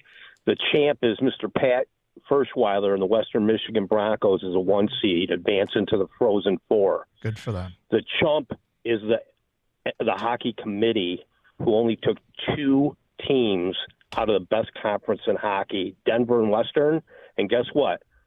They both advanced to the Frozen Four. Had they taken Arizona State, first time ever, the second place finisher in the league hasn't been taken, they omitted them. They might have been there 3-4 teams. So, Rick. Now Western and Denver got to knock off each other again. Well, hold on. They only send one to open the door for an Eastern school to get in. Hold on. Yes, sir. They're yes, sir, really. Dougie, let's do it. No, there is no hockey committee. It's all done on pairwise. There is a hockey committee. The head of it is Harvard. Well, yeah, but all they do is put the teams in brackets. The teams that make the tournament are done exclusively by the pairwise rankings. Okay, and in the pairwise, they use computer statistics based on how good the teams you are play. Miami of Ohio didn't win one game in the conference this year, so when North Dakota played them, they were losing points because they were playing the 64th rated team in the country. Okay, so you have a problem with the way that it's set up, that they're too heavily reliant on the pairwise. I mean, hey, Rick, I could do this all day because I love college hockey, but we probably won't. I know, brother. But it's all pairwise, right? So why are you upset, Rick? I mean, are you a Western fan, or and you're concerned because they got to play Denver, who always wins it? It seems like they're always in the final. No, not at all. Gator, I love the NCHC. It's the best conference in hockey. They won half the championships in the last 13 years, versus the Big Ten, who hasn't won one since it was formed. The Big Ten won one since it was formed. Again, brother. I could do this all day. I think the Big Ten's problem is they put together the best 18 and 19-year-old hockey teams in the country. And the schools that can't recruit those level players are playing with 21, 22, and 23-year-olds, and they keep winning. Well, and there's something to be said for it. Yeah, and things are changing now that the pros allowed the college kids to stay players, in there. Yeah, and OHL players can go play college hockey. Look, We're not going to do it all day, but good for Western. Get us all fired. Good for Western, though. Great for Western. They won in overtime, and those games. And good for that conference, by the way, because you get 2 of the Final 4. I'm not going to cry for Arizona State. Yeah, I would say bravo-ish because I think too often the NCAA hockey term, as exciting as it is so random. Well, it kind of is. Plus, the way they do the conference tournaments that's really random. Yeah. But hey, good for Western. Good for Penn State's in there, right? Penn State won a dramatic game over UConn last night in Allentown, which had people rolling their eyes. Why is Penn State, who wasn't one of the top 4 seeds, getting to play their regional in Allentown, Pennsylvania? We're not going to do this all day, Gator. I've already said that. Now, Matthew in Detroit, you're next. Hi, Matthew. Hi, how you doing? We're good. I just like to comment a little bit on the Tigers. I'm a big time baseball fan. I love baseball, and the best thing about the weekend, I think, was maybe the way Torkelson was taking pitches. I mean, he wasn't even leaning into them, which is a great sign because I was sour on that guy like no tomorrow. And then the other thing about the Tigers is I love Federer. I mean, I think Federer is also one of the best things in baseball. He's anyway, awesome. That's my take on it. He's awesome, and that's why I'm not really all that concerned about long-term pitching problems. The pitching wasn't great this weekend. The Torkelson thing is fascinating because he got drafted where he got drafted for a reason. His issues have been well documented. It's kind of like he's reached this do-or-die point in his career. There was weird comments he made at the beginning of spring training that some people really took umbrage to, and I'm like, all right, I'm not mad at him I don't get as worked up about what people say. It's about what you do. What he said was he wasn't going to watch film as much, and people are like, well, you need to do everything. And my belief that we want our athletes to wake up in the morning, watch film, then lift weights, then eat the healthiest possible breakfast, then we'll lift weights more, then watch more film, then eat the healthiest possible lunch, then go on a run, then sleep, and then go work out again, with your plyometric specialist, and then go back to sleep. And that's it only. And that's what we want you to do 24 hours a day. It's your job, and you owe it to us. And when Torkelson says something like, I'm not going to watch as much film, and people go, wait, he's not going to work as hard as he's been working. Why wouldn't you do that? And I'm like, well, let's be careful here. He's trying to find what works for him. And baseball's such a mental game. And man, has he hit the ground running. It'd be awesome. It's kind of like my golf game. Sometimes I got to put the clubs in the garage, and then maybe next week hit them again. There you go. Take them out of the car. They don't belong in the car right now. They don't deserve to be in the car. Golf can be a mental game as well. Take it out. Put them in the garage. But shame those clubs. Baseball, if it's going to work for him, whatever his formula is, roll with it, man.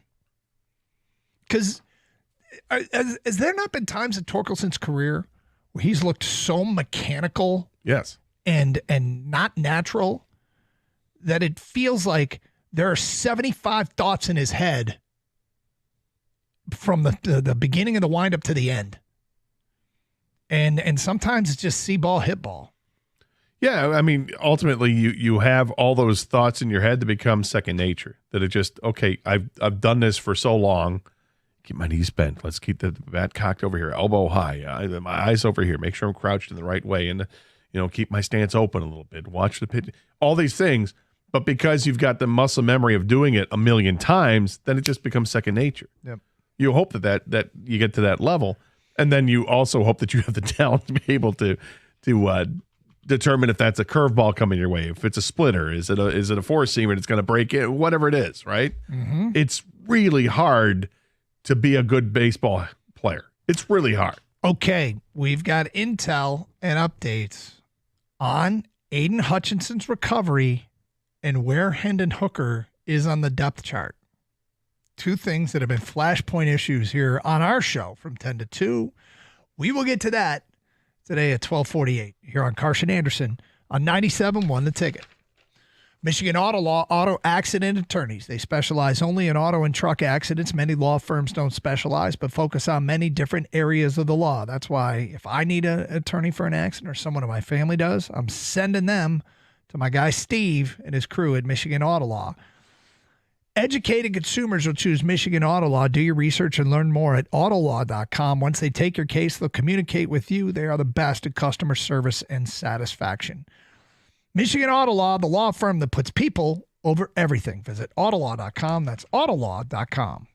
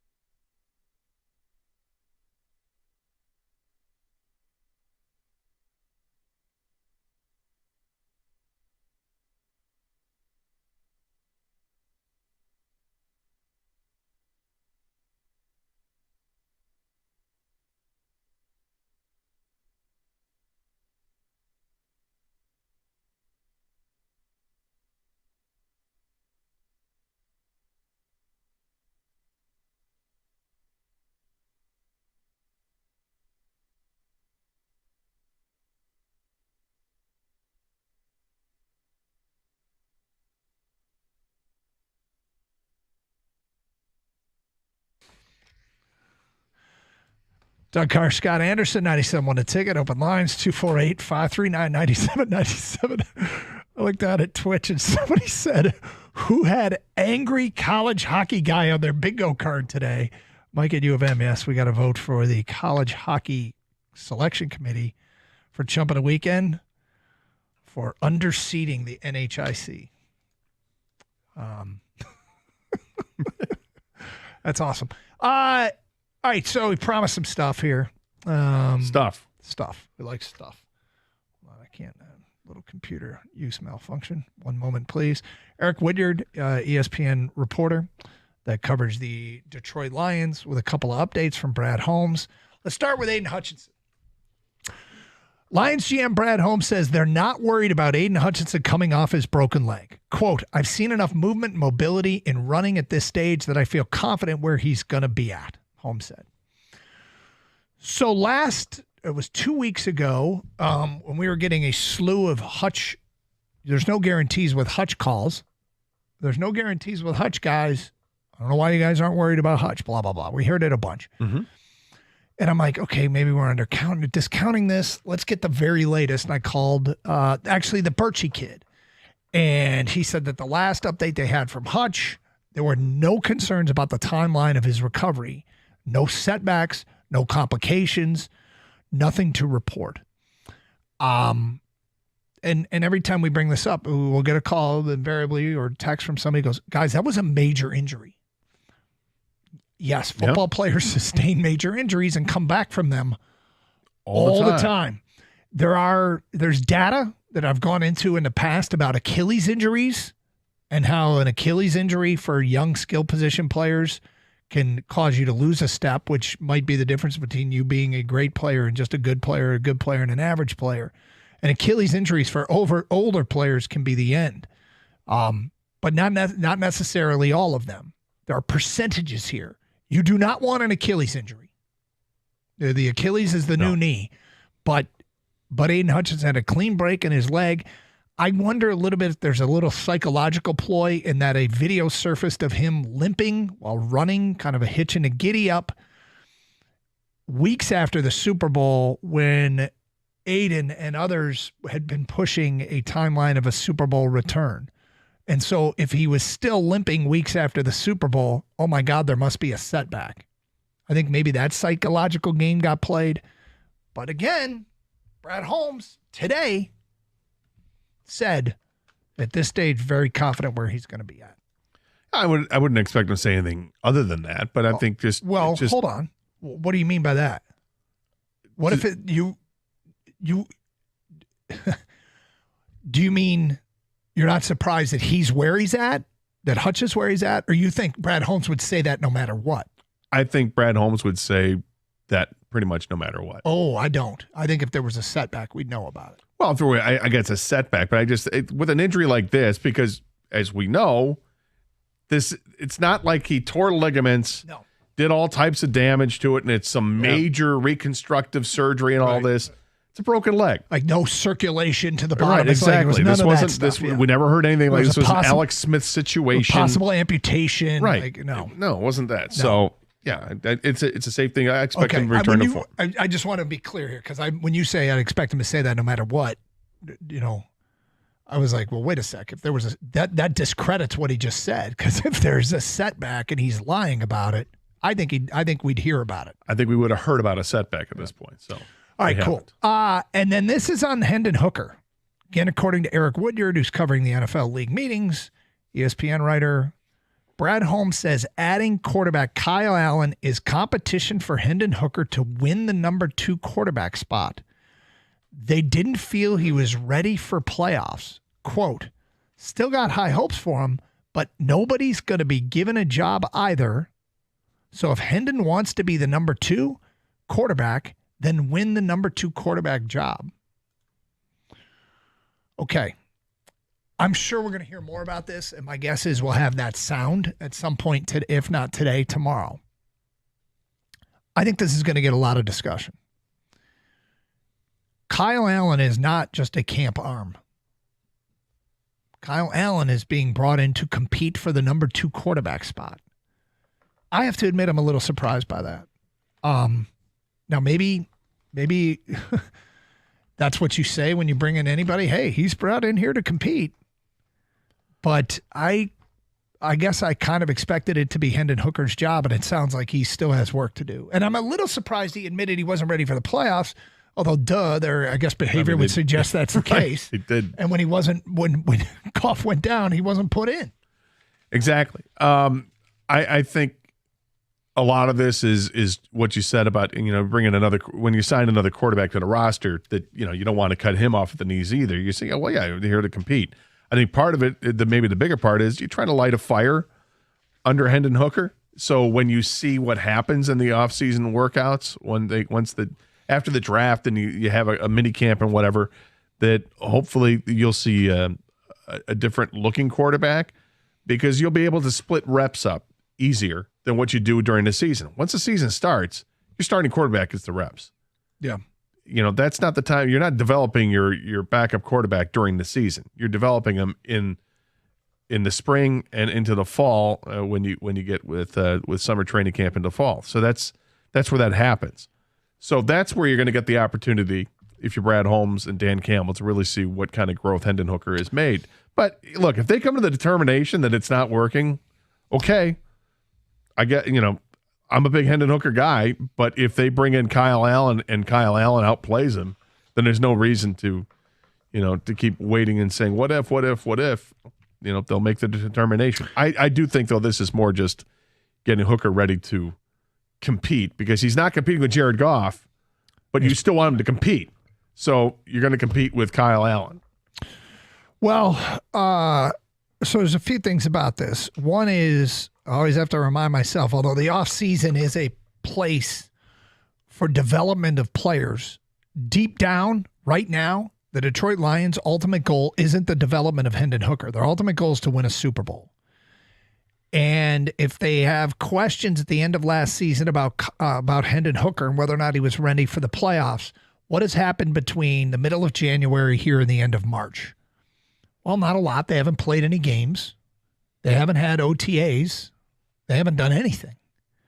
So what has changed between him not being ready in January and the end of March? Probably not much. I mean, he could be in the facility and working out and throwing the football around, but that doesn't mean he's really moved the needle. So I guess we shouldn't be surprised by this. Because he hasn't had the opportunity to prove anything. Yeah. Not to his fault. It's not his fault. I'm not going to read too much into it. Here's where I would read something into it. If you get to when the draft is all said and done, if on day 3 or even day 2, I would imagine it's more of a day 3 thing than day 2, but it's quite possible. I've done a lot of mock drafts over the last couple of weeks and taken a look and see what the kind of pool. As one does. Yes. The pool of players and whatnot. If the Lions use maybe either 3rd round pick, which would be a day 2 pick, or perhaps the 4th round pick, if Quinn Ewers is there and they take Quinn Ewers, then that tells you all you need to know about what they think Hendon Hooker's at. I'm intrigued why you went with the name Quinn Ewers. Is it just because he's a name that I've seen nowhere near the first 2 rounds of the draft, okay. And yet we've seen Quinn Ewers play. And I think there's a lot to like with what he can offer. There's a couple other quarterbacks that'd be interesting on third day quarterbacks. Mm-hmm. There's some intriguing names. Milroe, I expect to be a second round guy or second day guy. Yeah. So I'm not looking at there. But if they go out and they use one of their draft picks on a quarterback on day 3, again, I think that tells me all I need to know that they're done with Hendon Hooker. But I don't think that's going to be. I just brought up quick quarterback rankings here, and I found your. I'm like, why did he go Ewers? Is there something about Ewers? And it's just other quarterbacks in that area. You just went with low ranked quarterbacks. Yeah, the quarterback at Syracuse, the former quarterback at Ohio State, Kyle McCord. McCord, I think, is another one that'd be interesting. How about Dylan Gabriel? Yeah, I mean, interesting from Oregon. There's a lot to like with Dylan Gabriel, and then there's 2 things that I don't like. He doesn't have great size, and he's got a serious injured history. 248-539-9797. It's Carson Anderson. All right, so there you go. Hendon Hooker's got a battle for that job, and again, we'll probably have sound over the next couple of days, probably either later today here on 97.1 The Ticket or tomorrow. So stay locked in. Stoney's been sending stuff back, so we'll get to that. It is Carson Anderson here on 97.1 The Ticket.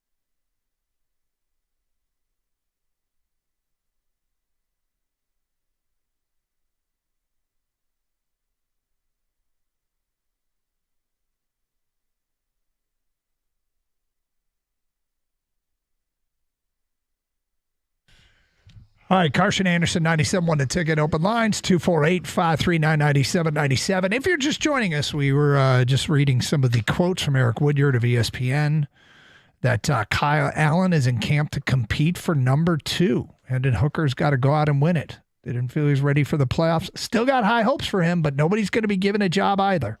So if Hendon wants to be the number 2 quarterback, then win the number 2 quarterback job. That, according to Eric Woodyard, quote from Brad Holmes. Also, he said that regarding Aiden Hutchinson's comeback from a broken leg, I've seen enough movement, mobility, and running at this stage. I feel very confident where he's going to be at. These have been hot-button topics. He also did mention, Eric Woodyard tweets out, Lions will likely exercise the 5th-year option for Jamison Williams, according to Brad Holmes. Quote, look, it's heading that way, that we are most likely going to do that. Holmes said he thinks he has, quote, more in him, and it makes sense. I'm sorry, say it with which? It's likely that the Lions will exercise a 5th-year option on Jamison Williams. Thank you. Look, it's heading that way, that we're most likely going to do that. Holmes says he has, quote, more in him, and it, quote, makes sense as a great talent. Yeah, I mean, when I said earlier that they could deny the 5th-year option, that's if you're looking at other things, right? That was in relation to, is it possible to trade for Trey Hendrickson? If they were, you got to clear out space. How do you do that? One of the things you do is you don't bring Jamison Williams back on the 5th year, because that's going to cost you, I believe it's north of $10 million, I think closer to 14. So if that's the case, that's something you could do to make room for something else. Yep. I don't know when the deadline is for them to declare if they're going to pick up the 5th-year option. I don't either. I don't think it's for a while yet, so keep an eye on it. I think it would make sense. I mean, look, if we didn't see that weird mock draft that was put out there with all trades, I would have said I'd pick up the 5th-year option on Jamison Williams. Would I give him an extension or sign him to another contract? Probably not, because I don't think I want to operate in a world where I'm paying 2 wide receivers crazy good money. Would I do that with 2 edge rushers? Yes. 2 wide receivers, I would not. Yep. The deadline is 5th-year option window for the class of 2022 open January 6th with the final deadline set at May 1st. So this is the class that got them Hutch and JMO, and they have till May 1st. I think Hutch is going to get picked up, obviously. And JMO says it's likely. And the question with Hutchinson is, do you just want to give him the extension now and hope that it's going to cost you less in the long term than what it would if you were to wait after picking up the 5th year? Because the price is only going to go up. Mm-hmm. I think the price starts with a 4 in front of it in terms of $40 million for Aiden Hutchinson. Yep. And yet I can understand part of that the Lions were not to do that right away, that they want to make sure that he's coming back healthy, even though I don't think it's a big concern of theirs, but it might be a concern. And that they can, if they feel like they can afford to wait, okay. You know, who knows what's been said behind closed doors, what's been talked about with agents. Hey, look, we just want to make sure, let's get through September, see how he looks. If he looks great, we're going to put an offer up on the table, a 5-year, $200 million deal. All right, you told me something during a previous commercial break that we hadn't talked about on the air. And we've talked a lot about the Tigers and what's too early and but you start to get into your feelings after one series. I really don't want them to come home 1-5 or 0-6. It's because I want an engaged, excited, energized Tiger fan base through an entire season. It's been forever since we had that. Last year, we got a crash course on what it was like to have a good baseball team again, like an entire season's worth jammed into about a month and a half, and maybe even less than that. While they were playing well for longer than that, I don't think people really got into them until we were into September, and maybe even well into September before the buy-in came along, And it's because the games were played in the dark. The Comcast deal was brutal, and people couldn't watch them as much. You couple that with, them being so uninspiring for so long that people kind of checked out. Well, I don't want people to check out any earlier than they need to. Let's all check in. Let's give us. But with that said, one of the big off-season storylines was Alex Bregman. Do you want Alex Bregman to tear it up or Alex Bregman to be awful? And I ask this because they didn't sign him, so why would you want him to tear it up? Because I want to know that our front office was right to have that huge contract. I want it to be a stamp of credibility. No, they didn't get him, but they weren't chasing after a bad player. Yeah. I mean, and the fact that they made the offer to him well after they had already signed Jack Flaherty and everybody else to this team and got Gleyber Torres involved in all this. This was well after that, right? Mm-hmm. So they got the roster they have now. And on top of that, they tried to bring in Bregman. So they were going to spend a lot of money. Yep. And it would have, I think it would have shut up a lot of people that are critics of Chris Ilitch, some critics of Scott Harris as well, because you'll never spend money. Well, they were willing to spend the money. And the offer wasn't just like a couple $1 million more than Houston's offer. We're talking like $20 million more, almost $20 million more. So it's a tough question to answer because I don't want Bregman to tear it up. I don't want him to fail miserably as well, although part of me does because, hey, good, fine. You chose them over the Tigers. Well, here's what you're going to get. There's a lot of that. And there's a lot of pressure to play in Boston, and so be it. So if he just does fine, somewhere in the middle, I guess there's vindication on both sides. But if I rather him play really well or really poorly, I'd rather him play really poorly. And feel like the Tigers dodged a bullet. I thought the money they offered Bregman where he is in his career was too much. And I thought it was only a question. It wasn't a question of would there be painful years on the contract. It was only how many painful years. And was it a 6-year deal, right? If I recall correctly. Yeah, it was like 6 and 170. Yeah. Was it going to be 4 painful years, 3 painful years, 2 painful years? And how many of those years would be worth it? Because Bregman, my belief was Bregman now helps them. But given the contract, the length and where he is in his career, it was like they were admitting, yeah, we're going to have some bias type of years at the end, but we're trying to win now. And so I could see why you'd want, and I would want Bregman to choose Detroit. And just because he's great in Boston or bad in Boston doesn't really reflect on the job that Scott Harris is doing. But I guess I don't want an idiot running the organization. That was a contract that scared me so much because it was so much money and it was for such a long time. And for a player that I'm just not sure. Now, you mentioned he's off to a bit of a slow start. Yeah, and he usually is, which I'll get to in a second. But the other thing with the contract the Tigers offered, reportedly there was some deferred payments, which would make it easier to take.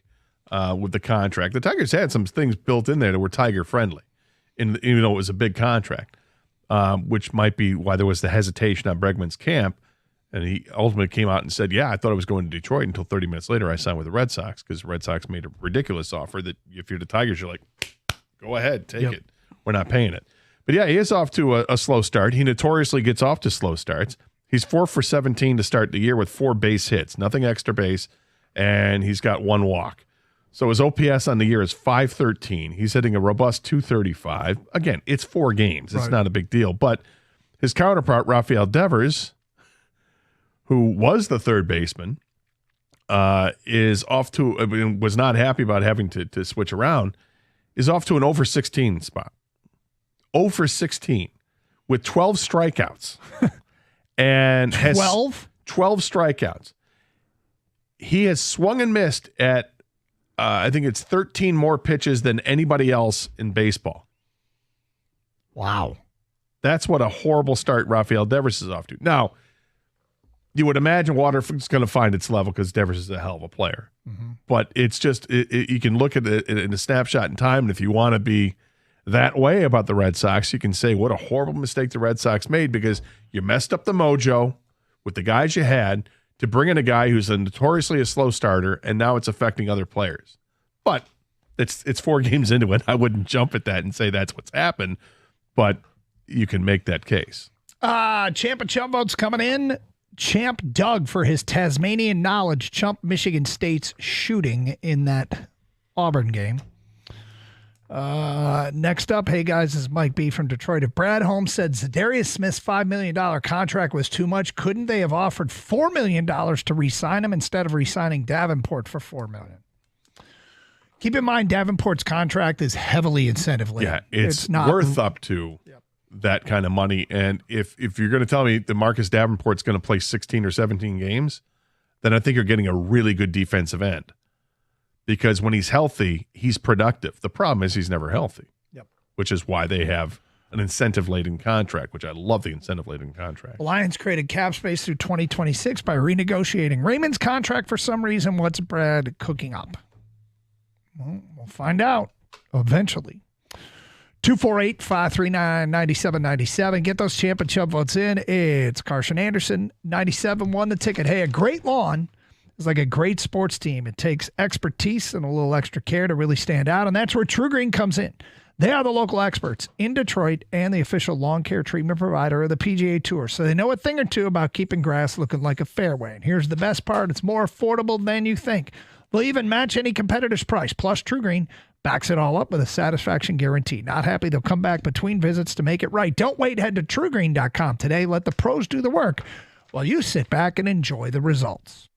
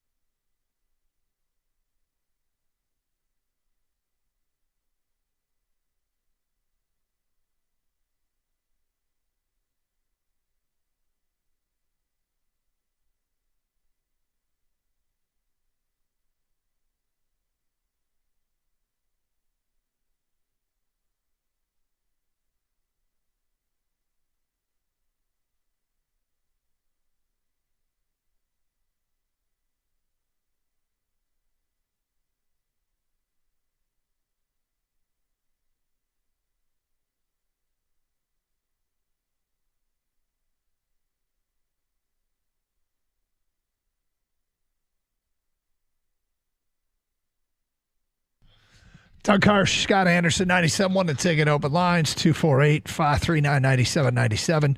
So good to be with you on a Monday. Yep, back from a vacation. Spent a week in Florida, which is always interesting. Bumpy flight back yesterday. Oh, yeah? They promised us, from the moment when they say to you, we expect there to be some significant turbulence. Oh, I don't like that. No, I don't either. And then they give you the old, so the seatbelt light's probably going to be on for 45 minutes to an hour.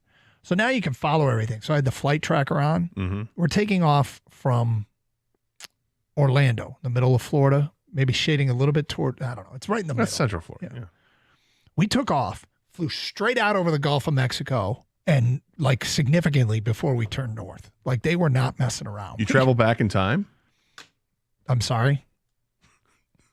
It's Gulf of Mexico. You know, Gulf of America. I go through this whole thing. So you had to go through the over the Gulf? Back when it's a much simpler time.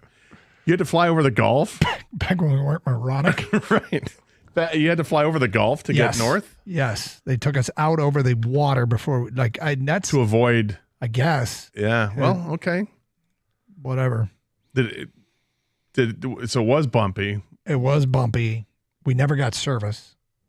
I didn't get beverages. I didn't get to ask for Didn't milk. get to ask for milk. Excuse me. I know we're having a rough flight here, but I would I really need my appreciate milk. if you had some, 2% or skim. I mean, Yes. And it was indeed bumpy. What time did you land yesterday? Flight was like an hour and a half late. So it was late taking off, but then I think we took the long way. So what time did you land yesterday? I don't know. It was 8 minutes ago in the Michigan State game. Whatever time that was. Okay. 6:15, 6:30. Well, I asked this because we had these storms come through yesterday that were quite significant. I noticed. And they were supposed to hit the Detroit area, I believe, around 7:30 last night. Mm-hmm. When they came through, at least in my house, it was something fierce for about 5 minutes, and then it was just ended up being rain. But the wind was something for a few minutes. We were driving back from Metro when we got hit by a wall of water. Okay. Absolute. Everybody slowed down to 15 mile per hour type wall of water. It's a time like that when you're in a car that I'm so thankful that I'm out of the plane. Yeah. I that can't be good for a plane. No, but I remember I Trying did to this. land through I that did this crap. once when Michigan was playing at Maryland, and we were flying into a hurricane, and they were moving the game around, but because of the hurricane, the start time got changed, and I had to fly out. The team had already left, and I was flying out independently. And a pilot called up, and he goes, when you're driving down the road and you hit a bump in the road, and you just kind of keep going. I'm like, yeah. He goes, that's what turbulence is to us. And I'm like, I like the way this guy thinks. Yeah, okay. Yeah, it's just a bump in the road. So, anyway. Yeah, sometimes that bump can have you jumping straight up in the air and hitting your head on the roof. That's never happened to me. Has that ever happened to you? In a car? No, in a plane. Well, no. I've had it's not so much it's not jumping up, it's the drop. Right. Well, I've had some significant which drops. is what causes you I to. suppose you would actually rise up in the air when the plane drops. Gravity and all. I've had some significant drops. Yeah, that were really uncomfortable. Mm-hmm. I remember a flight to Pennsylvania one time. I think I flew into Philly one time, and it was just a horrendous flight. Okay. It was a short flight, and oh my God, that was difficult. That was really, really difficult. It felt like we dropped hundreds of feet in a second because we dropped hundreds of feet in a second. The worst I've had in recent years was flying to New York during a Tiger playoff series where it was a thunderstorm at Metro. And we were the first plane to take off at 6 a.m. There was, we taxied out and the pilot said, we're the first to go off today. Welcome aboard. We should be landing it in. I'm like, so nobody else has flown yet in these conditions. And we took off in a thunderstorm, and it was bouncy, and you could see the lightning around. And anyway, made it back safely. And Hope Stoney filled in admirably last week. Yep. And it definitely was definitely mostly nice weather, although I truly believe in something called Florida cold. And Florida cold is colder than Michigan cold. Don't ask me why. It just is. I get cold in Florida. I've decided the top 5 coldest times I've ever been, 3 of them have been in Florida. One was with you when we had to do a show from spring training. Yeah. And the wind concourse was whipping and nothing, surrounded by nothing but concrete and wind and shade and it was like 40. Nobody wants to hear us bitch about being it was, but it's what happens when you got all those things going against you. Does anybody else you think believe in Florida cold, or do you think people just think I'm Well, I think people do. Yeah. I think people do. Feedback coming in regarding baseball. The Tigers are fine tonight with a rookie pitcher making his first start. Team is favored to win. Are they actually favored to win? I haven't seen this. And it is Jackson Job's first start. Baseball, betting on baseball can be weird. But Seattle scored 8 runs in 4 games. 8 runs in 4 games. That is not a lot of runs. I see right now the money line is even. Is it? For Detroit, and Seattle is minus 120. So that sounds like Seattle's actually favored. That's what it would sound like to me. Next text here. The issue with the torpedo bats, why were they rolled out the first week of the season versus during spring training? Seems sketchy to me. This is from an unnamed texter, and this is a very interesting point. Yeah. Because I think if they were using the bats, even during a batting practice in spring training, I feel like somebody in the New York media would have got wind of this. Is the torpedo bats, when they debuted, that was the beginning of like torpedo bat coverage. They kept this under wraps. They absolutely kept this under wraps. Sketch. It is sketch. Now, having been to Tampa to see a spring training game, and we went to, I remember 2006, we went to Tampa to, after we were done doing the morning show, we drove to Tampa. Yeah, I was about to say, when you say we, you mean you and Lund. Yeah, and Maz, 3 of us drove over there, and we got to see the facilities and went into the locker room, interviewed players and stuff, and interviewed Jeter and Larry Boa, but we also went by where the batting cages are. They have like indoor batting cages there. I imagine that these torpedo bats were only under the stadium, available only to be seen by the Yankees. I think this is total sketch, McGetch. Yeah, I'm on board with that. When you look at that bat, that is a misshapen baseball bat. It looks like a bowling pin. It does not look like a baseball bat. And I'm sorry, I am very sketch about this. Okay, so there are rules about what your bat, and it apparently falls within the outline of what a bat can be shaped like, and it's more bulk. It's basically fatter in the near. Looks like a toilet plunger. Yeah, it's fatter. It's not. Bats always sort of like they were the fattest at the end. Yeah, and this is kind of fattest in the middle or the sweet spot. Right, in the barrel, and then it narrows out again at the top. Yeah, and it looks like a bowling pin, and it can't be legal. That can't be legal. Well, apparently it is. By the letter of the law of baseball, I suppose. This is going to get changed, I think, or challenged at the very least. So now, I mean, the Tigers had the day off, so I really, really hope they filled out all the online forms to order these things overnight shipment to Seattle. Do they have it? Can you get them on Amazon? We'll find out. Because sometimes Amazon, you can get stuff by the end of the day. Buy now, torpedo bat. Torpedo bat. Torpedoes they still spell torpedo with an O, right? Not an I? That's correct. Okay, torpedo bat. Are they 1E. available? Torpedo. On Amazon? Well, that's interesting. Something popped up here. What is this? It looks like an aluminum version. But aluminum bats are illegal. This is like some fast pitch softball bat. Okay, you can't get the torpedo bats on Amazon. So are these torpedo bats, are they based off of an aluminum model? Even, of course, they're wood, but are they based off of an aluminum model? Dude, this came out of the mind of a physicist at MIT who apparently was with the Yankees and is now with Tampa. Or maybe he's with the Marlins. I don't know. He's not with the Yankees anymore. Yeah, this ghost bat, I guess it's not really a torpedo bat. It kind of looks like it. But anyway, either everybody gets them or nobody gets them. Well, they're available right now. If you guys want to use them, go ahead and use them. For the time being, I think Major League Baseball is probably going to keep an eye on this and see what happens. All right, if we see by week 2 everyone's using a torpedo bat, they can do some studies. They can take a look at this, but normally you do the studies and all that prior to allowing for something to be used. It's a lot of wasted money if everybody buys all these bats and they get banned in the next 2 weeks. Waste, fraud, and abuse. They'll figure a way out of it. Andrew in Grosse Pointe says, I'm okay with the bats. Pitching departments around baseball have gotten so good at advanced scouting. These pitchers know so much about these hitters. Those bats may restore some competitive balance in the sport. Well, the League of Shadows coming in to handle Major League Baseball. Torpedo bats seem to be for guys who can't get to the inside pitch. I bet you see pitchers start using outside of the plate more, the outside corner. That's interesting. They pitch away from where the new sweet spot is. Try and work the outside half of the plate because that's where the bat is thinner. Perhaps. That would make sense. I mean, there's logic there. Are you on this, Fetter? I don't know if it matters. Fetter! When you got Herman Munster in the middle of that Yankees lineup, but good God. Although he doesn't use a torpedo bat, does he?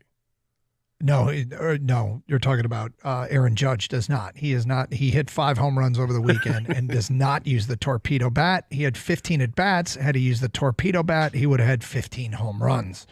It is Carson Anderson here on 97.1 The Ticket.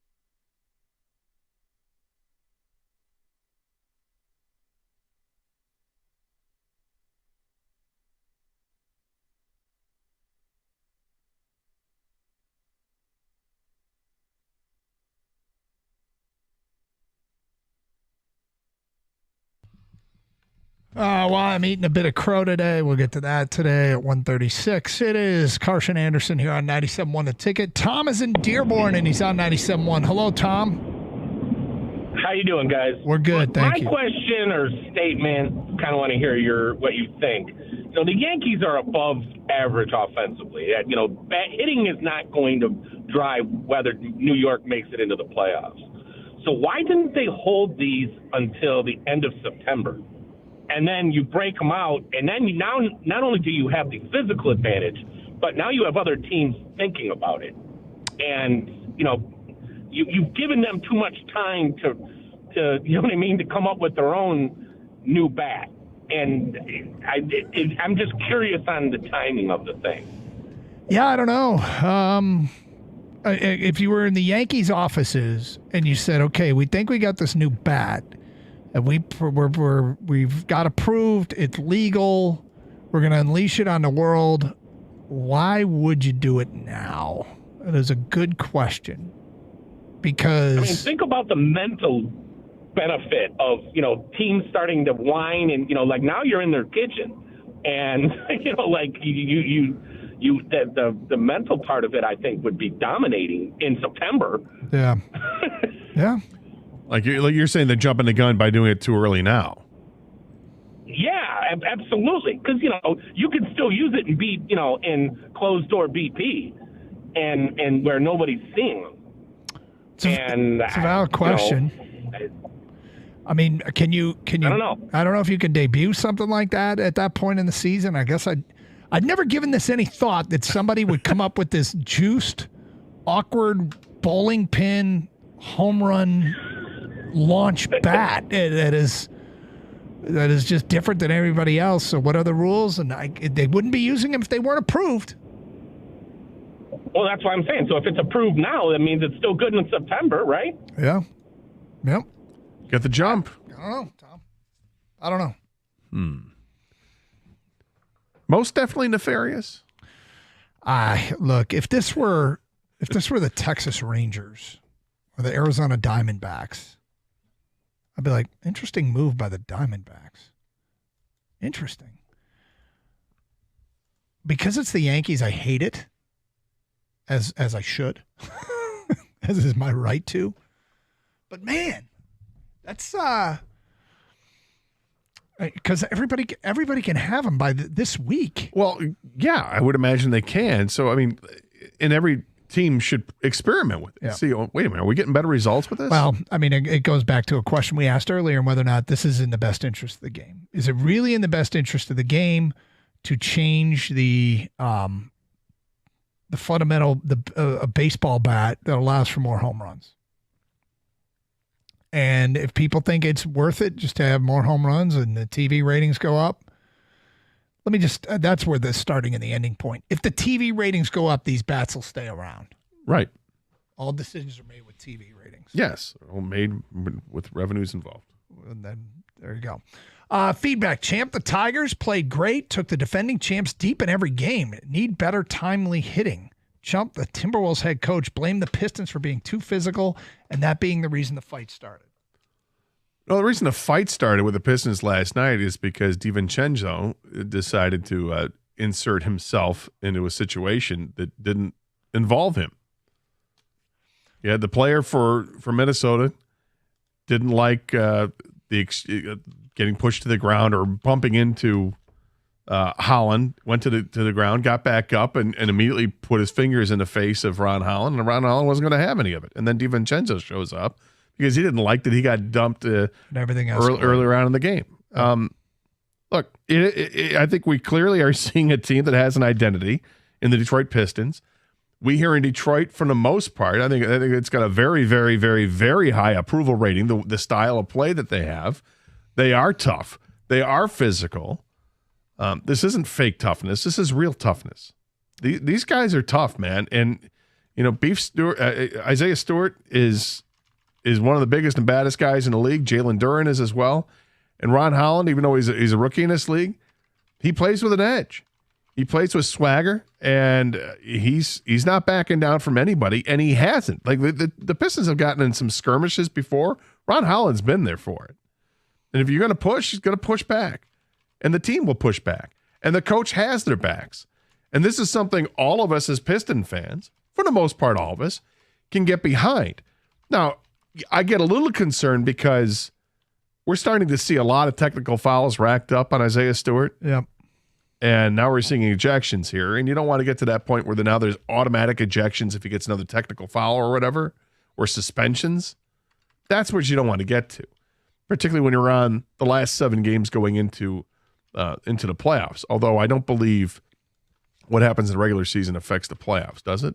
I think it does. Didn't that happen? Yeah, because it happened to Draymond in the finals a few years ago. All right, well, then it does. So be careful with this. I want you to go to our Twitter page at DuncanGator971. Mm-hmm. And the highlight of the fight has been retweeted from our account. Tell me when you have the video up. Yeah. Okay, it's a retweet of a Brad Galley tweet. Yeah. Did you see the question I asked? Yes. Okay. Have you seen this dude? Let me get 19 seconds into the video of the fight that Brad Galley initially tweeted out, and we have now retweeted. There is like somebody in the stands. It's like 7.5 feet tall. Who is that guy? He's just in the background, like whoa, whoa, whoa. Did you see him? Go back to with the blue hat, blue baseball cap. When they zoom out at the, I don't know what it is, the 20. Has a Timberwolves hat on? No, I don't know what his hat is, but he's like in the tunnel. And he's a white dude with a beard and a blue baseball cap, and he looks taller than everybody, including the players. Looks like he must be 7.5 feet tall.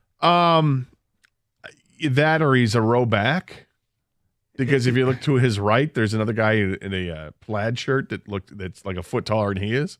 You think? Yeah, I just think it's maybe the risers where they're at. Okay. I think that dude looks like he's huge. 248-539-9797. Let's go to Ken. You're on 97 on the ticket. Hi, Ken. Hey, guys. How you doing? Great show as always. Thank you. That whole situation went back like 4 possessions. Yeah. And, can you guys hear me? Yeah, go ahead. Okay, sorry, I'm going to turn the radio down, right? Yeah.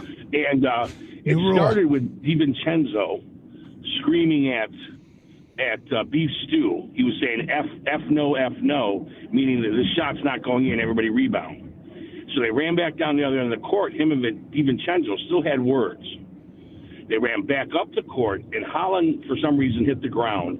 And the person that he got in the fight in, I can't remember the buck, but he stepped over him. And as we know in pro sports, if you step over somebody, it's time to go. Yeah. That possession went down to the other end, and Holland was defending that person. And as soon as he knocked the ball out of his hands, he turned and started pointing fingers. So this went real deep, and I think this could be a prescription to play the Pistons, guys, is everybody knows that, they're a little chippy, that we can get under their skin, we can get them to react. Now, that being said, if I could go real quick, guys, outdoor basketball. You want to see it like outdoor, the other sports, correct? Maybe. Sure. Go for right. it. Now, again, the only place this would really, I think, work is you need a facility that's going to seat the people, have a surface that professional athletes can run on, and I would do it at the All-Star game. Everybody says nobody wants to do it, watch the All-Star game anymore. But what if it was outside and you do it at a tennis center, like where they're playing in Miami right now? The court's big enough. It's outside. It's got a professional service. And you get to add entry to the All-Star game. It's going to be outside. Love the random shift of gears into proposing the next All-Star game format and playing it outside. He's kind of right, though. Sure, why not experiment in the All-Star game? Okay. I love the way he started that. You guys want the outdoor. Well, we had discussed it. I think I brought it up a few weeks ago, and we were talking about ways to make things more interesting. And I'm like, it'd be kind of cool to have an NBA game played outdoors. And we started talking about having the chain nets and all that. Oh, that's true. So we played it. A few weeks later in the conversation, but yeah. Nonetheless. Little random. Little loud. That's cool. It's cool. We're not above random thoughts and ideas. Yeah, it happens. Carson Anderson, 97 won the ticket. Here's what's not random. Here's something you can count on. That is your grass being beautiful and green and lush if you call the great folks over at Natural Way Lawn and Tree Service, where you get green and stay green with Natural Way. 888-GET-GREEN is the telephone number, or you can go to naturalwaylawn.com, and for a limited time only, you purchase a full lawn program, and you get free grub control. But you have to mention me, Gator, and the station 97.1 The Ticket. Look, you want to get green and stay green. How about saving some green? That's what happens when you prepay. Call by the end of the month, and you get that early bird discount. Natural Way's offer for the complete season is absolutely fantastic. I mentioned it includes free grub control. Plus, you get that first treatment for crabgrass. That's what you need, because you want to make sure there is no crabgrass. If you see crabgrass in the summertime, it's too late to fix. You got to stop that thing right now. Natural Way uses fewer chemicals, environmentally sound practices. In fact, each lawn is assigned its own specialist. They've got certified applicators and arborists that'll come out and custom tailor a solution specifically for your yard and your home. And when they're done, they leave a little note telling you what to work on, what looks good, what doesn't look good, and they also offer the 100% satisfaction guarantee. That's awesome. Give them a call today, 888-GET-GREEN, or go to naturalwaylawn.com.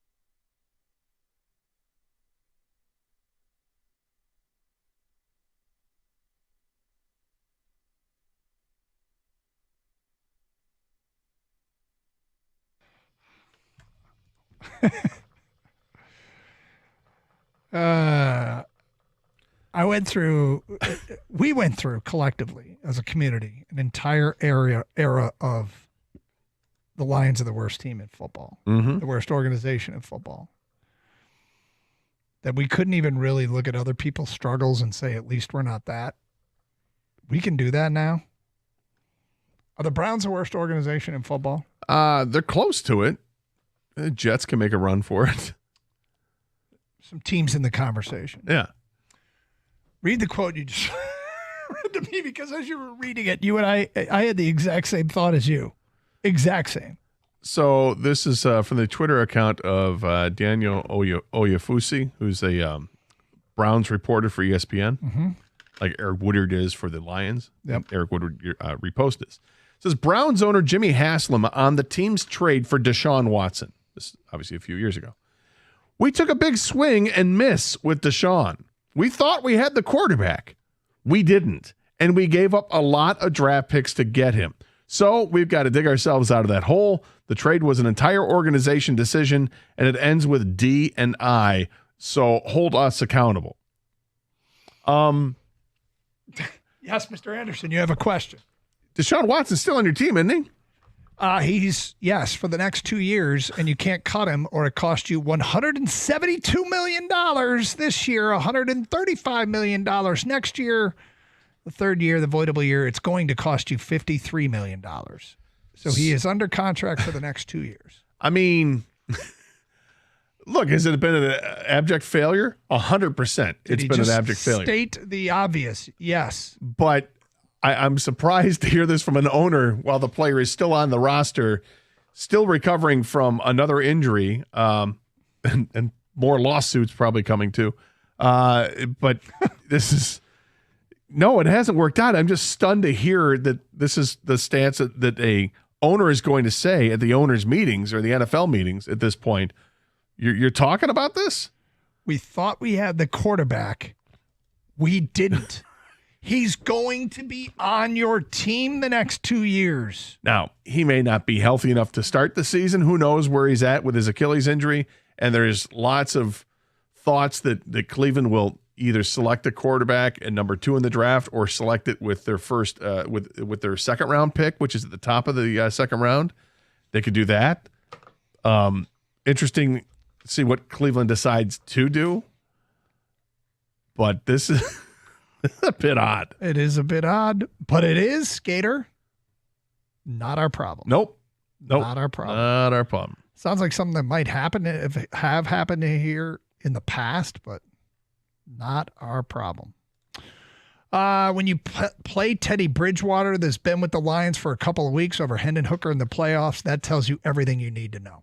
Yeah, I mean, like I said, I'm surprised, and then I said I was surprised. I was surprised because what has happened between now and the end of the playoffs? They brought in Kyle Allen to challenge Teddy Bridgewater for the backup quarterback spot. And Brad Holmes said it as much earlier today. How could Hooker have changed perception since the middle of January? How could he have done that? They haven't played a game. They haven't had an OTA. They haven't had a mini camp. I mean, you could draw that conclusion if you want to. That's not the conclusion I draw, that the texter did. I think it's just as simple as, okay, we're bringing in another quarterback that's going to be better than what our third option was at quarterback. And we're trying to get the best out of Hendon Hooker. Hendon Hooker is never going to be competing for the top job. That's not it, because it's Jared Goff. He's got that. But Hendon Hooker needs to maybe have competition to show that he is somebody who belongs in a league anyway as a backup. So they bring in Kyle Allen and see what they can do. And if Kyle Allen wins the job, then that tells you all you need to know about Hendon Hooker. Bringing Kyle Allen in to compete with him, I don't think tells you, that's not the full story at all. This shows Hendon Hooker was a wasted pick. You drafted him in the third round, and now he's competing for the second string spot from a free agent pickup. Sounds awful. That's from Tony and Macomb. Well, you're going to miss on some, Tony. Well, yeah, you are. And I think maybe the one thing that worked for Hendon Hooker and worked against Hendon Hooker was that first year that he was here, that he was never going to see the field because he was recovering from the injury. Mm-hmm. So when you're recovering from the injury, unfortunately, by the time you're healthy enough to go ahead and get reps, you're not allowed to because he's not on the roster. Is it a wasted pick? I mean, it might be, and there's going to be wasted picks in the Brad Holmes era. The net of Brad Holmes has been really, really good. and potentially great here. But yeah, he's going to miss on some guys, and this might be one that doesn't work out if he doesn't win the backup spot, and here's the thing: if they actually draft him, and he develops into a good backup, and now he's the backup quarterback here in Detroit, and never plays because they never need him, was it a wasted pick? I mean, it's a tough question to answer. I mean, yeah, because the guy never saw the field, but at the same time, You needed a backup. You needed a backup, right? I mean, this is the dilemma they're in, and I think every team that has a quarterback that they like, they go through that from time to time. Mm-hmm. You've got a quarterback you just signed, you gave a giant extension to. You're not going to unseat that guy. You're not getting the reps in practice during the season. You get no reps during the practice, or very few if you're the backup quarterback. The only time you get decent amount of reps as the backup quarterback is at mini camp and in training camp. That's it. Yep. So the last impression Hendon Hooker gets to make with the Lions staff is going to be at the mini camps and at training camp. And if it proves out that, okay, he's not the guy, we're never going to know, because hopefully Jared Goff never has to take a play off. It's really weird. You have to have a backup quarterback. You have to have somebody you have faith in. But inherently with that job comes no guarantees that he is going to play. I guess I'd look at it this way. Let's say he wins the backup quarterback spot this year. He beats out Kyle Allen. Then that's somebody else that they don't have to go sign, right? They don't have to go get anybody else to be the backup quarterback. They drafted the backup quarterback. The first year was a waste. The second year he developed. The third year he got to be at the spot that, I mean, does the only way that Hendon Hooker's not a wasted pick is if he earns a starting job? Because I think backup quarterback is a necessity. I mean, we'll never know the answer to that if he doesn't play, right? But the answer for Brad Holmes and Dan Campbell is ultimately do they have the confidence that Hendon Hooker is the backup? Like, this is a guy we feel great. If Goff were to get hurt, we know that we can throw Hendon in there and he's going to get the job done. But you're not going to know that unless he gets hurt. Now, if during the season you see him pick up another backup quarterback, then you know. But I think this is the most important offseason for Hendon Hooker that he's got. He's going to have to show up in mini camp and instill confidence in the coaching staff and the front office and in training camp that's the case. And if it's not, then it's not. So I don't know. It's wild when you get to this situation when you do draft a quarterback that doesn't have the opportunity to play because your starting quarterback is really good. Yep. But he's not alone. There are plenty of other teams that do that too. All right. Rico has made his way in studio and joins us now here on 97 The Ticket. Hello there. Hey, guys. How are you? Gator? All right, Rico. Doug's back. Doug is back. Oh, man. Yes. He is back. I missed you, man. Thank you, and thank you for asking earlier. Appreciate it. I did have a nice break, unplugged a little bit, went spring breaking in Florida with the wife, and then there were the kids that we were responsible for, chaperones, which was more stressful than it needed to be. I was about to say, you're good. I don't know if I would want that responsibility. I would not want the responsibility. No, I often looked at people and scoffed, but we ended up in that position. I mean, by our own there's doing. only so much you could probably do to other people's kids. Right? You can't really grab them by the scruff of the neck and be like, "Hey, sit down." There were a lot of rules laid out and established ahead of the trip. But one of the reasons you accept this role, if you will, is because you know the kids going into it, that you have a pretty good idea that these are good kids that aren't going to give you too much of a problem. Yeah, but kids in vacation, come on. Yeah, well, hotel, it means you do stupid Look, stuff. I Like hit all the buttons in the elevator. I will tell you this. Doug would not want to take care of 18-year-old Scott Anderson. Yeah. Knock on the door and sprint down the hallway, just start knocking on doors. I have to do that every day. If I take care of 18-year-old Scott Anderson. What do you mean I wouldn't want to? Right. I don't want to, and I do it every day. If I was best friends with your youngest, and I'm in high school right now, and you went to Fort Lauderdale you would on be this like, trip? absolutely not him. So no Eddie Haskell's? No, and that's what they would have been, because they would have snowed me with their good behavior, and then they got down there and they went, crazy, and that would have been an Eddie Haskell trip. But no, they were great kids. Okay. So thank you, Whit, Josh, and Jonah. Good kids. Yeah. I mean, his name's Wits. What do you expect? Wit's awesome. But, Who you with? You proud of that one, Rico? Have a great show, all right? This is a harbinger. It's going to be a good one. Thank you, Bobby Behind the Glass. Stay safe, everybody, and treat each other with respect. 97.1.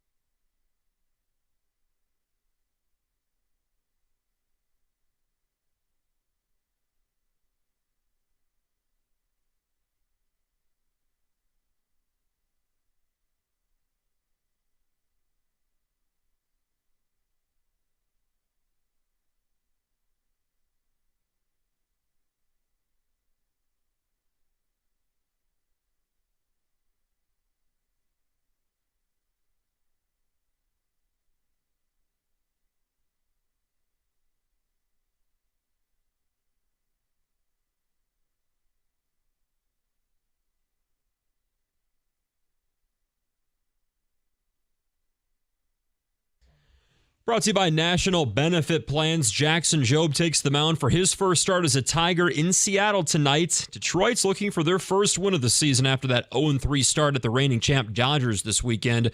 Manager A.J. Hinch, though, says there are still plenty of positives to take from L.A.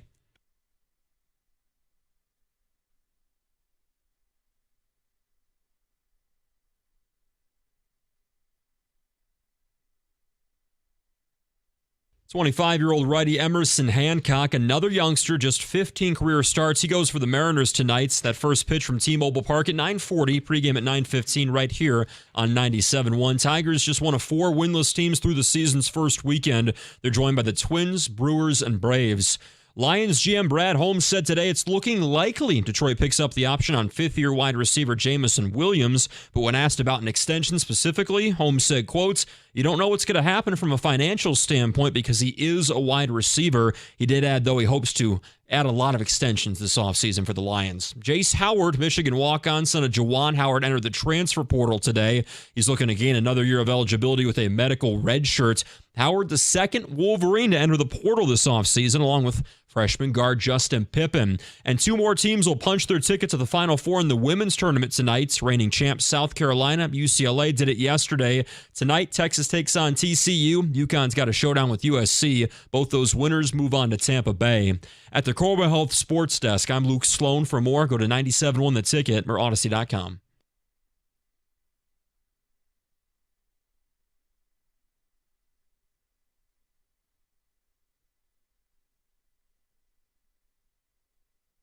Take it easy. Hold on. Power it down.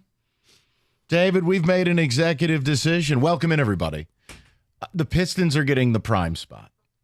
We are going to give the Pistons 3 p.m. because I have a lot of good things to say, but it comes with a price. So we're going to get to the Pistons, but I want to bump them to the 3 p.m. Love today's show. Top 10 Rico, not here. It's just Rico. We are going to... No quarter zip, no. Actually, top 10 Rico is here. Quarter zips and coaches. It works. I want to get into it. I love where we're at today. We're going to do some college to open. We're going to get to the Pistons at 3. And then I want to talk about the Tigers with a PSA for everybody. We have, and by the way, shout out torpedo bats. We're going to talk about that later. That storyline will go one of two ways. 2 days from now, either every team is using them or MLB somehow says they're illegal. More on that later. Rico, let's get into the weekend that was in college basketball, which is very simple. Michigan and Michigan State aren't there anymore. Correct. And the reason is they're nowhere close to being good enough. Both teams. This was part of what you and I discussed as, first of all, when are Michigan and Michigan State playing? Oh, wait, that was a stupid discussion from the start. So right off the rip, no, it's the truth. Well, it continued into the morning. No, it didn't. No, it didn't, because I ended Jim on the podcast. He only does it where he can get away with it. I couldn't understand that. I said to him very simply, Jim, Auburn showed me with clarity. You weren't good enough. Michigan State wasn't good enough. And I've already watched Izzo get bombed in the Final Four too many times. I'm good. Yeah. If we beat Auburn, you get to strut into the office like Vince McMahon down the runway like Kenny likes. Right. Like Kenny on a Saturday night. That was varsity versus JV, but that's not the topic. Right. The topic is this. I think there's a fork in the road for both Michigan and Michigan State, and they have to make a very conscious decision. And it is about whether you are going to spend what it takes to win a national championship or not. Full stop. Now, when Dusty May signed his extension, there is a lot of conversation about he will have financial wherewithal to do this. Will it be as aggressive as they would handle football? Probably not. Right. But it's a question. For Michigan State, it's more complicated in that, A, the head coach is hesitant to do it because, let's face it, I don't think it's a secret. Anyone who knows Izzo will tell you he doesn't love paying the players. He doesn't love dealing with entitlements. MSU's highest paid player, Frankie Fiddler. Well, that's why you're going home. Okay? They have Shania Broom. No. You will not besmirch Frankie Fiddler's name. He played well. He did. he saved his best for last. Right. But he's no Tommy Nichols. You got to Bobby Boobers, you got to pay these guys. You got to pay the freight. We're not doing this. Oh, we are absolutely doing this. So here's the backdrop to this. The whole time, I'm like, who is Tommy Nip? Oh, yeah. Okay. And he's gotten so much better. But look, it is clear what the teams that have made the Final Four are doing. I mean, Duke bought, they didn't recruit, they bought 4 of the top 20 players out of high school and have filled their I mean, Cooper Flagg, in no world is he making less than $1.5 to $2 million. Correct. Okay? Shania Broom, it's the same deal, right? You spend 1.5, you get Shania Broom. You spend 10% of that, you get Frankie Zapawa. It's why we're home. It's just, you have to make a decision. Are you in it to win it? Now, why is this relevant? Reports are out there that this was a good stat by you. Yeah, it's just, and it shows you the commitment that it's going to take. Louisville went out, hired Pat Kelsey, guy from College of Charleston, immediate turnaround. There are reports that Louisville is going to spend $8 to $10 million on their roster, which is double what St. John's just spent for their immediate turnaround. Mm-hmm. If you're not going to spend, you're not making the Final Four with a chance. I'll never say Tom Izzo can't make a Final Four. But I'll tell you, if MSU was in this right now, they'd be plus 1,000. They would be by far and away the worst team in this. If MSU was in this right now, Mike, full stop, celebrate, cut down those nets, take lots of photos, because this will be the last time you'll win a game. Correct. So here's because Florida would just mop the floor with them. So here's my question. I mean, if you're a State fan, do you believe it's Izzo's last run? because A, he hates the portal. B, he does not want to pay players that type of money. And I'll be honest. I mean, you're losing Jace Richardson to the NBA. I would be gobsmacked if he returned. I think there's a shot you lose Cohen Carr. I mean, think about right now. You go, well, why would Cohen leave? Well, there's no loyalty. And if you're Alabama, up-tempo, open floor, if you're Florida, if you're Tennessee, if you're Auburn, if you're Duke, if you're North Carolina, Cohen Carr, $1 million. And it's going to be on MSU to match it. And if you're Michigan, listen, it's about how far are you willing to go. Now, I can't say Dusty May won't spend it. He has not built a track record like that. Dusty May did an incredible job this year. Right. But he kind of went the John Beeline route of, I'm going to go and get some players. I'm going to bring a couple guys that I know, guys you've never heard of. I'm going to hit the Ivy League, and we're going to build a team that way. And they spent to get Wolf. Wolf was one of the better players, but you're right, under the radar. Right. Is Michigan going to be willing to pour $6, $8, $10 million into basketball in order to get where they want to go? Because this is what it's always been about for me. I do not speak for Rico. Guys, I don't care about the Final Four anymore. You either win the whole damn thing or what was it for? That's it. Well, how can you say that? It's college sports. No, it's not. It's pro sports now. Well, why are you that type of fan? Because I'm a bleep hole. That's why. That's who I am. I want to win or F it. That's just how I am. No, see, for me, I still enjoy the Final Four. I know you do. Because you get to shake your ass down in San Antonio a little bit. Because in the Final Four, Mike, it boils down to who else made it with you. Because you could be in a situation where it's like, oh my goodness, like Texas Tech should have beaten Florida. Like they had the game won, and then Florida goes on an 18-4 run in the final 2 minutes and 30 seconds of the game. And it's like, wow. High price transfer. Where did Walter that Clayton Jr. Literally had a layup, said, no, let me back up and shoot a three and nail it. So let me throw the number out to Michigan State fans, +7. That would be the Michigan fan base that now returns to their cave. 248-539-9797. I mean, do you believe your school of choice is willing to go all in, or do you disagree with this principle? Like, I don't believe there's a space you can coach your way to a national title. Rico's always said this. Spending doesn't guarantee that you win. I can just guarantee if you don't, you won't. Right. So MSU does not spend near enough to do this.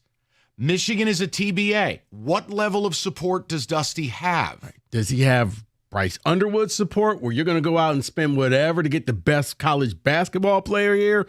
Or is it, we're on a budget and can you kind of keep it under I'll give you a this case number? In point. Let me give you a case in point. The type of guy MSU should go get to complement Kohler and have real depth at the 5 spot, right? And it'd be a war. Maybe you'd lose Kohler in the process. I wouldn't care. You call Kansas and go get Badunga.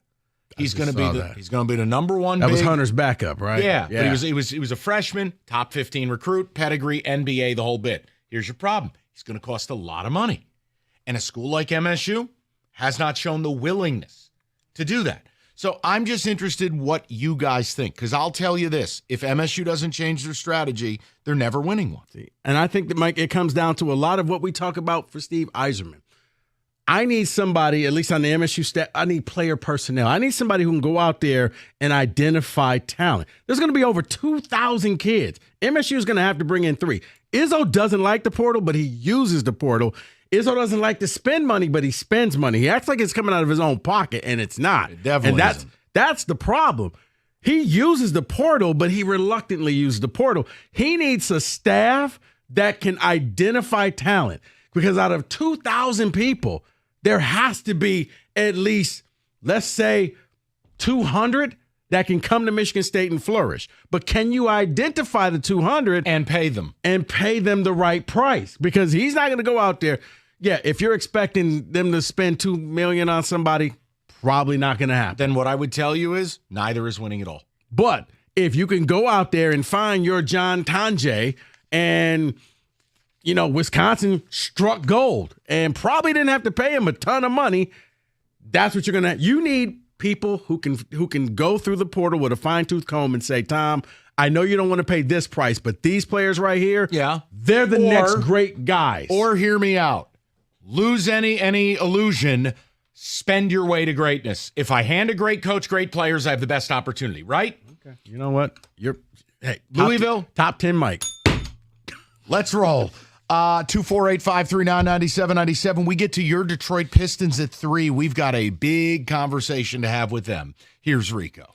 Can you take the power of your home internet almost anywhere? Well, with Xfinity, you can. Do more of what you love in the places you go the most with Xfinity Internet and mobile together. Xfinity built a network that is 99.99% reliable. Plus, Xfinity Mobile has Wi-Fi Power Boost, giving you the ultra-fast Wi-Fi at home and on the go. Get the same reliable network in the places you need it most, like at the coffee shop, at the grocery store, at the games. All the power of what you love, whether you're a gamer, streamer, or work from home. Whatever you're into, you'll love how fast you can do it with Xfinity Internet and mobile together. Now through April 17th, get a 300 megabit Xfinity Internet and one line of unlimited mobile together for just $30 a month for 1 year with no annual contract, and save $1,000 in your first year over Verizon and AT&T. Plus, ask how you can get a free premium 5G phone. Visit Xfinity.com, call 1-800-XFINITY, or visit the store today. Paperless billing and auto pay with a stored bank account required. Restrictions apply. Equipment, taxes, and fees extra after promo. Regular rates apply. Actual speeds vary. Savings compared to Verizon 5G Internet plus one unlimited welcome line and AT&T Internet 300 plus one unlimited starter SL line. Xfinity Internet required. Reduced speeds after 30 gigabits of line usage. Data and thresholds and actual savings vary.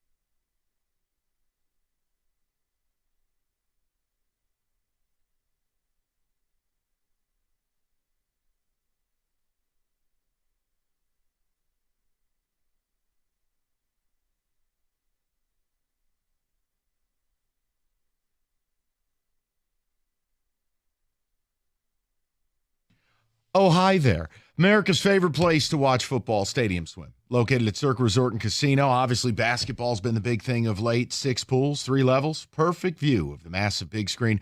Located at Circa Resort and Casino. Downtown Vegas on Fremont. Stadium Swim. Book your spot today at circalasvegas.com.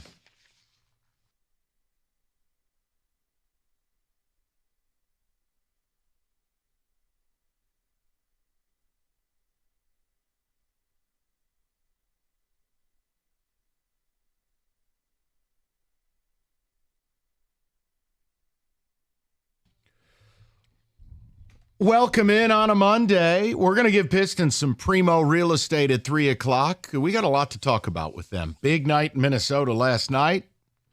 We're rapping about college basketball, and it is to the backdrop of all 4 number 1 seeds are in the tourney. Neither Michigan or Michigan State were even close. Neither were close to Auburn. And they don't spend enough money to be close. And reports today that Pat Kelsey, the head coach of Louisville, they are going to spend between $8 and $10 million on their roster. That's double what St. John's did to kind of ignite their real turnaround. Look, my question is that really what it's going to take? And do you have faith, whatever your school of choice is, that they'll do it? I don't have faith in Michigan State because I don't think Tom Izzo will allow it. And my answer would be this. If Tom's not going to get with it, then just go enjoy retiring, man. Don't beat your head against the wall because you're not going to be able to do it another way. You have to spend. And when our highest paid guy is Frankie Fiddler, that is why it was varsity JV yesterday. Right. Wasn't close. Rico, it never felt close. No. And the Michigan game factually wasn't. It was at half. Auburn decided we've just played our worst half ever. Now we're going to kill these people. What you saw for Auburn was the equivalent of, we can just hit the switch. They hit the switch, and all of a sudden, they became the number 1 overall seed right there in the middle of the Michigan game, live in front of the world. For Michigan State, Tom is saying he's rejuvenated. And for Michigan State, you're going to have to pay your existing players, and I think for the way that they're going to go is they're probably going to target 1 or 2 of the type of portal players that you want. I don't think you'll ever see where Tom's going to go in there and flip and get like 6, 7 guys out of the portal. In his world, I want to recruit my guys, and I'll supplement the other 2 to 3 players with portal players, and that'll keep his costs low, but I think he will try to go and get some guys. Now, maybe he strikes gold and gets another Tyson Walker, or he ends up with another Zapata. There's the problem. What you just said. I don't need to mine for diamonds. If Michigan State is going to be taken as a serious program, no, man, you leave the mining for gems to the poors.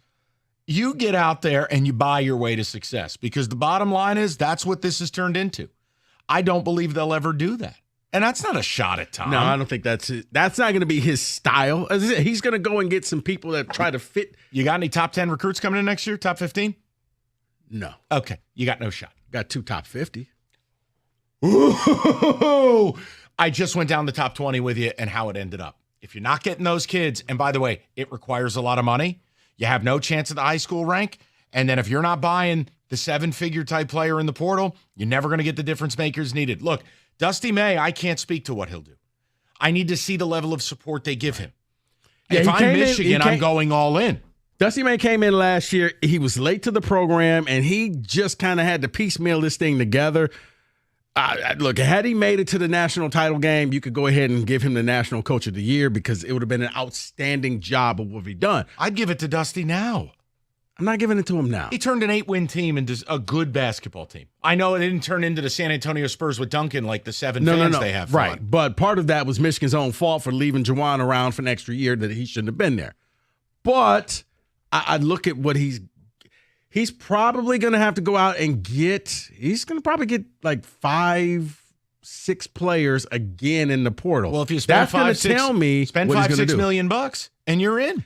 And I don't know if Michigan is that dedicated to basketball or not. Now, I think Dusty May is, but I don't know if Michigan is because Michigan would rather spend their money on the football team. 248-539-9797. We'll go to the people. We'll start the show with E, 97.1. What's going on, E? Good afternoon, fellas. First and foremost, I want to say congratulations to y'all on getting to the Elite 8 2 days after what we did. But this portal, here we go. Here we go with the portal. I believe the players want to play for Dusty May. This is not the year 2000, 25 years ago when Izzo was able to drop into the zone, cuss out a player here and there. These players don't want to play for him. That no one's going to Michigan State, even in the portal. Michigan missed out on a lot of players because May came in late. If you do your research on it, we had 3 top guys that's doing good right now at different schools right now that would have been here if May would have been here just a couple of weeks sooner. Moving forward. So, real quick. So why don't people want to play for Michigan State? Because of Izzo. Y'all got to get rid of y'all coach. Y'all coach is boring. It's the same old March. Everybody say he's a March guy. Izzo in March. What has he done in the last 25 years? So this is a team that was one of the top teams in the fast break and Right, defense 16 and steal. points a night in the open floor. Cohen Carr is one of the most exciting guys in the country. You could say guys don't want to get yelled at. I'm not going to fight you. You could say his style's not for everyone. That's cool. But, like, I mean, if you want to say because he won't spend, they got to get rid of him, I'm cool with that. But I'm not going to sit here and act like they're playing Drake basketball. Right. Like they go. Come on. They go up and down the court so much, Mike. Teams forego rebounding. Just get back and play defense. Now, if you want to say long-term, Dusty May is going to be a more attractive option. Look, I left you alone. I mean, you called last week talking about how Auburn wasn't going to be a problem. I'm not going to smear you, but I'm also not going to sit here and have you just lying on things. Look, here's the deal between 2 and 6. This is how this works. We don't need to make things up. Okay? It's just like the conversation I had last week where a guy called in telling me Jalen Duren's the best center in basketball. We don't need to make bleep up. We can just talk sports. Yeah. Okay? If you want to say MSU can't win because of the coach, no. Right. If you want to tell me the coach won't spend, therefore, I'll go with you. If you say, well, you know what, players don't want to get yelled at, you know what? I'll live with it. I can say, you know what, you might be right. Look, he's 70. He's got a lot of energy, but if he won't get out of his own way, and you're going to have – look, how about this? Mike, I don't think you're going to win a championship without paying a guy the better part of $1 million. Yeah, but that's just the price of doing business in any sport. It's paying a quarterback. It's paying the top people. You have to pay them the money.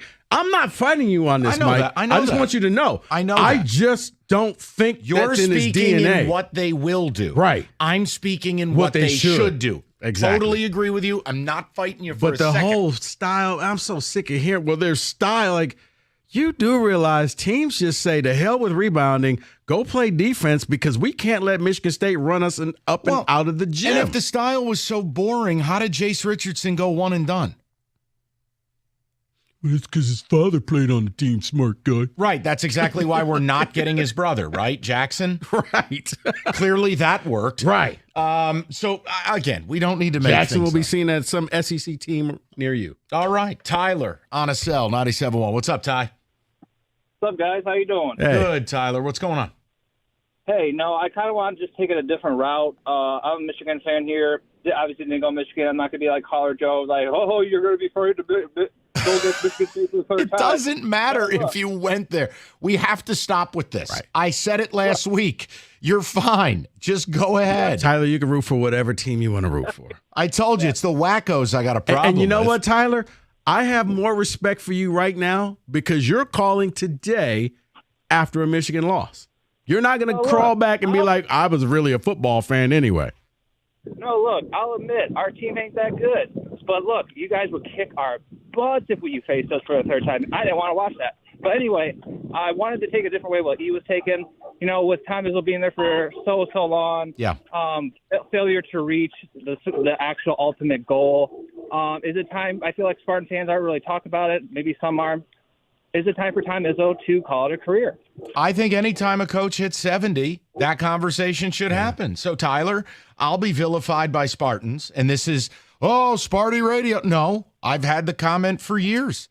I can love Tom Izzo, but also tell you, I wouldn't be mad at all if it happened and he went, you know what, I'm going to the beach. Yeah. Because if he's not going to do everything he needs to do to win it all, then what are we doing at all? That's it. No. His comments, comments. Kind of like, Mike, I guess what I'm saying is I saw something different in He had him this energy. year. He did. Right, where it was like, man, I haven't seen you like this in a long time. And he's like, man, this team has brought this energy back. So I need to see, do you transfer this energy in the offseason and you go out and you bring a couple people because you're going to have minimum 3 scholarships open. You need to go fill those scholarships with some quality transfer players. And like you said, if you could go and get one of the top players, great. Instant offense. Rico. You don't have to worry about getting bullied and putting Zapata on Broom. Isn't the litmus test Cohen Carr? I'm sorry, but if I'm a school if I'm Louisville spending $8 to $10 million, I'm paying them $1 million. And now Michigan State would have to go 2.5 times what they paid their highest guy this year. Is Michigan State going to pay Cohen Carr $1 million? I think they would. Oh, well, will Tom allow that? Don't want to disrupt the chemistry. I think Tom would. I mean, if you're Cohen Carr, it depends on do you want to stay here or not. Bottom line is, hey, I'll know come media day who's on what team. Okay.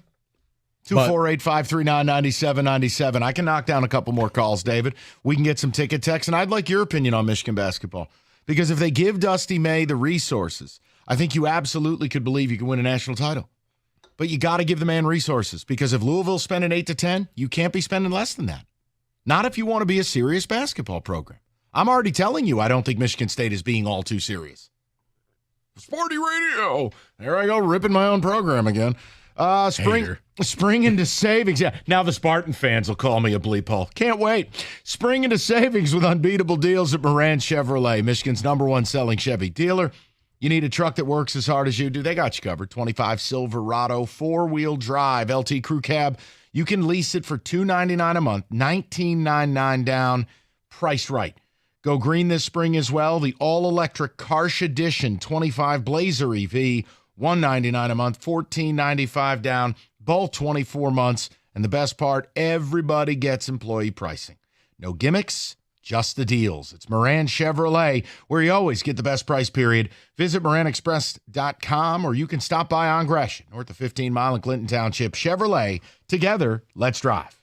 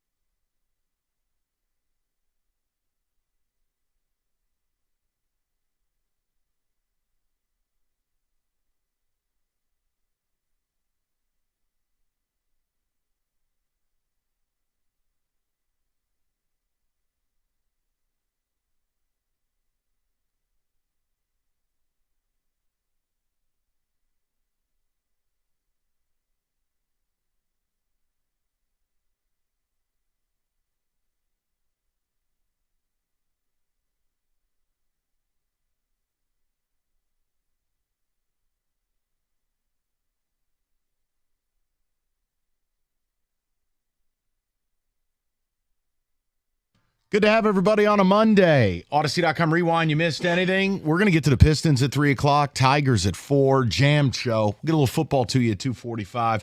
If you're just joining, it's really, really simple. Both Michigan and Michigan State, nowhere close.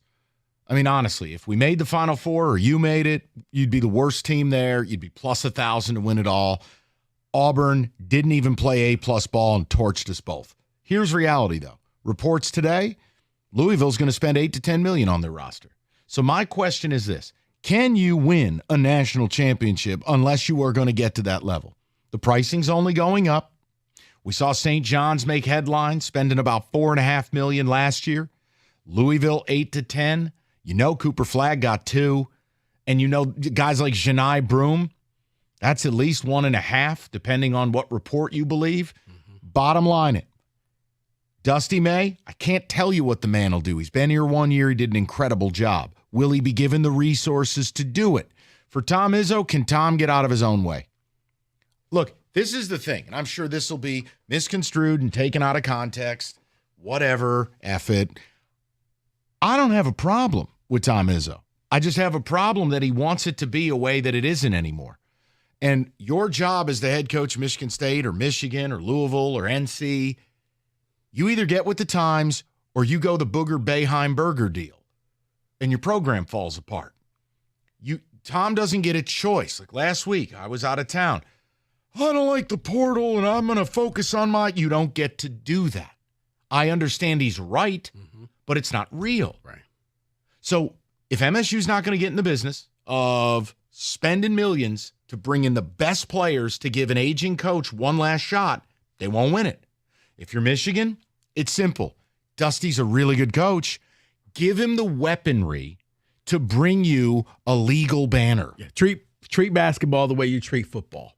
And open up the purse and say, hey, how much do you need to bring in this guy, to flip this guy from this school to have him come to Michigan? If you can pay one high school quarterback over the course of 4 years $15 million, I'd like to think you could pay an entire roster $10 million. You give Dusty May $10 million, you're in the Final Four with a fight. I think he's a good coach. Because, I mean, if real talk, if Michigan had a point guard who didn't turn the ball over, you still would be playing right now. They would have been. Because you wouldn't have matched Auburn turnover for turnover in that game. That first half of that game looked like that was a fifth grade game. It looked like Rucker Park. No, Mike, don't do that to Rucker Park. Don't insult New York playground basketball. That looked like watching fifth graders play. It was bad. Where you're like, oh, okay, they'll eventually get this to happen. It was like, here's a Michigan turnover, here's an Auburn turnover. No, here's a Michigan turnover. That really happened in one series. It was. Within 10 seconds, each team had turned the ball over twice. It was something to watch. That's all I can tell you. We'll go to David, 97.1. David, how you doing, pal? Not bad, fellas. How you guys doing? Hey, David, what's on your mind? Rico, you gave a little too much props to the fifth graders. I think that was more like kindergarten basketball, if you really want my honest opinion. But as a Michigan fan, I want to sit here and believe that Michigan's going to give Dusty May all of the tools in the tool shed to go get a roster. But for basketball, until I see it happen, kind of like the Bryce Underwood thing when it was going on with LSU, like I heard all the reports and I heard all the rumors until he was walking on campus and actually wearing the maize and blue. I never believed it was true. It's going to be the same thing with this basketball team. Until I see the university give him the resources to go do it, I mean, he's one heck of a coach. I understand all that, but I'm with you. Unless they don't give him the money, Sweet 16, maybe an Elite 8 every now and then. That's going to be about the best as it could, and it just stinks as a Michigan fan to sit there and know that you're one of the richest universities in the country, but you're not going to put up the money to put up a competitive basketball. Well, I think the interesting part, I mean, David, the opportunity's there because I don't know anyone in my life who believes Izzo's going to change. So the opportunity to basically usurp Michigan State and put Michigan State at a distinct athletic and skill disadvantage, it's right there. If Michigan rolled out and went full send for Dusty May this offseason, you'd have a better basketball team day one starting next year. There'd be nothing State could do. Like, that's what would upset me as a Michigan fan. Like, the opportunity is right there. Just spend it. Basketball is so much easier to get it right than football. You get 2 people correct, you got a winning team. You get 3 people correct, you got a national title team. And I completely agree with you. And the caller before, he talked about how we had 3 players coming in and Dusty May wasn't there soon enough and blah, blah, blah, blah, blah. The other part of the Michigan scenario is they have to get the admissions correct. Like how many players over the last 4 or 5 years, 6 years even has the reports are, well, he's coming to Michigan, and then it goes to the clearinghouse and he never gets cleared for whatever reason or whatever you want to believe, and then he goes to some other school. So no, it is amazing. You're right, like the Caleb Love saga, and it's at the same place where they had the worst cheating scandal of my lifetime. That's kind of a weird thing that doesn't add up to me. Yeah. But no, you're right. I remember Caleb Love was all set to head to Michigan. Wait a minute. We just got a call from admissions. You can't come here. I also don't like him. But damn, was he good against Duke. That was the good Caleb Love against Duke. Let's go. That was Caleb Love that remembers his days at UNC. Yeah. But Duke is another level. It's just, but again, it's another payroll. Let's go to Terry, 97.1. T, what's going on, buddy? Hey, what's going on, gentlemen? What's up, T? I got a question, man. So we're talking about whether Izzo should retire, but I wonder if we should be talking about it in this context. Is a player that is going to require $1 million or $2 million to come to MSU going to play Tom Izzo basketball? What is Tom Izzo basketball before I answer? Requiring kids to play defense, requiring kids to commit to team basketball. Okay. The renowned Izzo style. Is that kid going to conform, for lack of a better term, to play for Tom Izzo? I mean, if you want to go to now, has the game passed him by? No, I mean, Terry, the game has passed him by in one regard. He doesn't want to spend big money. But hold on 1 second. Let me just say this to him, and then I'll leave, and you can take it to 6. Terry, if you want to make the league, the things you listed are kind of a primary requirement. So I don't know, like, are you going to Auburn for Bruce Pearl and not playing defense and not moving the basketball? You know, I understand Alabama plays a different brand, but you need a couple of guys, and if you're paying the money, we're acting like MSU plays Army football. Right. So go ahead, you and Rico can no. And I was going to say, the thing is that Tom Izzo has adapted to certain things. Like, I remember years ago where he wasn't about the three-point life, but now his teams go out there and shoot a bunch of threes. Now, this year wasn't great. They couldn't hit them, but there have been years where they were one of the best shooting teams in the Big Ten, whereas before he wasn't about shooting threes because it was like, no. There was a time where he wouldn't press. Now, all of a sudden, he has the athletes. He throws the press out there. So I think the style is there, Terry, and I think a lot of teams kind of play what you just said that they don't do. Alabama's probably the only team I can think of that really doesn't play a ton of defense. Is first team to 90. But other than that, if you look at some of the other teams, Duke can play defense. Cooper Flagg's one of the block shots left and right. Houston, same deal. So I don't know, Terry. If he's not going to spend the money, we can make it a simple conversation. Yeah, it's passed him by. But if he's going to spend the money, I don't think stylistically is the issue. I don't, at least. If you do, that's fine. Got it. I appreciate it, gentlemen. Yeah, man, it's all good, Terry. I think we play into stereotypes a little bit.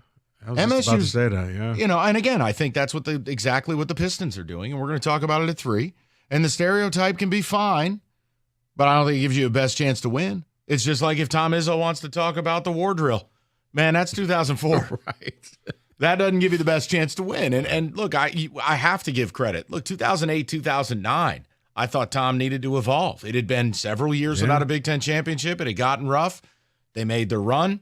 They had some NBA players. He evolved. And then all of a sudden, he didn't want to go and get anybody. And then you had that Miles Bridges, Cassius Winston, Nick Ward class. And all of a sudden, things came back. And you went and got Jerry, and you went and got X.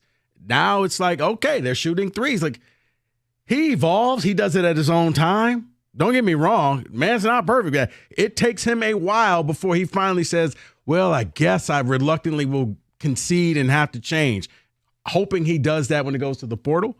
And he's going to have to spend some money. But the price of players, it goes up like it does in every sport, whether it's now college or professional. Louisville, 8 to 10 million. Just put that in your back pocket. We'll get more to people. We got some football to get to. Pistons conversation. Tale of two sides of the coin. I'm hopeful people want to rap about their basketball team. We'll see. FanDuel, America's #1 sports book. Best place to bet on sports. Absolutely loaded calendar this week. 2 words, torpedo bats. Dinger Tuesday, Hump Day parlays, golf profit boost tokens, everything. You name it, they got it. New customers get $200 in bonus bets with any winning $5 wager. Just visit FanDuel.com/ticket and make every moment more. With FanDuel, 21 and up, present Michigan. First online real money wager only, $5 first deposit required. Bonus issued, non-withdrawable bonus bets that expire 7 days after receipt. Restrictions do apply. See terms, sportsbook.fanduel.com. You got a gambling problem, call 1-800-GAMBLER.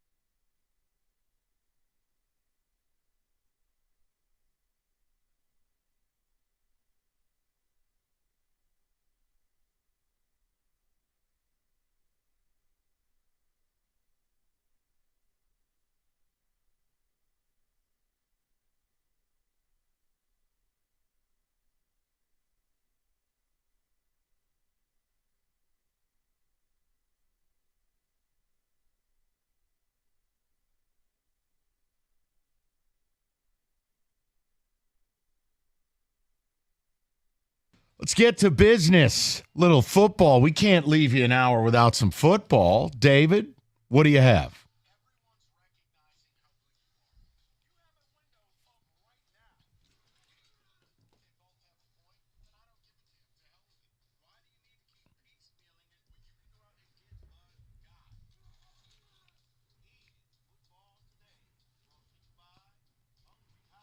And in a plot twist, David's white. Or it's Kenny. What's going on? Okay. That's a live look in on David behind the David's glass vocal cords. He had a pastor conference. He was delivering speeches and singing. Vocal cords are not in a good place today. So, Kenny Cobb. There could be other reasons for that, I'm sure, too. David was on vacation. All right, so there you go. So here's a Christmas baby. All right, keep it moving, please. We'll all know in a few months. We'll see. All right, so football, the NFL will start with the this is good news for all of us. I think we're all on the same page with this. Let me know if we're not. But there's been more progress towards banning the tush push. Yes. At the NFL, the competition committee said that the subject is expected to be contested at league meetings this week. It should be. It's not a football play. And while I don't disagree that not everybody runs it as well as the Eagles run it, it's not a football play. This is not a rugby scrum. It's football. If you want to run a QB sneak, I'm okay with that. I'm not okay with 17 people pushing the quarterback. I just, for me, it's never been a football play, but he's going to go nuts over here, so leave me out of it. Kenny, honestly, I don't think it should be banned because it is a football play, and Philly does it better than everybody else. Everybody has the right to go out there and do the play. Buffalo has tried. Kansas City has tried. Other teams have tried, and they failed miserably. Philly puts in the work. They put in the time. It's unstoppable. Don't care. Okay? Just because you have an advantage, you can't ban something. Okay? You can't ban a Patrick Mahomes. He's just better than everybody else. Plain and simple. An onside kick ain't really a football play. A Hail Mary ain't really a football play. It's something you see every now and then in a game along with this. So I hope that it gets shot down because to me, show me where all these injuries happen because of this play. It's not about the injuries. It's about the spirit of the game. Okay. Yeah. So Rico, to you, this is like the torpedo bat. Bats. It's technically allowed. It's within the confines of the rules. It's just a better built bat. I'm for people figuring out, okay, you know what? This is within the rules. I'm going to do this. Like the opposite of what Michigan football does. They go outside of the rules. The opposite of that. I hope that it does that. David I just knew threw a David flag. couldn't respond. It was just a joke. Relax. He can. It'll just be very quiet. I expect it to get shot down because to me, it's the NFL saying, "What?" Next, Tyreek Hill. There's a rumor going around that he would be okay if the Dolphins traded him to a playoff contender. He quickly retweeted that rumor out and said, "LOL, another false narrative." What do you make about the Tyreek Hill saga?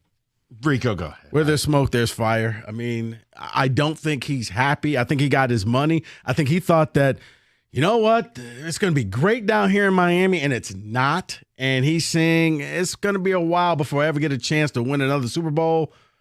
I think he's kind of almost Kardashian-like. He's putting the rumors out there only to say, who's putting these rumors out here? Well, it's you, Tyreek. He's also gotten slower. I mean, he had a major dip in the high-end speed last year. I know, multiple quarterbacks. I'd be very nervous as a Miami fan, and I wouldn't rush to the altar to trade for him either. Go ahead, Kenny. David just quietly informed me that Tyreek Hill also retweeted something else with just a peace sign emoji. So what that could possibly mean, I have no idea. I leave that to the social media people. I have no idea. I don't care. I think it means largely nothing. Aaron Rodgers update. He did have a workout with DK Metcalf. He also said, Mike Tomlin said it was a productive day. What do you make about the Aaron Rodgers, the latest? I'm tired of it. There's two choices, Steelers or retire. Right? Yeah, it just sign the contract. I mean, what are we doing? You've already done the test drive. You've already come to town. What does Aaron want to take the car for the weekend now? Sign the damn contract, start practicing with the players, or go to Brazil and poop your pants all night, doing whatever you do with the whole ayahuasca. I'm tired of it, but I would leave it to Pastor Pittsburgh over there. Well, Mike, you know what? I feel like My team is absolutely horrible. Now I'm doing now I'm doing a show with Izzo. And I don't know why I do this. Well, you see, Rico. No, but you know what? I would say, or if Kohler would get on the boards, or door C, maybe, just maybe. I still think he's waiting to see what happens in Minnesota. They're out. They are out. No. They said they were out as of now. Come on, like teams haven't changed their minds. You know what he's doing? He's doing the Tom Brady retirement thing all over again. You are going to wait until the last moment to give up. This summer. You know what? August 1st, I'll finally, if he hasn't signed by then, because Mike, he hasn't signed because he's looking for something else. If it were just that easy, he would be a Steeler by now. Pittsburgh has done everything to accommodate this man, and he's still saying no. I think if he wanted Minnesota, the best thing he could have done is do what Brady did later in his career, take a pay cut. And I think he wanted Minnesota. I don't think Minnesota wanted him. I think Minnesota is still contemplating, do we want to waste JJ? Well, they just said that their interest in Rodgers is not a shot on JJ. That was their latest deal today. Okay. Go ahead. So we'll stick with the Steelers over there. The Mike Florio suggested that if Rodgers does not work out there, you could be seeing Kirk Cousins as a Pittsburgh Steeler. Thoughts on that? Be the first time in my life I think I will openly predict the Steelers would fall off a cliff. You cannot put Kirk Cousins in that offense. I think that the offense would probably stay status quo, Mike. Kirk Cousins falls up. He's one of those people. He's the Lane Kiffin of quarterbacks. You can bet against him, but it won't work because somehow or another, that man is blessed and highly favored and will fall forward. Now we've lost David. That one was for you, David. Oh God! All right, let's go to Tennessee before David actually passes away back here. But Brian Callahan was impressed with Cam Ward's confidence, saying that I think it would be a good thing when you're in the conversation for the number one pick. There's a lot that comes with it to have fun with. It's a good thing. Is this posturing? Is this a normal thing that Brian Callahan's doing? No, I think he's telling the truth. A franchise quarterback is priceless. I think they're telling the truth. And really the story of the last couple of weeks has been you will have to overwhelm Tennessee to not take Cam Ward. I think once they went through due diligence, and it's not a shot at Rico, everyone can like the quarterbacks they like. I think teams have kind of figured out there's one quarterback worth taking in the top 10. And they've got the rights to take him, and they're going to take him. I don't think he's BSing. That's just me. What did he say? Oh, all right. Thank you. Glad I could provide some value. Thank you. Let's go to the Buffalo Bills. They've been throwing out these new deals this offseason like they're Oprah. According to their GM, running back James Cook will not be getting one of those deals. And why is that, David? We do not pay running backs. We don't pay running backs. Oh, God. See, I wasn't that far off. Look, it's the whole deal. You just give James Cook another 300 carries and then throw him in the garbage. I mean, him going out there demanding to be the highest paid running back kind of told me you're not going to – like, if this is where you're starting, yeah, there's no negotiation. Son, do you want to be a Bill or not? That's what it boils down to. Or we'll just franchise you and then throw you away. And a last one here, the Cowboys head coach Brian Schottenheimer still believes the team will get a deal done with Micah Parsons. What are your thoughts on that? Well, I didn't sign anybody else worth the damn, so probably best practice. But the issue with Micah Parsons, it doesn't matter how long I have him for. I can't guarantee he won't cause a problem, demand a trade. But they're between a rock and a hard place. And I know we're up against it, so that is your football today. Sans David's vocal. What Mike said.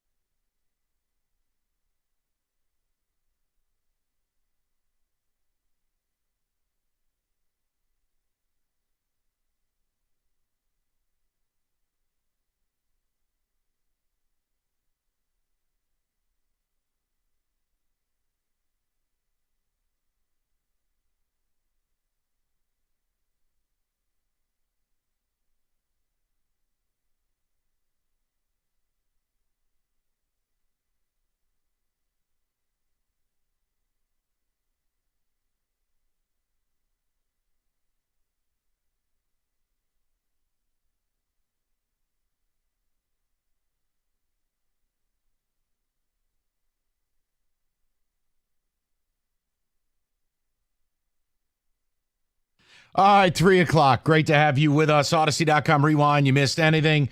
Talked a little college hoops to open.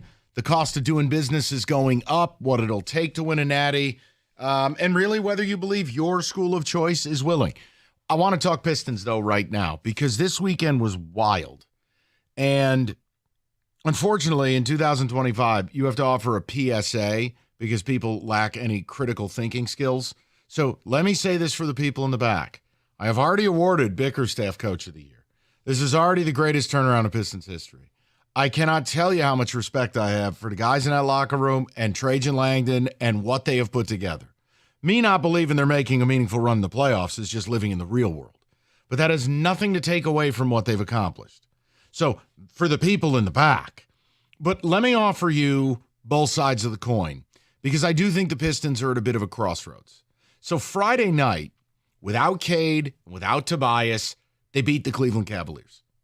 That is their best win of the season. And I'm not even going to get into the mix of, well, Cleveland knows they're the one and who cares. Just leave it what it is. They had a full complement of players. You didn't. You beat them. It's your best win of the year. Then there was last night where, and I know what this town wants. I know what you want. You want to fall into every lazy, comfortable stereotype that this town always falls victim to, especially with the Pistons, where Isaiah Stewart involved in another fight, where Bickerstaff is going at it with the other coach, 7 players are ejected, and primarily it cost you the game. You were going to win that game. I really believe you were going to win that game if that didn't happen. Wolves end up going on to win by 20. And by the way, it can't just be blame beef stew. Nobody was more excited to draft Ron Holland than me, but Ron Holland is on the graduate program to becoming faster beef stew. He's always ready to get at it. So here's my question. And look, what's not a question as much as it's a statement. The Pistons have an opportunity to be very, very good in the near term. And I don't mean fun regular season good. Of, hey, we had a great turnaround. Hey, we're a 4, a 5, a 6 seed. I mean near term, next 2 years, actual threat to Eastern Conference. But if you fall into this bad boy stuff, look, from day one, Rico, Bickerstaff talked about physicality, talked about tapping into the culture of the franchise. Beef Stew being the team mascot, guy who's been, suspended now? Well, it'll be 7 times. He's going to get suspended from last night. It's at least 12 technical fouls. If you want to take on this mantra of being the bad boys, you are not going to have your best chance to win a championship. Full stop. Now, I didn't say impossible, because if anything, the 04 Pistons showed you can win a title winning 73-67. But here's the one thing I caution you. With all the good vibes of the Pistons, the league has changed so much in the last 20 years. The 15 years between the bad boys and going to work, that's nothing compared to how the league has changed from 04 to 2025. Guys, they will do everything in their power to not let you win a title. The TV money's too big, the players make too much money, and ain't nobody trying to watch that. So here's my thing. I need to know what you want. We all love where the team is at.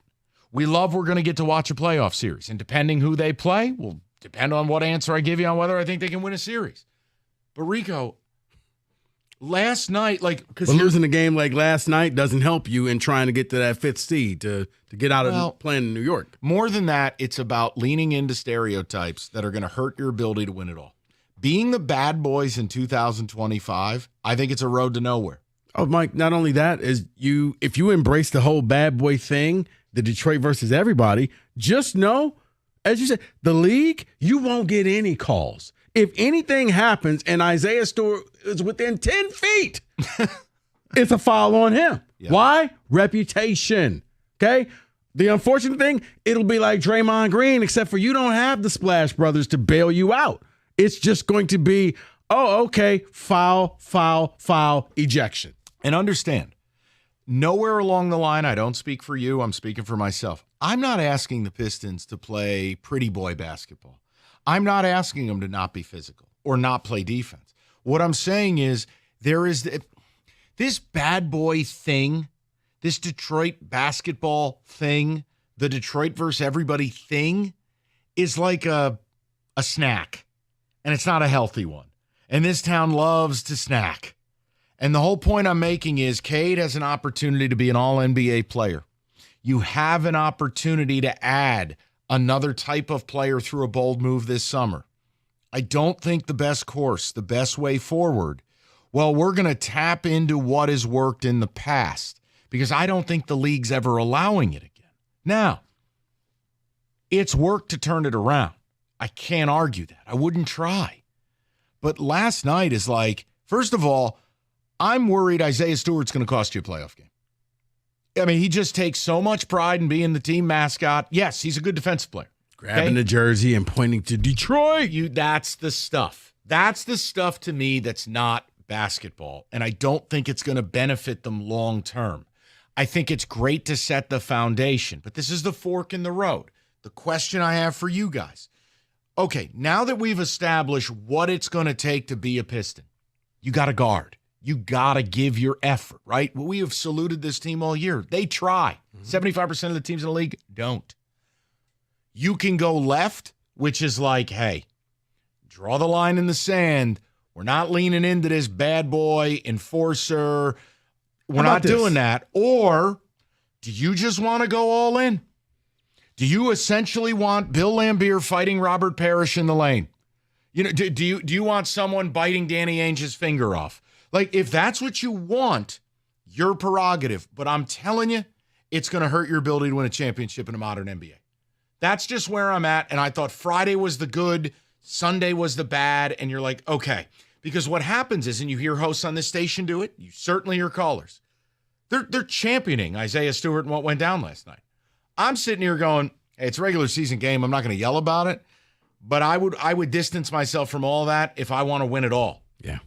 Go ahead. No, because I think where you draw the line in playing tough but not stupid.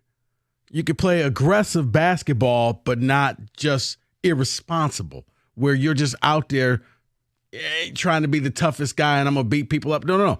You could play tough basketball. You could play that gritty defense that, Detroit loves. It's grit.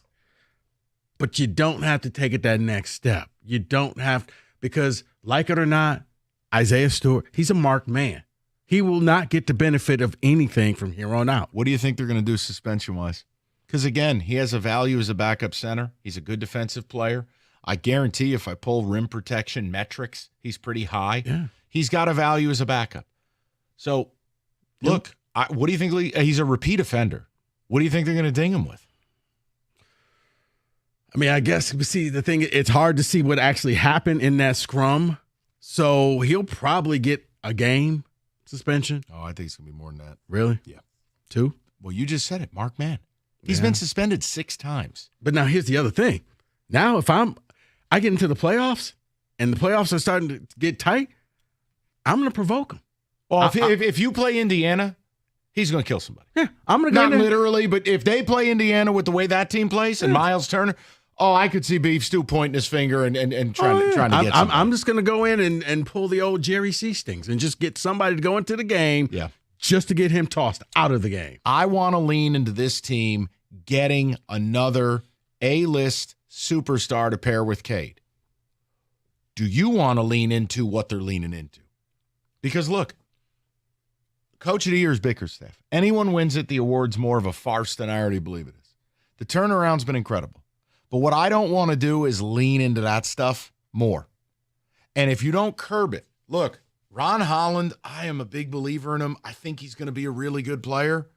But, man, what you don't want is like instigator Ron Holland. I don't want Ron Holland to be Dylan Brooks. And I don't need Beef Stew to be Dylan Brooks. I don't think that helps you. And guess what? It didn't help Memphis. I don't think the league wants that. So what I'm saying is, hey, we're all excited, and they might end up doing something in the playoffs and busting somebody's balls if they play the right team. But what do you want from this long term? Because this really is going to be the start of what their window looks like. Do you want to lean into bad boy culture? We're not going to have superstars. We're not going to have pretty boys. We're not going to do it that way. We're going to fly counterculture into the league. Or Do you want them to conform a little more? I think it's an interesting question because the foundation has been built on toughness, defense, effort, shooting. Noted. But just know, if you go the bad boy route, you don't get to complain that the league hates us. Yes, they do. They're telling you right now, we don't like this style. And if you play this style, you're going to be punished. You're not going to get the benefit of the doubt. You're going to get a bunch of bad calls that are like, well, they're only doing that because we're Detroit. Exactly. Because you chose to go out there and play this style of basketball. And again, DiVincenzo's a punk. I'm not telling you he didn't provoke some things. But if you provoke someone knowing you're getting a reaction, you know what DiVincenzo did? It's the equivalent of an old school hockey fight. I'm going to get your better player taken out. And what did it cost me? The Pistons really got hurt last night because they did respond. And again, Bickerstaff was getting after it. He was. So it's one of those deals where I'm like, all right, hey, it happened, no big deal, but I don't need more stuff. And it's starting to feel like people want more. They want the bad boy culture. They want that identity. Yeah, I don't. I think it's cliche, and I don't think they have to be that way. I think Detroit can be the best team in the league, not having to be going to work or bad boys. Come on. Did you not see Scooble's message to everybody? Oh, please. That was ridiculous. You know what? Do the message if you're going to resign. Personal injury of any sort is personal. David Femininio dedicated his career to securing justice, maximizing recovery for those who've been injured. And David is dedicated to ensuring you get the care you need to put your life back together after an accident. So call David Femininio. You or someone you know is injured. You call, he answers. 855-65-CRASH or go to the website. GetDavidGetPaid.com.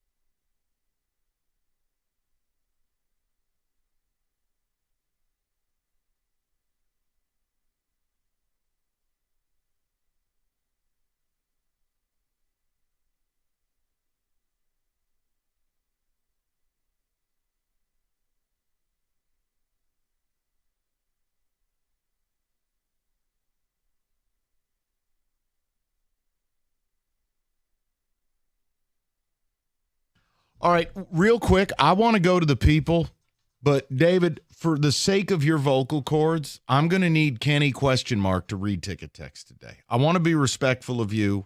You didn't lose your voice at a Metallica show. You lost it at church.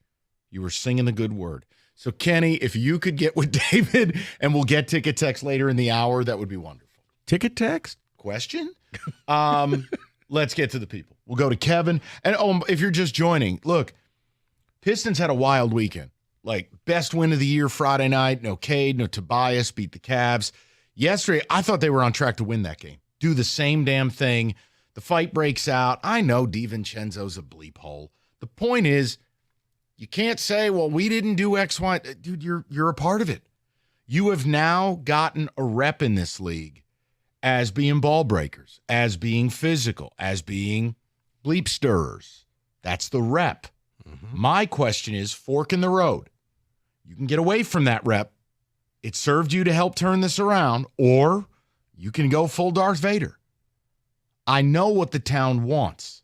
I just don't think that coincides with the best opportunity to win championships. But you tell us, and let's lead off. We'll go to Kevin, 97.1. Kev, how you doing? Hey, I'm doing great. Thanks for taking my call. Really like your show. Just wanted to talk about the Pistons a little bit. I think as far as last night goes, obviously I love what they're doing. Last night I thought was a little bit more of a retaliation than any kind of instigation.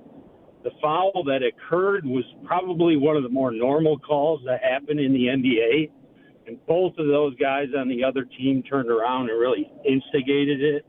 Obviously, Detroit Pistons had their part in the whole thing.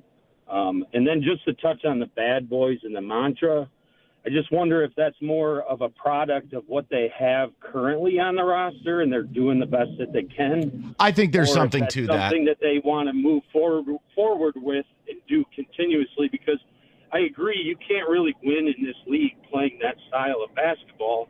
In fact, that's what happened the last time they won the championship. They don't want to see a 70-69 basketball game. No, and they don't play that style. And Kevin, I've said this before. As of 2 weeks ago, they led the league in dunks. They do shoot the three. They are scoring, 115, 120 points. No, that's not what I'm saying. They have evolved offensively in that regard. But Bickerstaff walked in, and I fully agree they needed an identity.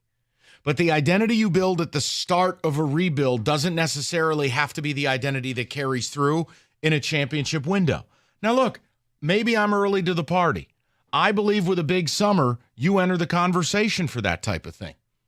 Where if all of a sudden you trade for a Lauri Markkanen, or you trade for a Devin Booker, or you trade for a player we haven't even talked about yet, and you go, look, Cade has made his statement. Cade's a superstar. We're going to put a superstar with him. Guys, it's game on. And it won't be easy, and it may not happen. But I'd like to start moving away from that. Yes, you need an identity. I just hate the idea that we always have to have an identity in this town that's lesser than. Oh, well, the league doesn't like us, so we got to be bad boys for life. And it's like, look, Cade Cunningham's marketable. You bring a Devin Booker here, the league will like you just fine. Mm-hmm. Now you're on Christmas Day. Now you're one of the teams that the league wants to showcase, rather than you don't want to be oh, my God, if we put the Pistons on national TV, are they going to start a fight? You don't want to be that team again. Let's go to Al, 97.1. Al, what's going on? Enjoying the show, fellas. How you doing? Thanks. Good. I think there's a bit of a false narrative from the standpoint of the Pistons being the bad boys. I think what they're actually doing is playing legitimate defense, and they got some really good rebounders. The point being, if they really want to win, they just need to keep doing that. Now, the problem is they're kind of being dragged into the past by the quote-unquote media, by how the bad boys used to play. They're physical, but they're not as chippy as those teams. What do you guys think? You're saying that they're physical but not as chippy? Yes. I don't know. I mean, when I look at what Beef Stew is doing, he's more so looking like he could have belonged on the Bad Boys team. Okay, that's one, but the rest of the guys. Holland's getting there. Yeah, Ron Holland's a dog. Ron Holland, you want on your team, but you gotta rein him in while he's young, or you're going to create a Dylan Brooks there. Ron is always looking to scrap, and I think Ron's got a big future. I was pumped up when they drafted him because he had the highest upside anybody they get their hands on. But I am just, Al, it's simple. Being the bad boys in 2025, 6, 7, and 8 is going to look different than the 90s, right? We're not going to have people squaring up in the lane. My point is the league will not support that. They will not want it. You'll never get a call. It's going to make it harder. So I don't disagree with that aspect in and of itself at all. I think the being dragged into the bad boys is more of a media thing. But I think the real secret sauce for the Pistons is Thompson and Holland. I think they can wreak havoc on most wings, and that gives you a situation where your defense is top end and they scrappy enough and have a good enough system that can give anybody problems. See, there's the problem. You just brought up a Detroit word that I can't, and now I'm not coming at you. But I'm shooting you straight. This is everything we talk about. I don't want to use words like scrappy. I want to use words like great, unguardable, exceptional. Like, we don't have to be scrappy. No, we can just be good. So, look, Al, I'm not breaking your stones. I'm saying. And not taking that way. And I agree with you. I'm not saying scrappy might have been a poor choice, but what I see them is they have a really good system, and they got guys that can fulfill it. They got good rebounding, and they're good perimeter defensively. They do, and I think it's a good regular season strategy. But just like the grit and grind Memphis Grizzlies, it doesn't translate in the playoffs. The league doesn't want it. Now, I understand. People get upset because I go, hey, anyone but Cade can be had for the right player.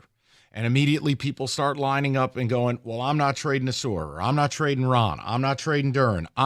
Basically, they're doing what fantasy baseball or football league members do. Hey, I updated my trade block. Oh, who's on it? My dead grandmother. Yeah, nobody wants. All the players you don't want to do. Well, you're not going to get a player. So you mean I can't get Shohei for this person? Right, exactly. Who's on your trade block? Bo Brisky. I'll take Vlad Guerrero Jr. and an iced coffee. So look, I think the Pistons are in an exciting moment right now, and it's all about choose your own adventure or what you want your team to be. That's all. But I do believe you will have to do something about getting a superstar with Cade in order to get this where it needs to go. I don't believe doing it this way will win you a title. And I know what this town likes. Draft, develop, re-sign, wait for the kids. No, I would be gobsmacked if this team, Ron Holland's prime, it's years, plural, away. You know, Asur, will he ever develop true offensive game? Magic 8 Ball says unlikely. I look at things and go, okay, I have Cade now. I have Cade signed. I have limited time. Leaning into the bad boys thing is it's Cade's team, no one else. Draft, develop, and sign. Trajan with more of the really shrewd, that Tim Hardaway Jr., the Malik Beasley signings. That's not winning the championship. And I hate saying that because I want people to be excited. But I also don't want to fall into a trap. So that's what we're talking about. I don't think any of it's negative. I'm sure somebody will say it is. We'll get more of your calls coming up next, 97.1. Natural Way Lawn and Tree Service. Get green, stay green with Natural Way. You can call 888-GET-GREEN right now for a limited time. Purchase a full lawn program and get free grub control. But you have to mention my name. Tell them Rico from 97.1 sent you, and they will take care of you. Natural Way Lawn and Tree Service, they will assign you your own specialist. As a matter of fact, I'm going to start mine tomorrow. They're going to come out. They're going to look at my lawn, and we are going to tailor a solution that is specifically designed for my yard. So if you want that, if you're meticulous about your grass the way I am, give Natural Way Lawn and Tree Service a call. That's 888-GET-GREEN. That's 888-GET-GREEN. You can go online at naturalwaylawn.com.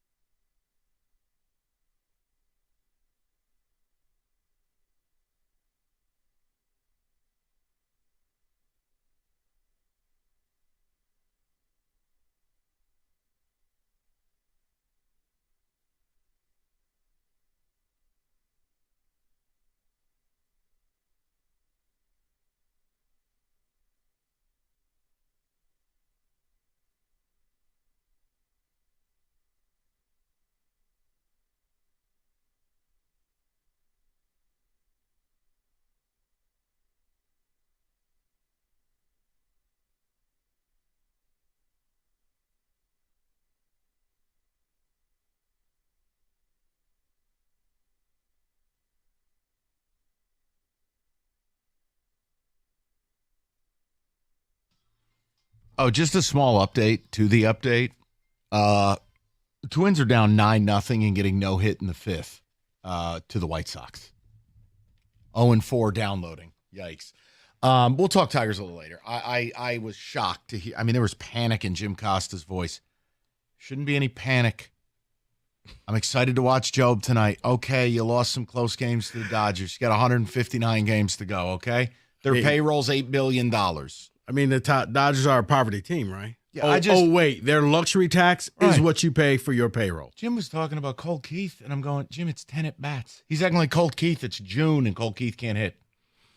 I'm not doing any of that. I'm excited to stay up late tonight, watch Job, get his first career start, and let's see what we got. For baseball, yeah, you can't go game by game. You'll drive yourself crazy. Correct. We're talking Pistons and the question. Friday night was good Pistons. Yesterday was a little bit more of that bad boy stuff. And look, I want to launch DiVincenzo into the sun. He talks too much. The question is simple. Why in this town do we always lean into the stereotype when it doesn't need to be that way? No, I don't think you need to be gritty or need to be bad boys or none of it. Cade is trending to become one of the best players in the league. I want to add another one of those guys this summer. But I know what the town likes. So it's just a question of what pathway do you want the Pistons to take moving forward? I mean, last night, listen, it doesn't matter who started it. Do you know who's getting knocked for it? Us. Mm-hmm. I mean, that's the reality. Isaiah Stewart is a marked man. He's essentially become Dylan Brooks. And that's fine if that's what you want. I want to see how long the league suspends him. I do worry if they play Indiana, he may kill someone. But we go to Wilson. Let's hear what you guys have to say. Wilson, what's going on? Hey, how you doing today? I think we need to let it good. In the league, you see the attendance rate is down. And this is just my personal feeling. Let the Pistons be themselves. I hate they comparing them to the, 2004, bad boy Pistons. But you got to let them play. I mean, you're going to get penalties anyway with Isaiah or whoever. But I think they need one more player to be an elite team. But you got to let the Pistons be who they are because they are saying the NBA is soft right now. So let them be who they are. I mean, Detroit is Detroit. Yeah, but it's soft. It's soft by design. That's the problem. I'm not arguing anything you're saying, Wilson, but they're doing it intentionally. Yeah. Like the NBA, it doesn't reward the things that are right with basketball. Like it doesn't reward the toughness. It doesn't reward physicality. The league wants something different. So all I'm saying is it's not that the Pistons are in the wrong. It's that they're going to make it harder on themselves long term if they lean into this. Now, it's nothing wrong with being tough, but the physicality, I understand what you're saying. But you can't be, like my grandfather used to say, you can't be a wuss. Get out there and play ball. That's what I'm saying. Wilson, I wish we could blend the old school and new school. It would be a better product. All right, God bless you, man. Yeah, all right, Wilson, thanks, you got it. And again, I'm not saying what the Pistons are doing is wrong. I'm saying, does it give you your best chance to win long term? Bickerstaff was brilliant in leaning into this at the start. But now, yes, the playoffs, I'm interested depending on who you play. But long term, I don't want to go back down that road. I know why a lot of people do, because it's associated with the only two really meaningful periods of Piston basketball ever. Mm-hmm. But I don't think it needs to be that way. I always hate when we sit here in this town and we just lean into the poor old us stereotype. I don't like that. It's like the Lions have some of the best players in football. Your phrase can be grit, and you can play physical, but you know what the Lions do? They play exciting. Mm-hmm. The Red Wings at their peak, now it's the same town, right? We're allegedly we're the only blue-collar town in America, right? Everybody else is Hollywood. We got to do it a certain way. When the Wings were in their heyday, true or false, they were the most skilled, exciting, powerful team in the league. Yeah? That'd be true. Okay, so Detroit, Tigers, they play in Detroit, right? The Tigers, at their best, had some of the biggest stars in the sport. Mm-hmm. And they had a lot of fun, and they played exciting. And whether it was JVTV or Miggy hitting 400. David Price. Okay, so why, when it's the Pistons, does it have to be one way? That's what I've I've been here for 25 years. Because I've never squared the circle on why the minute the Pistons come up, oh, no, we got to do it this way. Because, Mike, when it comes to the Pistons, the 3 titles all were the same type of team. It was just years later. That's why. Because you haven't seen bringing in a bunch of superstars and winning. It's always been a bunch of cast off and your tough captain, whether it was Isaiah who, stood up to Bird. That's what you had. So that's all the people know when it comes to the Pistons. The minute, look, if Trajan is who we think he sure seems to be, I have no doubt you can put a team together capable of winning a championship. And I understand it's going to be hard to sign people. I know that's why I use the trade deal. We're going to have to trade to get those players. I know that. But we drafted Cade. And maybe Ron Holland someday could turn into it. Or if Fasur can unlock a bigger offensive dimension of his game. Whatever it may be. Mm-hmm. You're going to have to land another superstar to win in today's league. I just don't think you can go down that path long term. This year, this has been incredible. It's been an incredible turnaround. It has. But last night just jumped out where it was like, oh, dear. Not this again. And I don't care who started it. It's immaterial. Right. You have the reputation. It's only going to hurt you long term. Because people are going to remember, immediately it was like, we remember the malice at the palace. Like, this stuff doesn't go away. And you're going to get stereotyped because of these types of incidents. Yeah, and I hate that stuff. All right, we'll go to Dion. You know what? Timeout. David, bump football today. We'll do it at 4. I want to go right back to the people. They want to rap about the basketball team. I want to get to them. We'll delay the football, okay? We'll get the Tiger baseball later in the show. Remember when you could get a dozen eggs for a couple of bucks? Well, nothing costs what it used to. That's pretty much clear, including keeping your home comfortable. So if your furnace or AC isn't doing its job, get it done right by the team at Mastercraft Heating, Cooling, Plumbing, and Electrical. Mastercraft has Generac and Honeywell generators in stock, ready to go.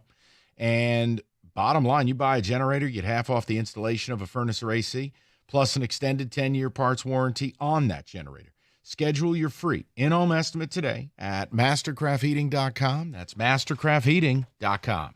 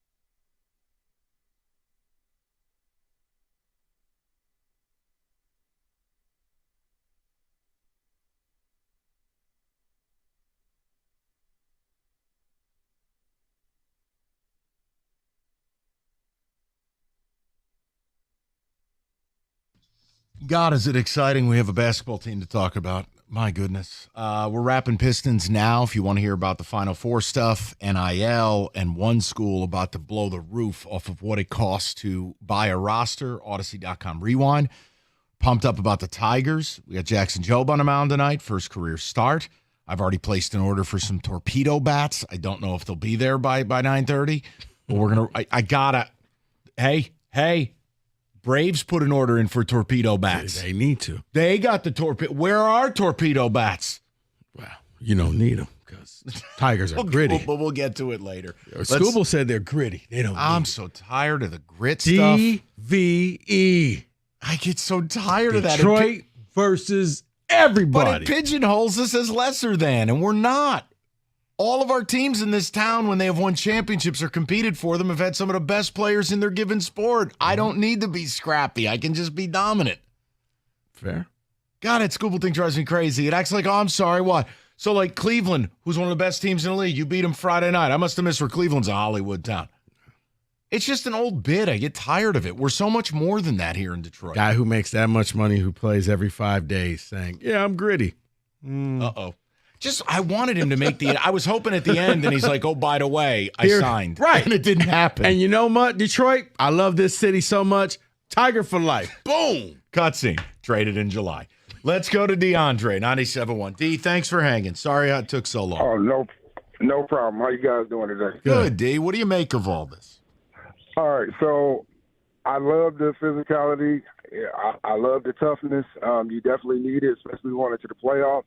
But you got to have somebody who can wheel those guys in, specifically Holland and Stewart. You got to have somebody that can speak to them. And hopefully that's Cade who can, command that locker room and be able to bring those guys in.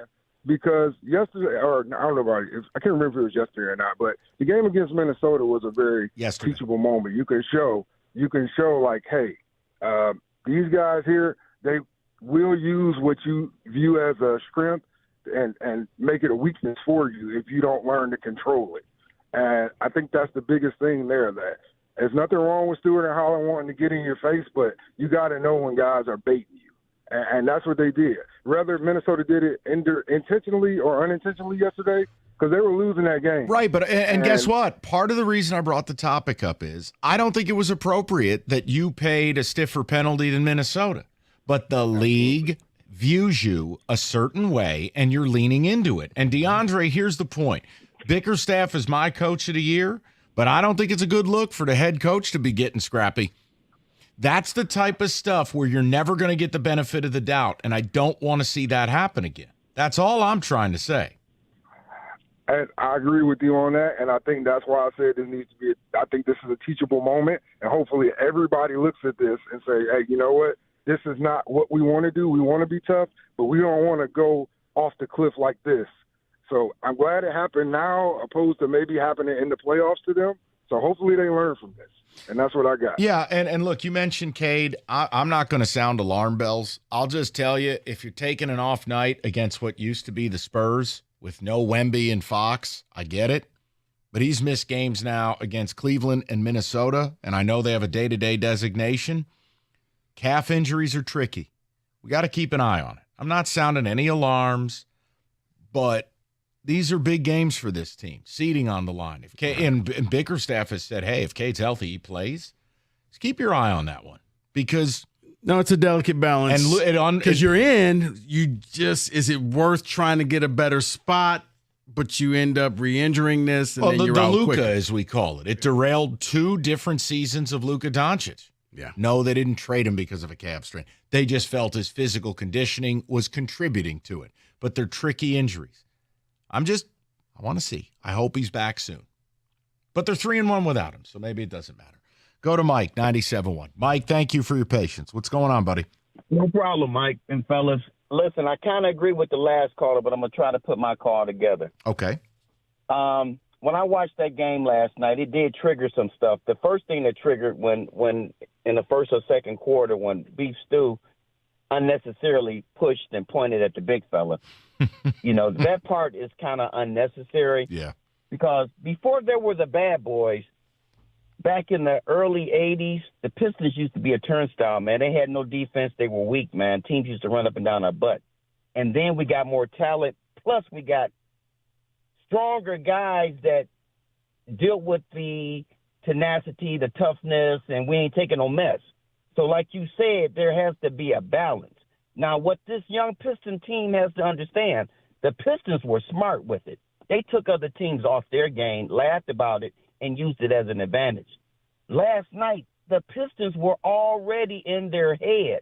Nobody in the NBA wants to be picked up full court with the type of talent some of these Pistons have. Mm-hmm. So they are already in their head, Mike.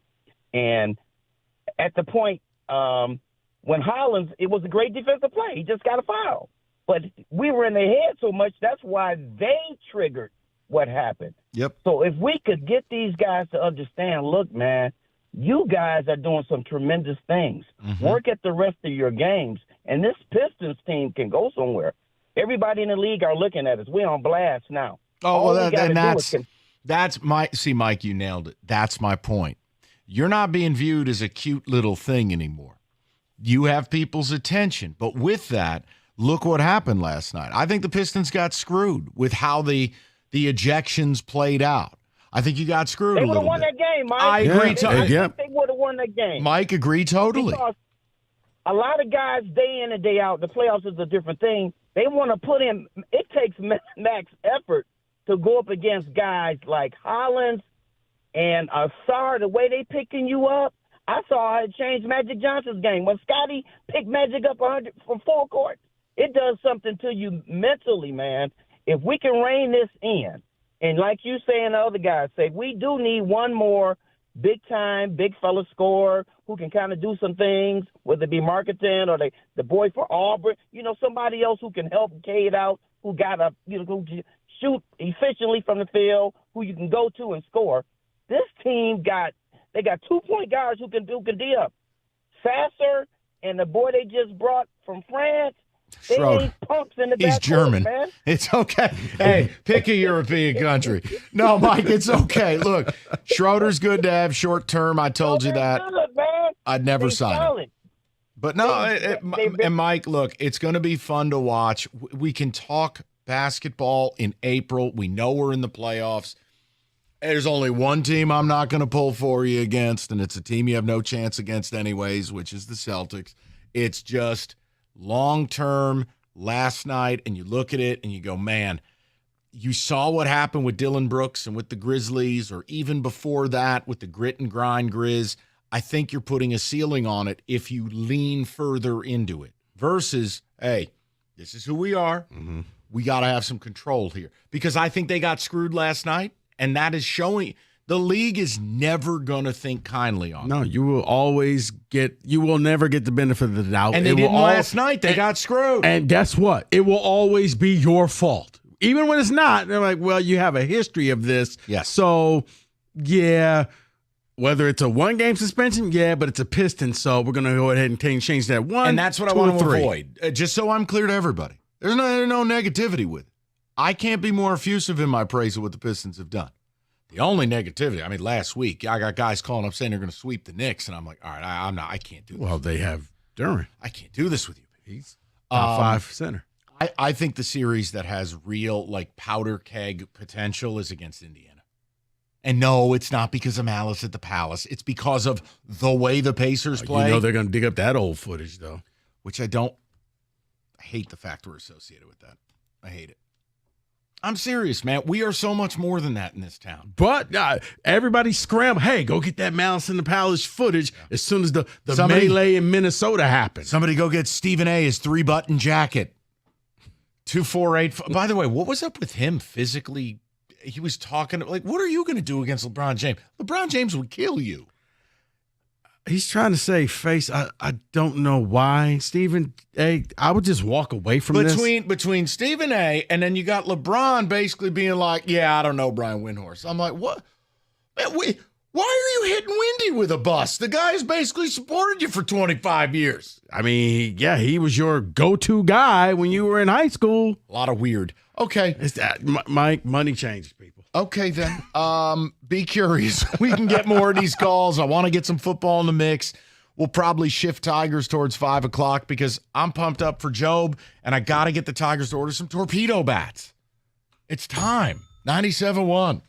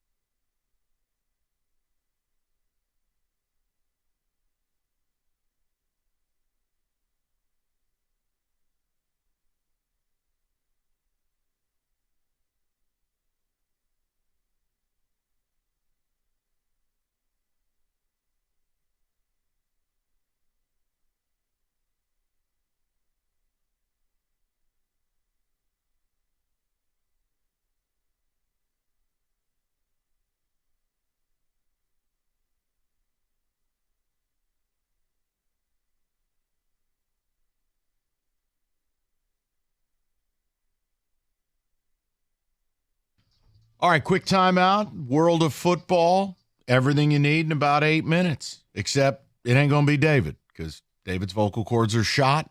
We go to Kenny Cott for football today.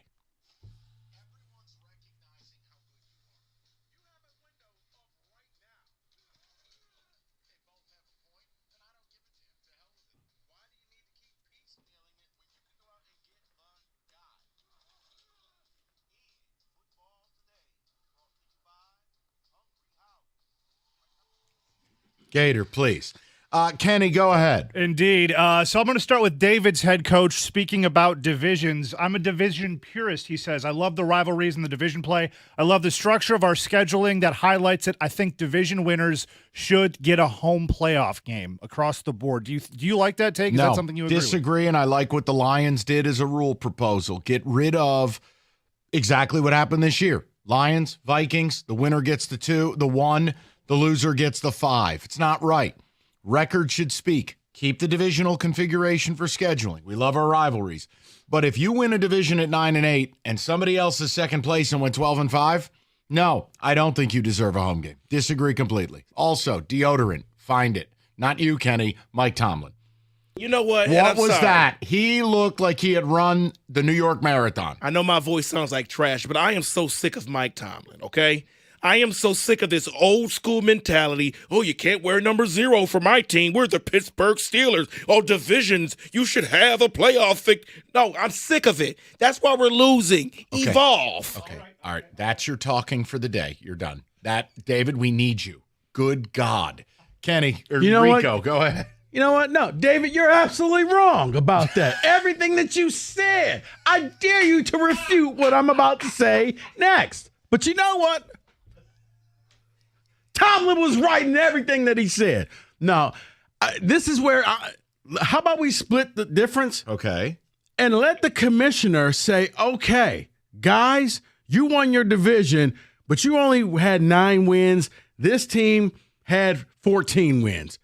I'm going to shuffle things up. I'm taking it away from you. That's the commissioner's job. Sometimes you got to be the bad cop. I don't think it needs to be a hard and fast rule that we're going to take away winning a division, because I do think there is something about that. But if you won a horrible division, you shouldn't be rewarded for that. Agreed. Especially if you have a losing record. That's why I need the commissioner to step in and say, okay. The Lions stepped in. We're the captain now. The Lions proposed the rule. Kenny, go ahead.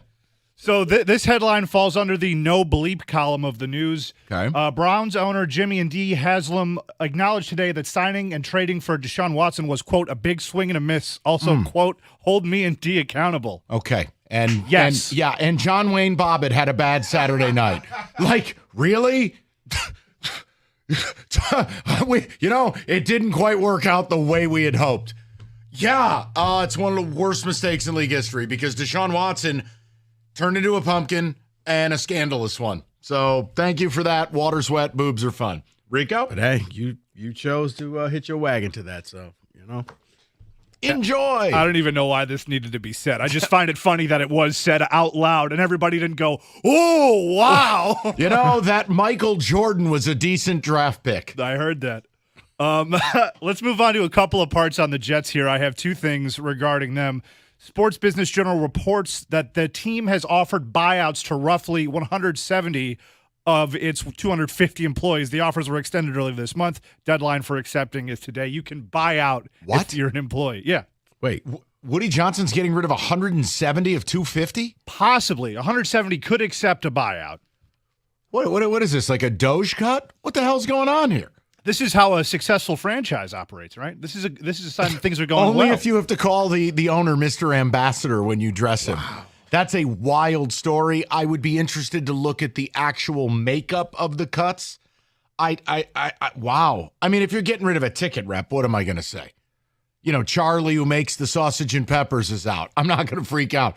But if these are cutting into the football ops, well, that would be something different. Do you have the makeup or no? No, I don't. This isn't just 10 or 20 or 30 or even 50. 170. Right, 100%. This is multiple departments of employees that are getting cut. I don't understand that franchise daily. Well, you're now learning. And you're coming to my side. Well, because, Mike, sometimes you can exaggerate things a touch. It's radio. That's what you do. But the Jets are losing. Right. You don't even have to exaggerate. Like, this is really how they are. Like, wow. Just at this point, dude, just sell the team. Yes. Go away. I love it. Well, that brings me to the second part of this thing. Jets owner Woody Johnson on receiving an F grade on the NFLPA report card this past season. Quote, "My first reaction, I think it's totally bogus, but we want to improve every day." Yeah, same guy who allows his teenage son, allegedly, to have decision-making power based on Madden rankings. Yeah, it's bogus. No, you're bogus with your stupid little hat. I hate the hat he wears. It drives me nuts. The guy's in a suit, and he wears a hat that hasn't fit him since he was 12. And it's like the cheapest little jet hat on the planet. It's not even a nice one. Go ahead. I know. I was waiting on you. I got nothing. Torpedo bats! All right. Let's go to something that's a little less useful than the torpedo bats. Okay. The UFL-NFL relationship might be expanding. The NFL has worked collaboratively with the UFL, talking about potentially loaning some of its back-end roster candidates to the UFL. Yeah, how about loaning him some money? I was going to say, what do you make of it? I leave it to Rico. I'm done with any form of alternative football league that plays in the spring. I don't care if The Rock, Sylvester Stallone, I don't care who's involved. Yeah, I mean, I get what they're trying to do. They're trying to get the lower end guys more reps so that you could look and say, hey, maybe we have a diamond in the rough, but I can't afford to play them during the season, so you can kind of go here and work out. I understand it, Kenny. You're hoping that maybe one out of every 50 players you realize, like the Lions discovered, hey, there's a kicker that we can use, and now you got something. That's how I see it. Let's go to the Houston Texans and their O-line room problems. Albert Breer reported a, quote, borderline toxic offensive line room.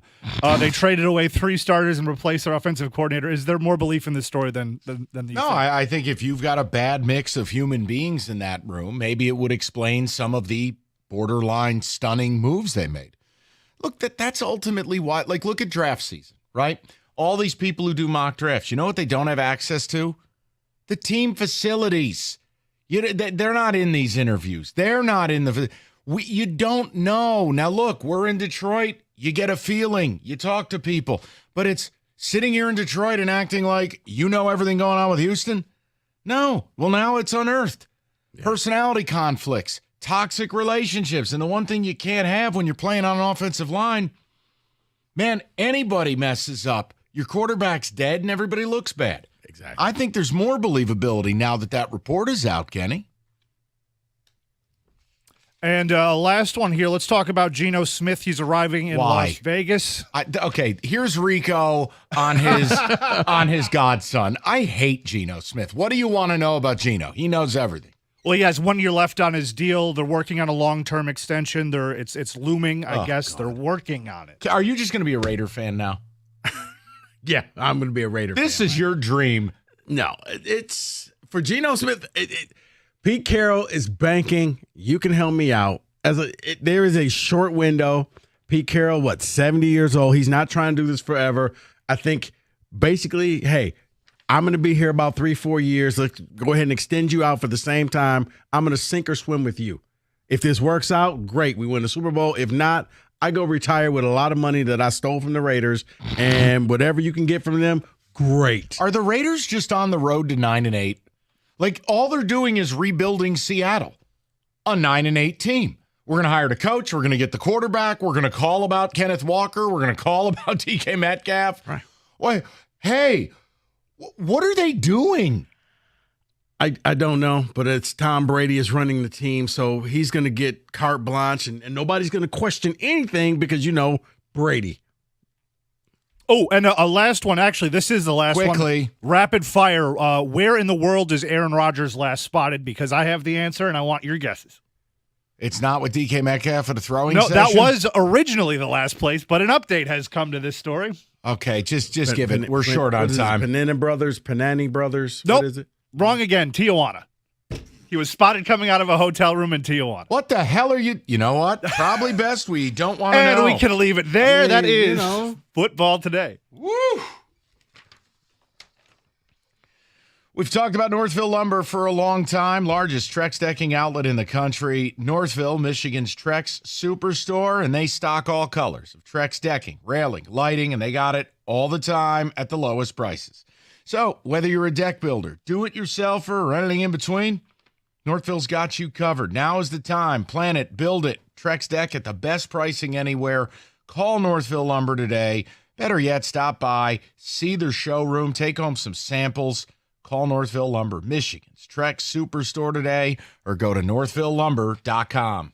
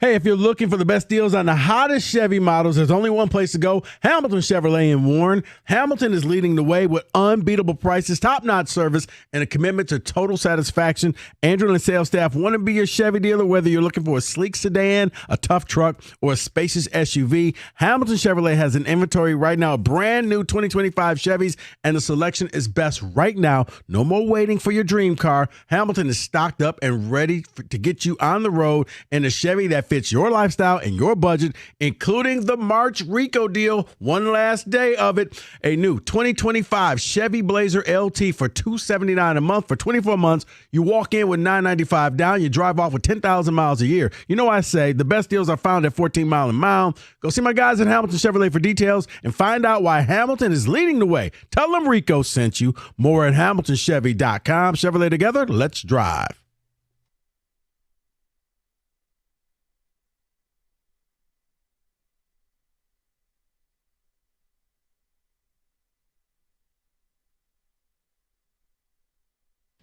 Shout out Piston fans. Hell of a job by you guys. I thought it was a really good conversation. The team is They're ball breakers, man. So the question was like, do you want to fully lean into that? Last night, obviously a fight. Oh, beef stew's involved. But the other side of it is, look, if you want your best chance at a championship, you probably want to lean away from bad boy stuff. Like when everything in your body tells you lean into it, probably lean away. But this team, they were going to win that game last night if they didn't get screwed with who got ejected and how. But again, it doesn't send a good message when Bickerstaff is scrapping. Ron Holland is Beef Stew Jr. Yeah, he is. Be careful. Be careful getting high on your own supply. I understand it worked in 90. It worked in 04. Ain't going to work now. Now, this team, luckily, they score, lead the league in dunks. They can shoot. I want to bring in another superstar this summer. I'm not interested in junkyard dog stuff. No, I want a superstar. JYD. Oh, for all my seals. Oh, yeah. You know what I mean. Right. I don't think we need to settle for less. I think they're an exciting young team. I got to get Cade back on the court. Mm-hmm. I'm not sounding alarm bells. I'm just a little concerned. That's all. Calf injuries are tricky. See, I thought maybe it was just one of those, okay, we're in the playoffs. Let's give Cade some rest. Guess what? He's played this year, and he didn't do the load management thing. But, let's give him a couple days off, get ready for the playoffs. That was Spurs and Pelicans. Yeah. That is not missing games. Well, that's what I'm saying. Which they won. Right. But I right now I'm starting to think maybe there's a little more to it. At first, I just thought you're just giving the big fella a break. Let's go to Ticket Text, and then I do want to get – can I have one segment on Torpedo Bats? And then we can talk about how excited I am for tonight's game because Jackson Jobe gets his first career start. Yes. Also, the Minnesota Twins are being no-hit by the White Sox. They're on their way to 0-4. Oh, watch out for the White Sox. No, okay. Can I just say this? No one has bombed the White Sox more than me. But I have a lot of doubt in my mind they're going to be 50-win bad again. Like, they're going to be better. Mm-hmm. No, I don't think they're going to shock the world or anything. But, like, come on. That was beyond the beyond last year. But go ahead and beat the Twins. Make it easier for us. Kenny, Ticket Text, I know it's been a minute. Go ahead. I agree with your general premise, Mike, but I'm not going to put last night on Isaiah Stewart. The Timberwolves had two adults jump a teenager, and he jumped in to defend his teammates. I'm not blaming. I'm saying, me. His reputation precedes him, and it's the way the league perceives it. For instance, you get into a playoff game against Indiana, and he starts doing the finger point thing. It may not even be his fault. You're going to be the one to pay the price. Yep. Just like Draymond, just like Dylan Brooks, the league has started to identify. I am with you guys. I can't stand DiVincenzo. Even though he's Italian, redheadeds can't be Italian. It's a lie. He is Italian. It's a lie. He's Italian. A lie, and I need a 23andMe to confirm. Well, you know what? Then he paid an awful lot of money for that last name. Maybe Ellis Island screwed it up. The point I'm making, it's not about blame. It's about how you're going to get treated. Go ahead. Well, no, and it's not only that. He's got his reputation, and I don't think he can't change his reputation at all. The league sees him now as a malcontent. When he walked off the court and did the Detroit thing, I'm like, Detroit, oh, no. Across my chest. Detroit. And by the way, what a bunch of losers the T-Wolves are. Wow, doing Malik Beasley's little shuffle after the game. You idiots. There's no Cade, there's no Tobias, and half the team got tossed out. And celebrating? Guess they said scoreboard. Put Minnesota in this division, damn it. Go ahead, Kenny. Sorry. Go ahead, Kenny. Social media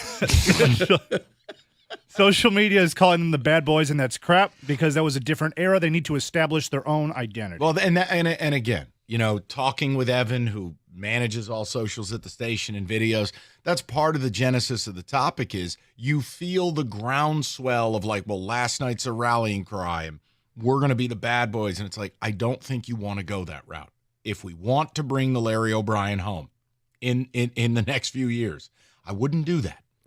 And I don't think we need to. No. This town, it's the easy route. Right. It's like cliche. And it's like, what? The Red Wings never settled. There was no era of the Red Wings called the bad boys with knives on their feet. The Lions right now, they can say grit, but the reality is the Lions are as Hollywood as anybody. Fun, right. They have some of the best players in the sport. And for the Tigers, when they've been good, they have superstars. Fair. So, like, we don't need to accept less. Detroit, by Mike's own assessment, is a free agency wasteland. Only way we can win is to either outspend, which we can't because of the cap, or create an island of misfit toys and go all in on Bad Boys 2.0. Please show me another path. Sure. Option C, trades. Thank you. It's not hard if you're looking. It is a free agency wasteland until you have the team in place. Now, we've seen it before. At different periods when the Pistons are good, quality players have come here for less. Okay? It can happen again. It will happen again.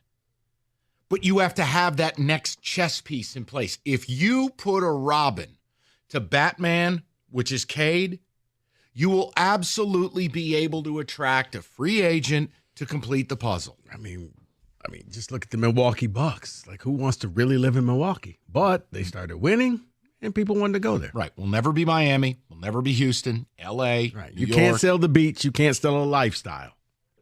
Look, the Celtics aren't a free agency destination.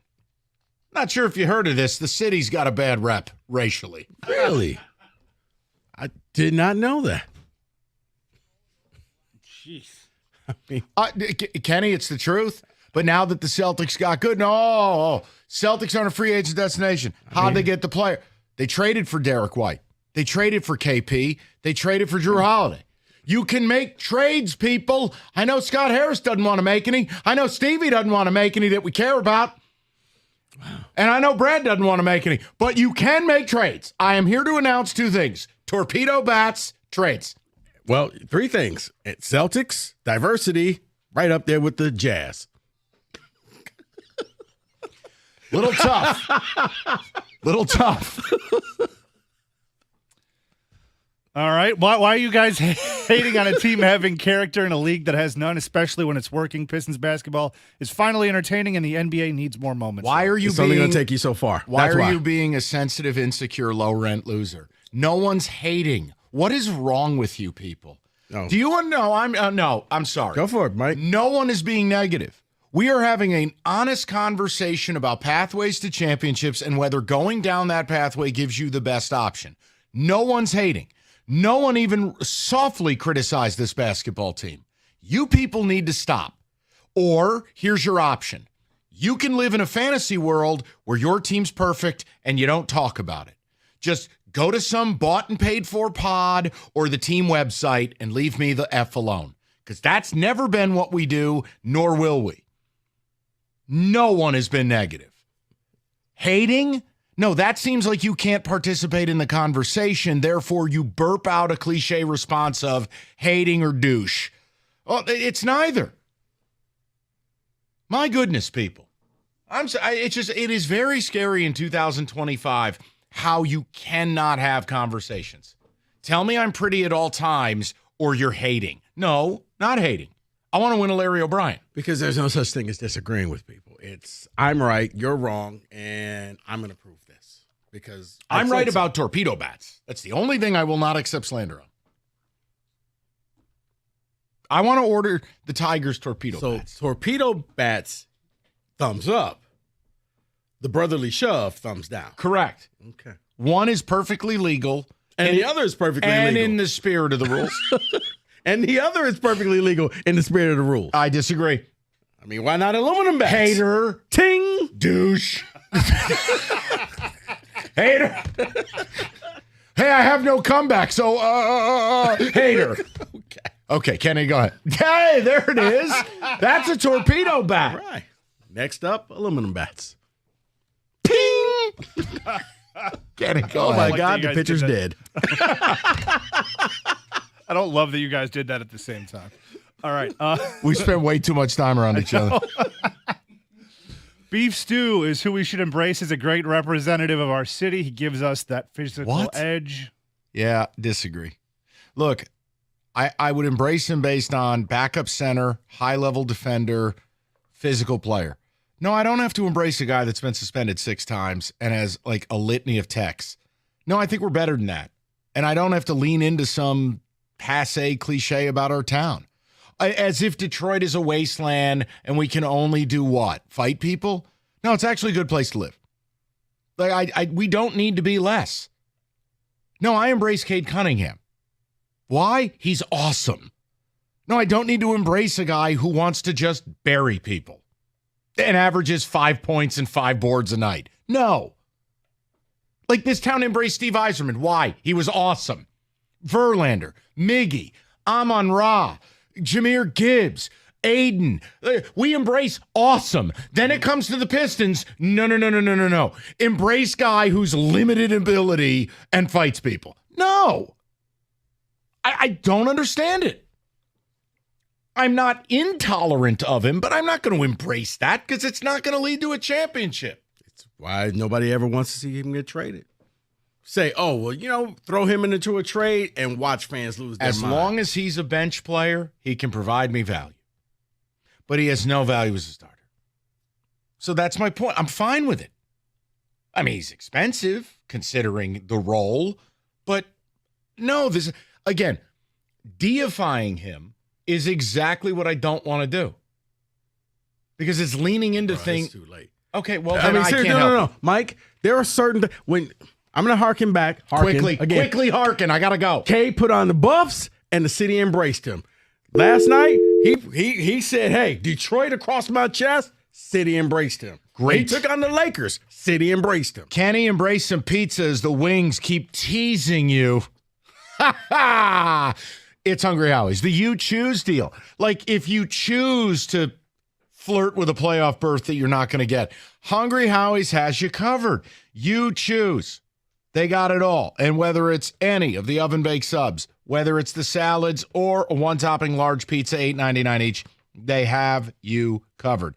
Also now, you can get your favorite pizza for a low price. They have a deal right now, 51% off any pizza at regular price. And that's any.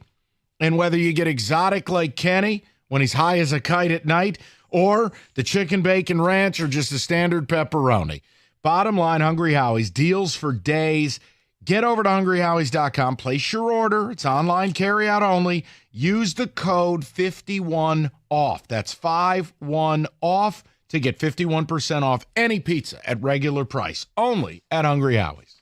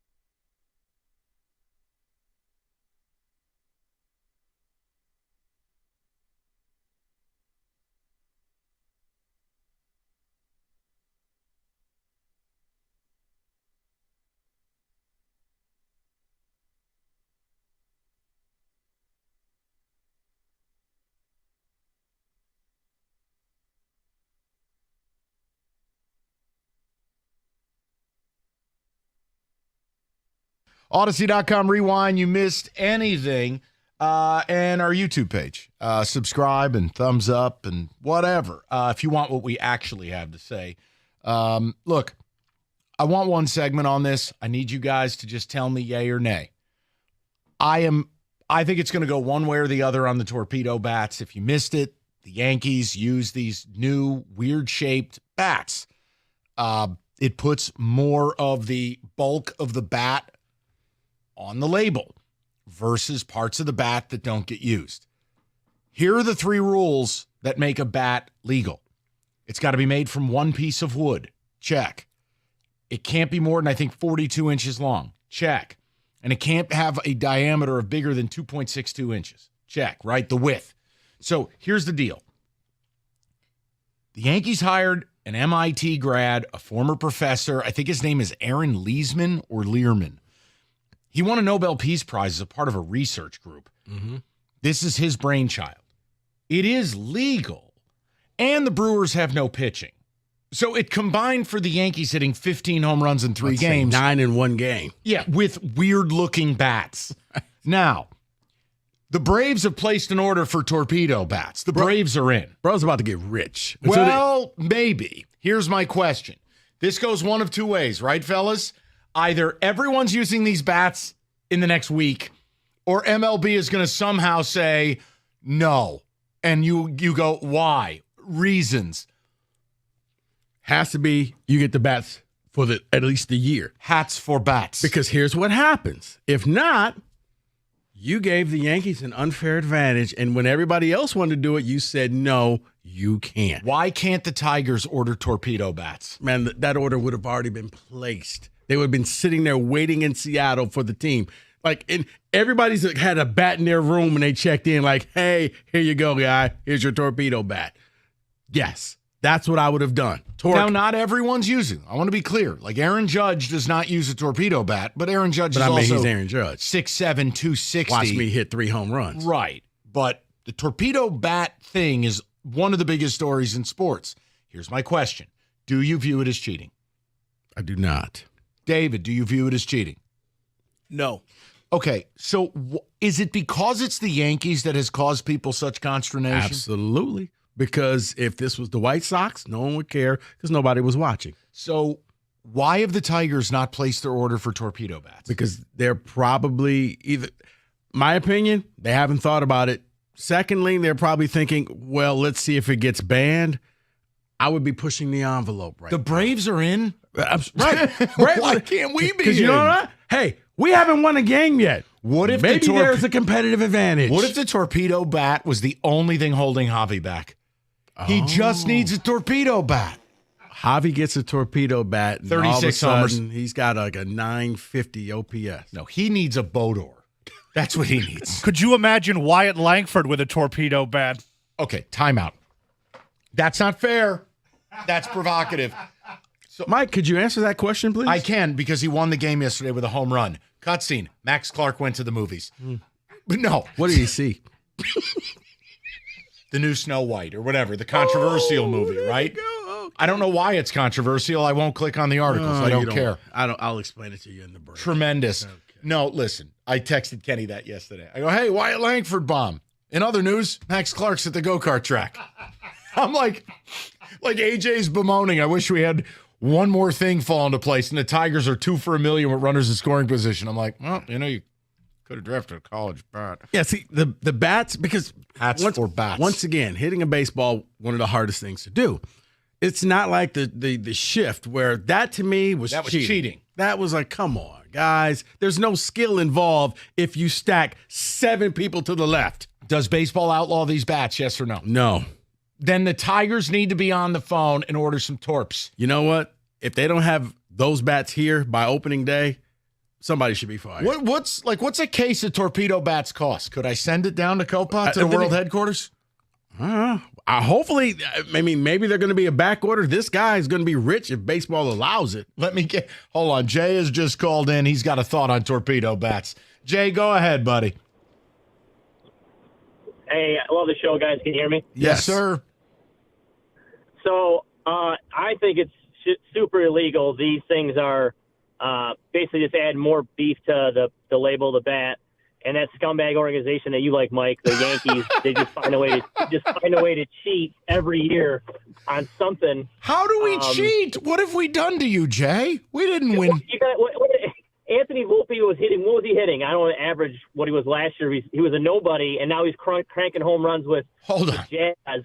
And in the season opener, these guys they're not skilled. So you're going to add beef to the bat so the pitching doesn't matter. I mean, I know the Brewers don't have great pitching, but no. I just think it's cheating baseball and cheating pitchers.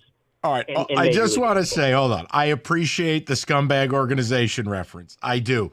But to be fair, Volpe, you're right, not a power hitter. I know he's got 2 homers this year, but he did have 21 as a rookie, and he was arguably a top 5 prospect in the game.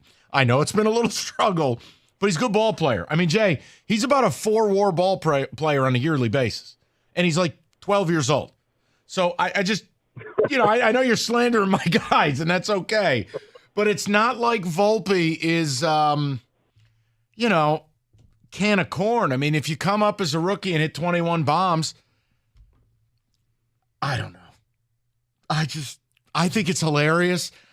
They're not illegal by design, but they feel illegal. Can I do this? Mm-hmm. Can I at least have a week of data before I know that torpedo bats are a cheat code? Well, I'm sure you can find it because Brandon. Can I? No. Hey, Scoops. Brandon. Wow.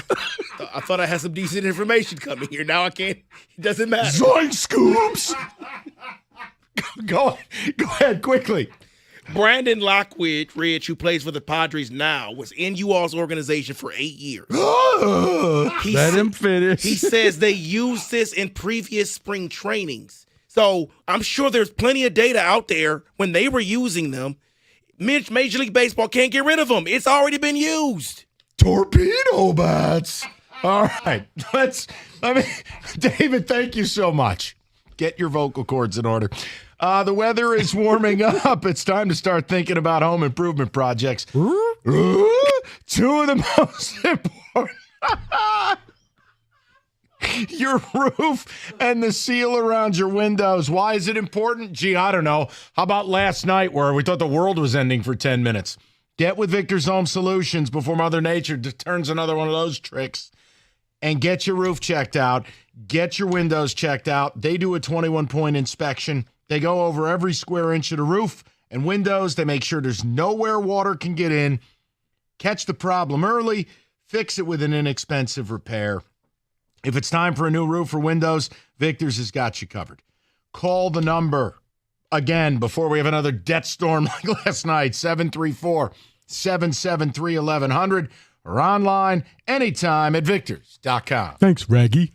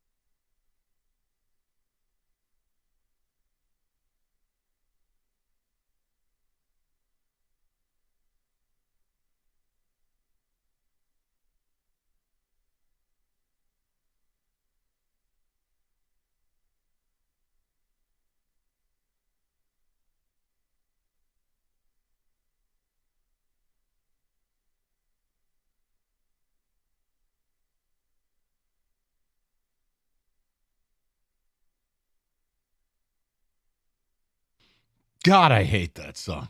All right, 5 o'clock. It is great to have you with us on a jam-packed Monday. Let me give you your menu.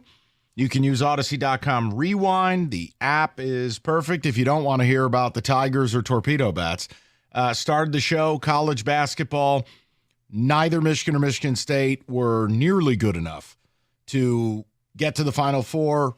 Auburn dusted both of us, which is why that stupid Michigan State topic upset me so much last week. The point is, the cost of doing business is going up. Yeah. And is either team going to be prepared or willing to do what it takes? Louisville, $8 to $10 million on their roster, the latest report. Izzo is never going there, and therefore there's no point.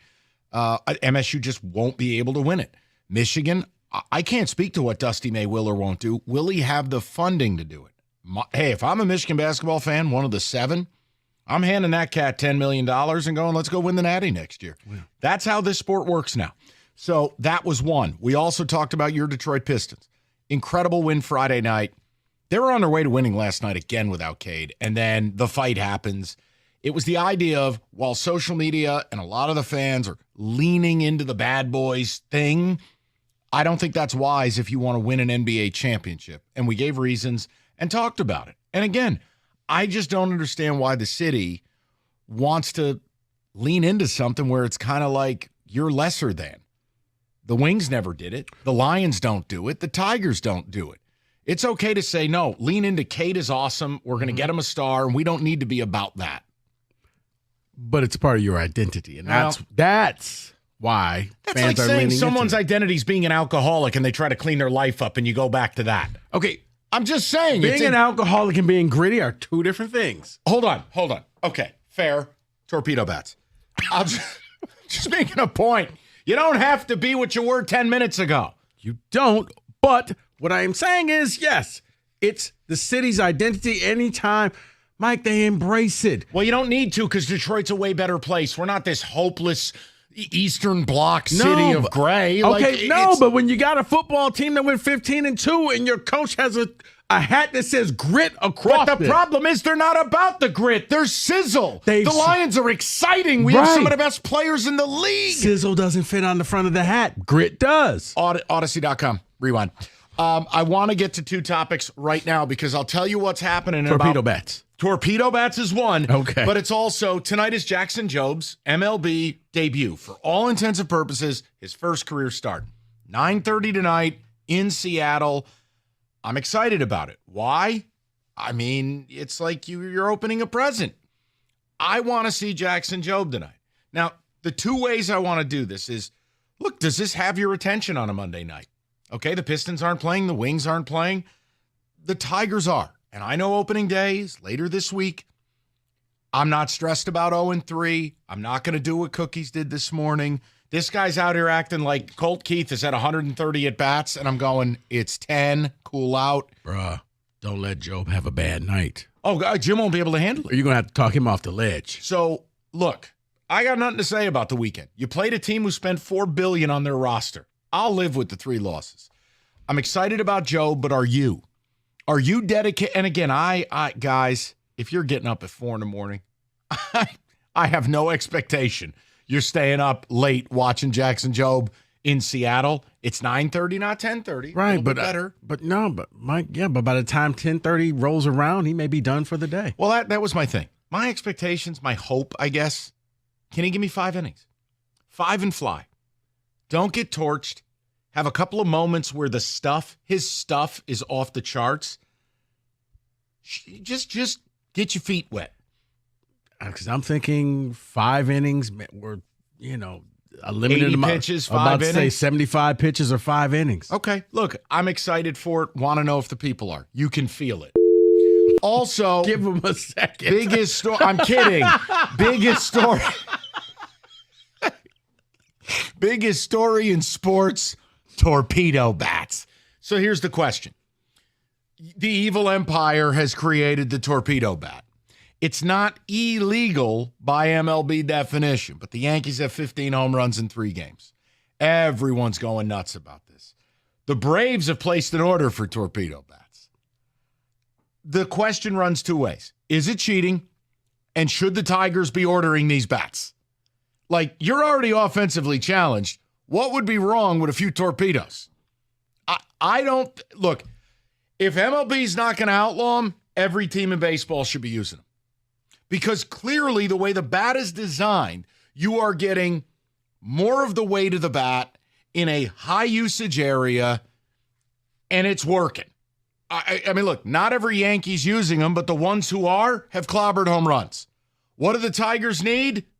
More things at the plate. I mean, maybe if you give Torque one, he'll really tear the cover off the ball. So I would really love to know, why haven't the Tigers ordered their torps? Arm the torpedoes. It works. And the Braves are in. They need to be. Yeah, it was a rough weekend. So look, torpedo bats, is it cheating? Should the Tigers get involved? And then, yes, Job tonight, I'm excited about it. I'm just pretending the team is 0-0. I'm not worried about it, right? I mean, okay, I'm done with the Dodgers now. I got 159 to go. The White Sox, the Twins, Guardians, Royals, they'll all get waxed by the Dodgers. Just go play. Yeah. See, for me, Job is, I just want to see, I'm coming in with zero expectations. You just want to see. Right. I just want to see, can you make it to 4 innings? 4. If you get to 5, great. But you know they're going to have a quick hook. Torpedo. Let's hope that the Mariners don't have any. 248-539-9797, and I will tell you the excitement for Job's debut is palpable. Look, I understand you don't think the season starts until you're blackout on the Nemo bus, but it started, guys. It's live fire. It's here. Wait, here they are. Oops, sorry. So let's wrap. And again, I'm fine. If you want to call the Yankees cheating scumbags, that's fine. But until or unless MLB outlaws these things, it's not. Because it's one piece of wood, you're just moving the dimensions of the bat. So it's not like you're creating this wonder bat. It's just a baseball bat. But it is a wonder bat. It's not. And I think, and some of it may just be psychological that I'm going to hit better with this bat. The bat's really not that big of a difference, but psychologically, it is. Yeah, the other thing is Brewers don't have pitching. Just to be fair. And it's 3 games. Maybe the bats aren't special after 7 games. I mean, Judge didn't need it. But Aaron Judge is built like a transformer. It's different. Regular season Judge? Yeah, primarily. Well, he made me some money. 248-539-9797. I'd ask David for his opinion, but we would just have to play David Banner Whisper Song because he can't talk. Kenny. Oh, I'm sorry, Kenny. There you go. Kenny, are the torpedo bats cheating, and does Jackson Jobe have your attention tonight? No and yes. I do not think the bats are cheating at all. I think they're within the rules. Should the Tigers have an order in? Yes. I would be surprised if they didn't already. I think every team, after seeing what the Yankees did, probably has the order in just to see what they look like in batting practice, just to get a feel of what that might look like. And, yeah, obviously, it's like to see Jobe. I feel like it brings me back to, remember when Mize Day was a thing, whenever he'd get a start, when we first didn't know anything about him? And he was the next guy. See, I was depressed to watch him. Why were you depressed to watch him? Because he had no swing and miss capability. He couldn't strike anybody out. I remember watching his games, and I'm like, oh, God, this is... But he was supposed to be the next guy, is my point. Jobe is supposed to be the next guy. So, I think I'm more excited to watch Mize now. Like, have you fixed things? You know what I mean? Like, I'm more excited to watch him tomorrow. Now you're making me sad to watch. All right. 248-539-9797. Jobe Mania. Whatever. You know what? I give up. They're taking a nap now. They're getting ready. It's fine. Torp bats. Just come on. Scott Harris, if you're at the headquarters. Torque bats? Oh.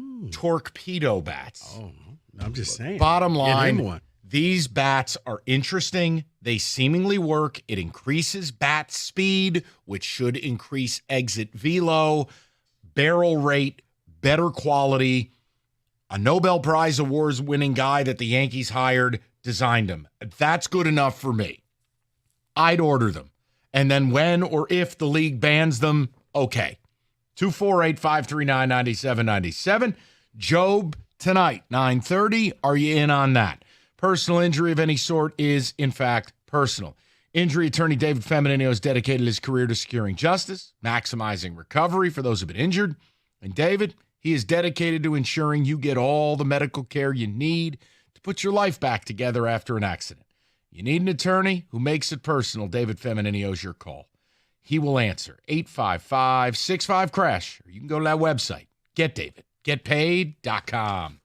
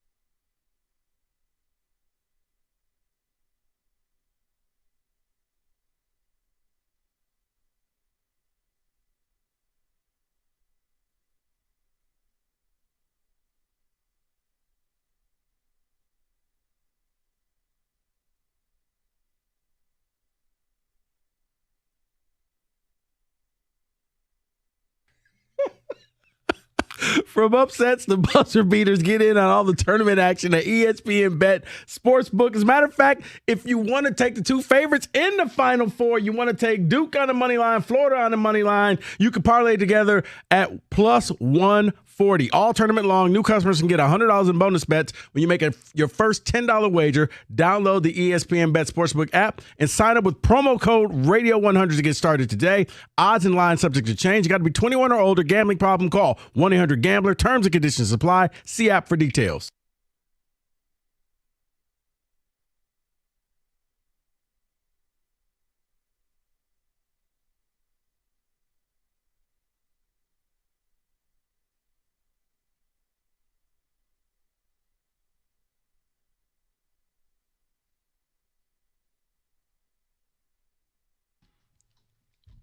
Let's get to the people. Job, very excited to see the debut tonight, his first start, and also torpedo bets. I don't know. I don't know if this is a revolution, but I'll be damned if I don't see the Tigers using these things. It feels like you're not giving yourself the best chance.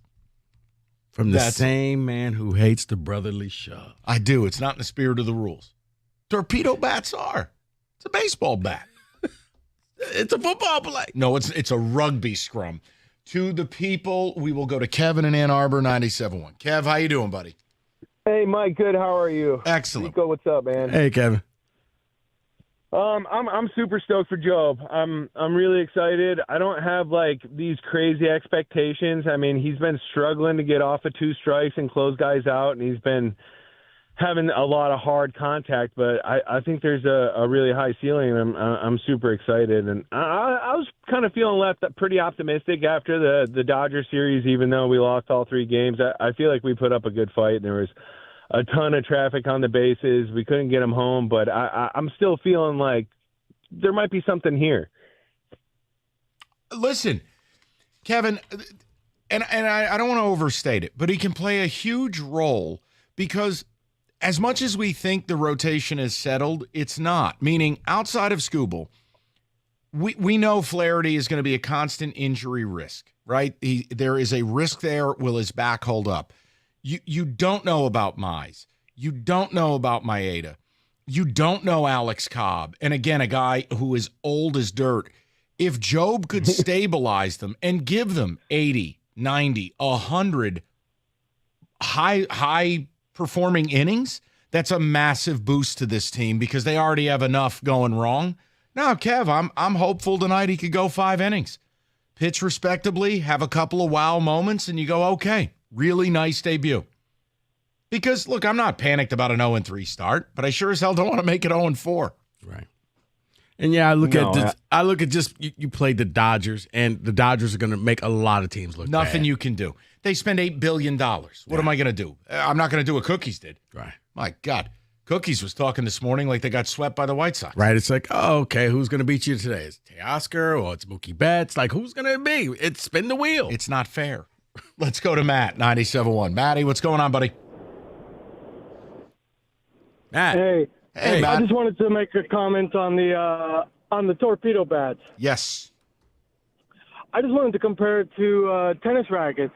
Imagine somebody step into a modern Wimbledon with an old wooden racket. I mean, the sweet spot in a modern tennis racket is twice the size of an old racket. The heads are huge.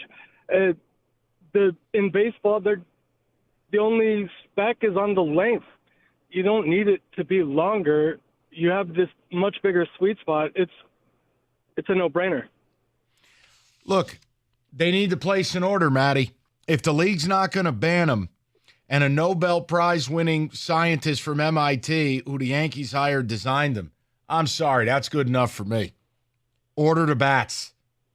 Fire the torpedoes. Right. And come on. And as David said, they've been using them in spring training, so it's not like this is brand new. The league knew of these bats, and I think the Yankees just said, why aren't we using them in, real life? Because it's a risk. It is a risk. I mean, you do put yourself out there for criticism. You do put yourself out there that if it doesn't work, you look like a fool ass.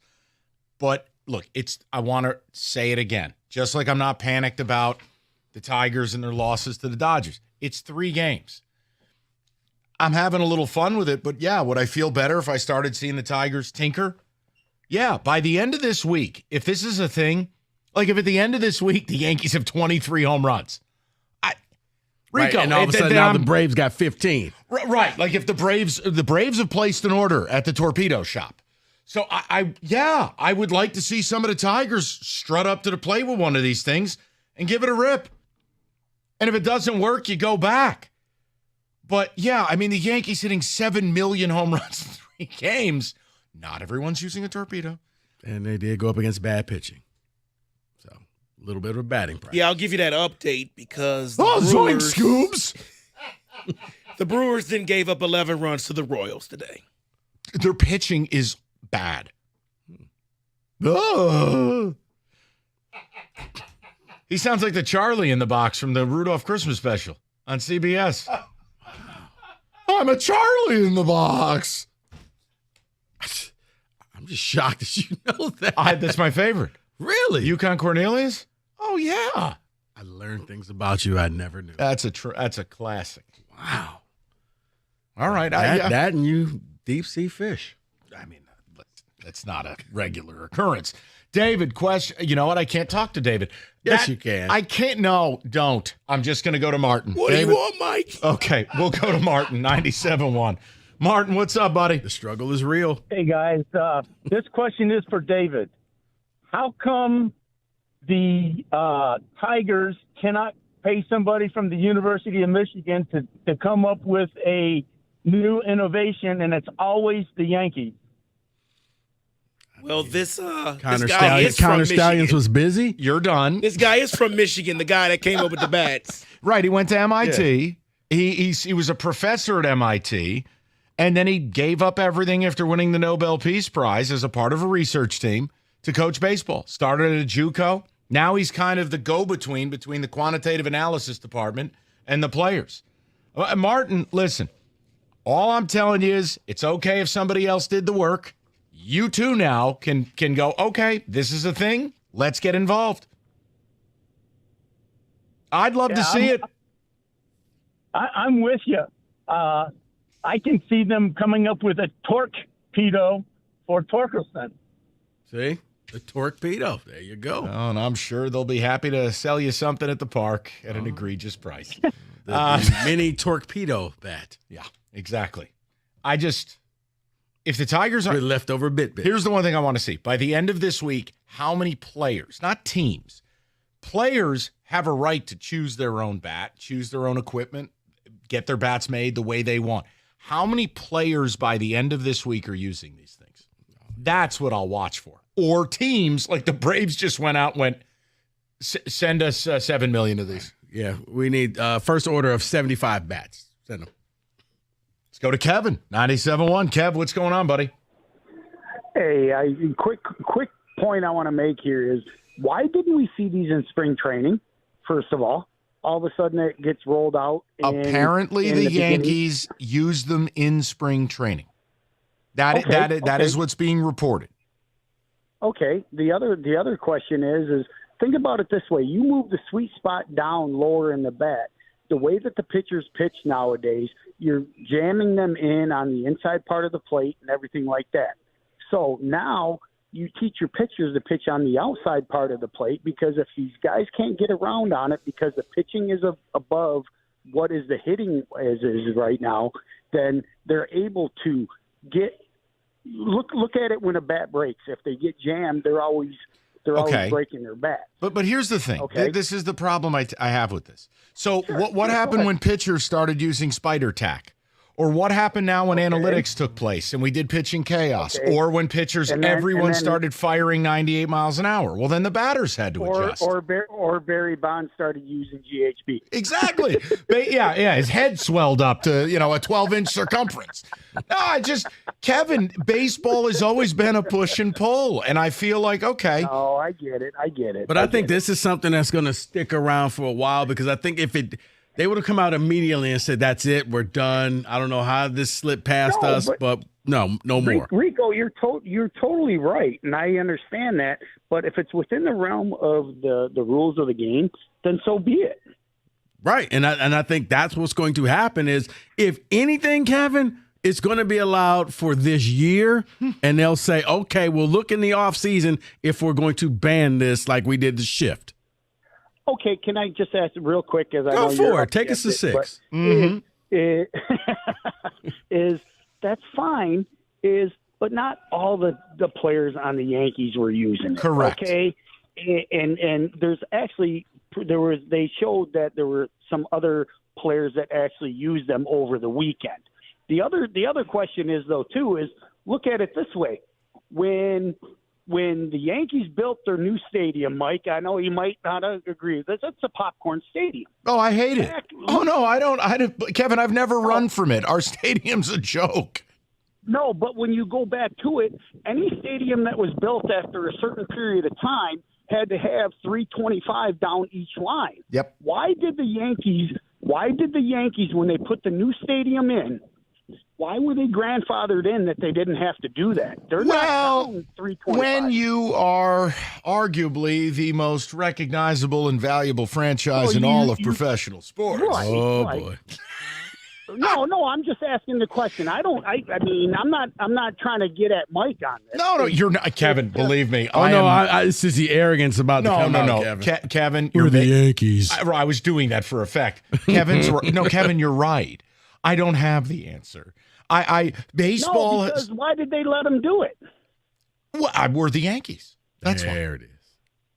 There it is, Mike. No, that's all good. No, I was waiting for that answer, and I wanted to laugh about it. That's all. I don't have a good answer. The Yankees are the Death Star. I know that.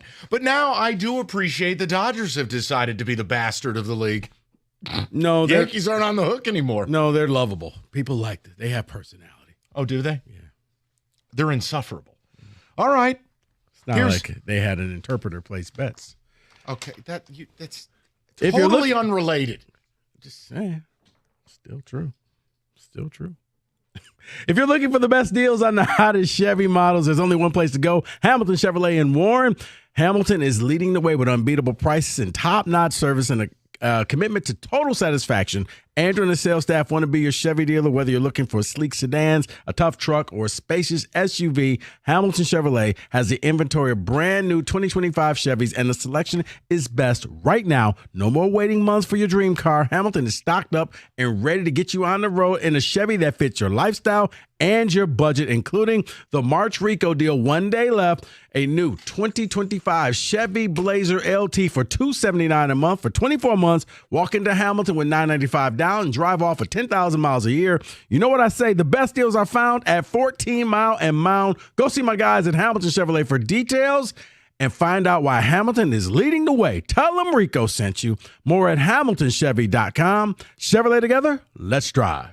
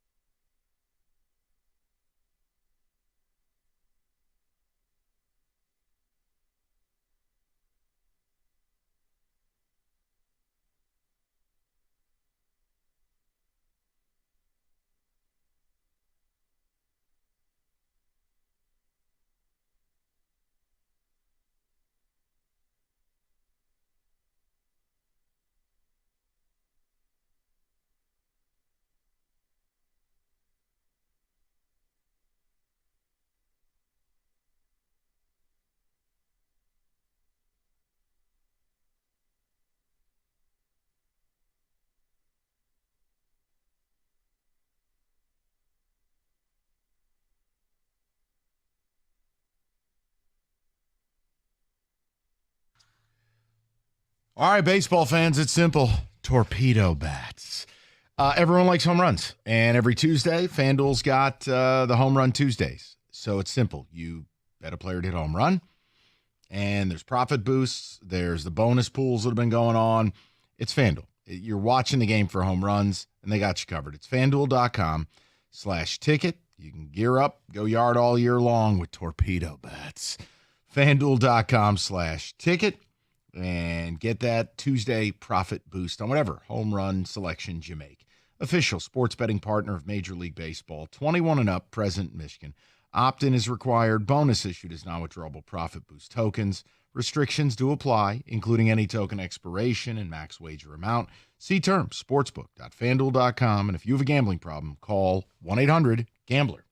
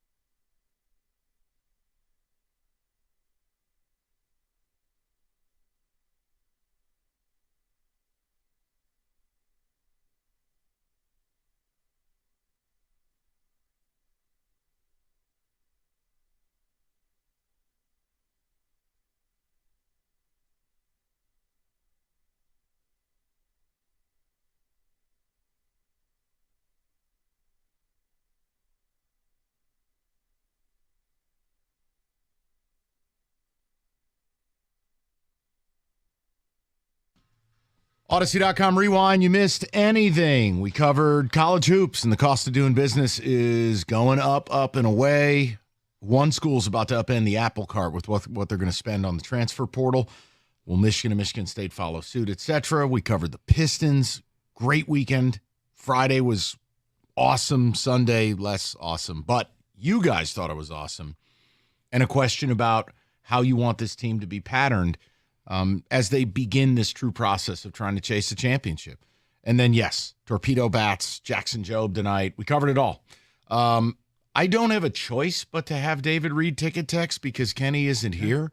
Yeah. But when I tell you David sounds like a character from Scooby-Doo, the vocal cords, yikes. And David, congratulations. Michigan got a point guard out the portal. Well, we'll see. And he fits right in because he was second in the ACC in turnovers. Yeah.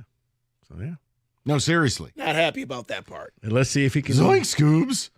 He's not going to get Caleb loved and just said, nah, your grades aren't good enough. Hashtag fake North Carolina classes. It's amazing NC got away with that when you really think about it. Is it really? Yeah, it's part of the reason I'm just largely done with college sports. It's all fugazi. I had nothing to do with that or. No. It's not on you. All right. I'm quite sure they were all totally shocked at that news. Just the Harbaugh thing? Listen, I have done a good job leaving it alone, even with the Weiss stuff. Look. Totally shocked. Just show me the NOA. Show me the punishments. It is amazing to me with the amount of scandals in that football program and athletic department. I haven't seen a Wolverine Secrets. I just haven't seen a comprehensive expose done. Like, where's Bob Lee and that bloated head of his in all his faux outrage? It's fine. It's fine. Yeah, I don't think you never will. No. Too many high-ranking Wolverine executives at ESPN. Yeah, Factual, by the way. Parking spots and credentials. Yeah, and Fox, by the way. Another Wolverine ESPN, running that operation. Fox, yeah. It's okay. So I'll just do nothing. David, Ticket Texas, Wojo. I mean, these guys, Wojo straight off the airplane. Oh, I could tell. That's what I was like, you came straight off the plane. He's like, how could you tell? You could just see the look. Well, you could see the sweat on his forehead. That's a lot of walking through the terminal. Wrinkled jacket. Wait, what? He's sweating gin. Sit down. Do some radio for a few minutes, will you, please? Yeah, back from Atlanta. He looks like he just came straight from the retirement. You want to air any grievances? You always got a problem with what we do? What do you got? No. No grievances. I will say this. We need to marshal the forces and march on Auburn. Right? What did Auburn do to us? They spent money. That's what they did. Oh, my God. And I'm telling you, and I know Izzo said it wasn't really, that crowd, I was telling the little Rieger kid, that's one of the loudest arenas I've ever heard for any event. Yeah, and it's a home court advantage earned by the number one overall seed. Yep. My thing is this. It's when you spend $1.5 million, you get Janai Broom. When you spend 10% of that, you get Frank Zappalala or whatever his name is. So how much? You combine the two of them, Fiddler and Zappala. Well, just go with it. My point is, I know. You just see it was varsity versus JV. It was. And that's why the whole topic about Michigan State was so dumb last week. Well, I was just going to say, if you guys actually just rooted for Michigan to beat that Auburn, we could have had the rematch. Just think about that. You still don't get Such an easier matchup. No, it's that it showed us we aren't nearly good enough, which is what I wanted versus I've experienced Final Four Saturday night where MSU gets its head taken off, 6 times? I'm good. It still does come down to volume of athletes and size of athletes. Correct, and cost. And cost. But, I mean, as far as winning a game, those Auburn, they're not great basketball players, but their arms are a mile long, and they Tahad Pettiford. No, he is. That's special offensive talent. And John, do not call him Johnny. Oh, somebody called him Johnny. Johnny Broom.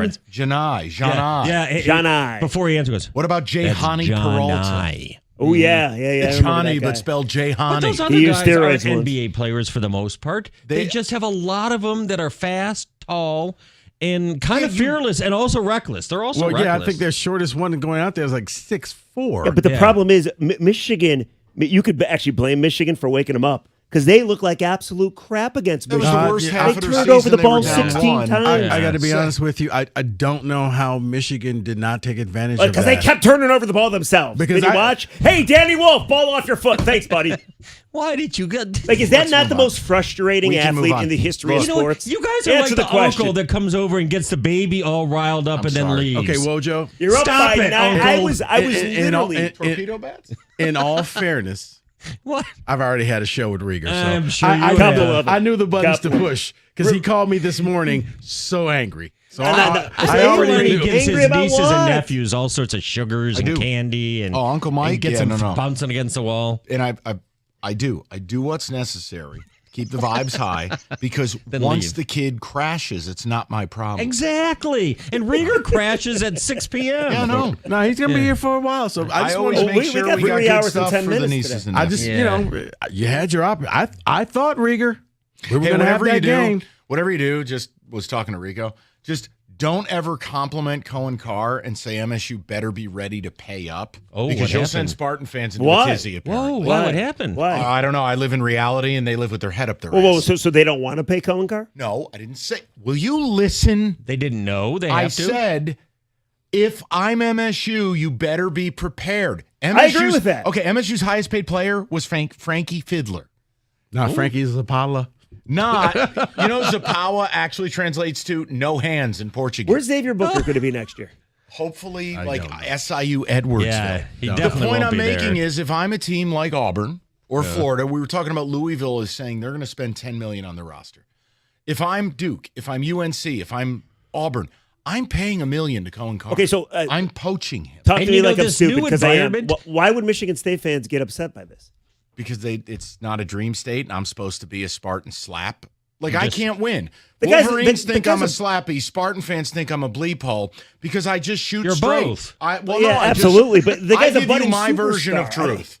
Yeah, but you know what? In this new NIL world, this might be perfect for the SEC in basketball and not so much in football. Correct. Because all you got to do is buy 2, And that was my maybe point. 3 players. My whole point is and that's imagine just Cohen it. Carr playing power forward for Alabama. I know. That's just it. It's like, for a guy like Izzo, you only have to go out and spend a lot of money on maybe 2 players. Now, you're going to have to take care of your own. And that's where the Cohen Carr thing comes in. That's where the players that you have, you got to make sure they're happy. Because it's going to cost $1 million when you get a good player. Yeah, If Louisville's spending $10 million, do the math. Yeah. 10 players, Now, $10 million. I want to see what happens when Dusty May actually gets the foundation there because I think he's going to have to flip this team again. You need to go he to is. Larry He is. Ellison, get $10 million, and Dusty could be in the Final Four next year. The foundation that Michigan has is simply Dusty May. Seems like he can put together a team of a transfer because that's all. They don't have a bunch coming that's back. okay. No. because- But I'm saying eventually, I think I don't know. You know him, but you probably want to have a group of guys that you know you'll have from year to year, at least for 3 years. No, portal only. Yeah, Okay. portal. Okay, I'm done. We're done. Yeah, You were great. We'll today, also hit Rico. the little torpedo bat thing with Oh, the yeah. you're cheating. Damn That's Mike's guy Yankees. right there. It's Yeah. Job Day. He was at Mike's wedding, apparently. Rieger. Not true. Yeah, and Rieger, sorry we didn't have the game that you wanted. Yeah, listen. I'm thought we were not. close. Thank God. God, I was Thank God. so excited at about We'll talk to everybody 11 tomorrow. o'clock on He's Friday still night. talking, isn't he? Yeah, he's still talking.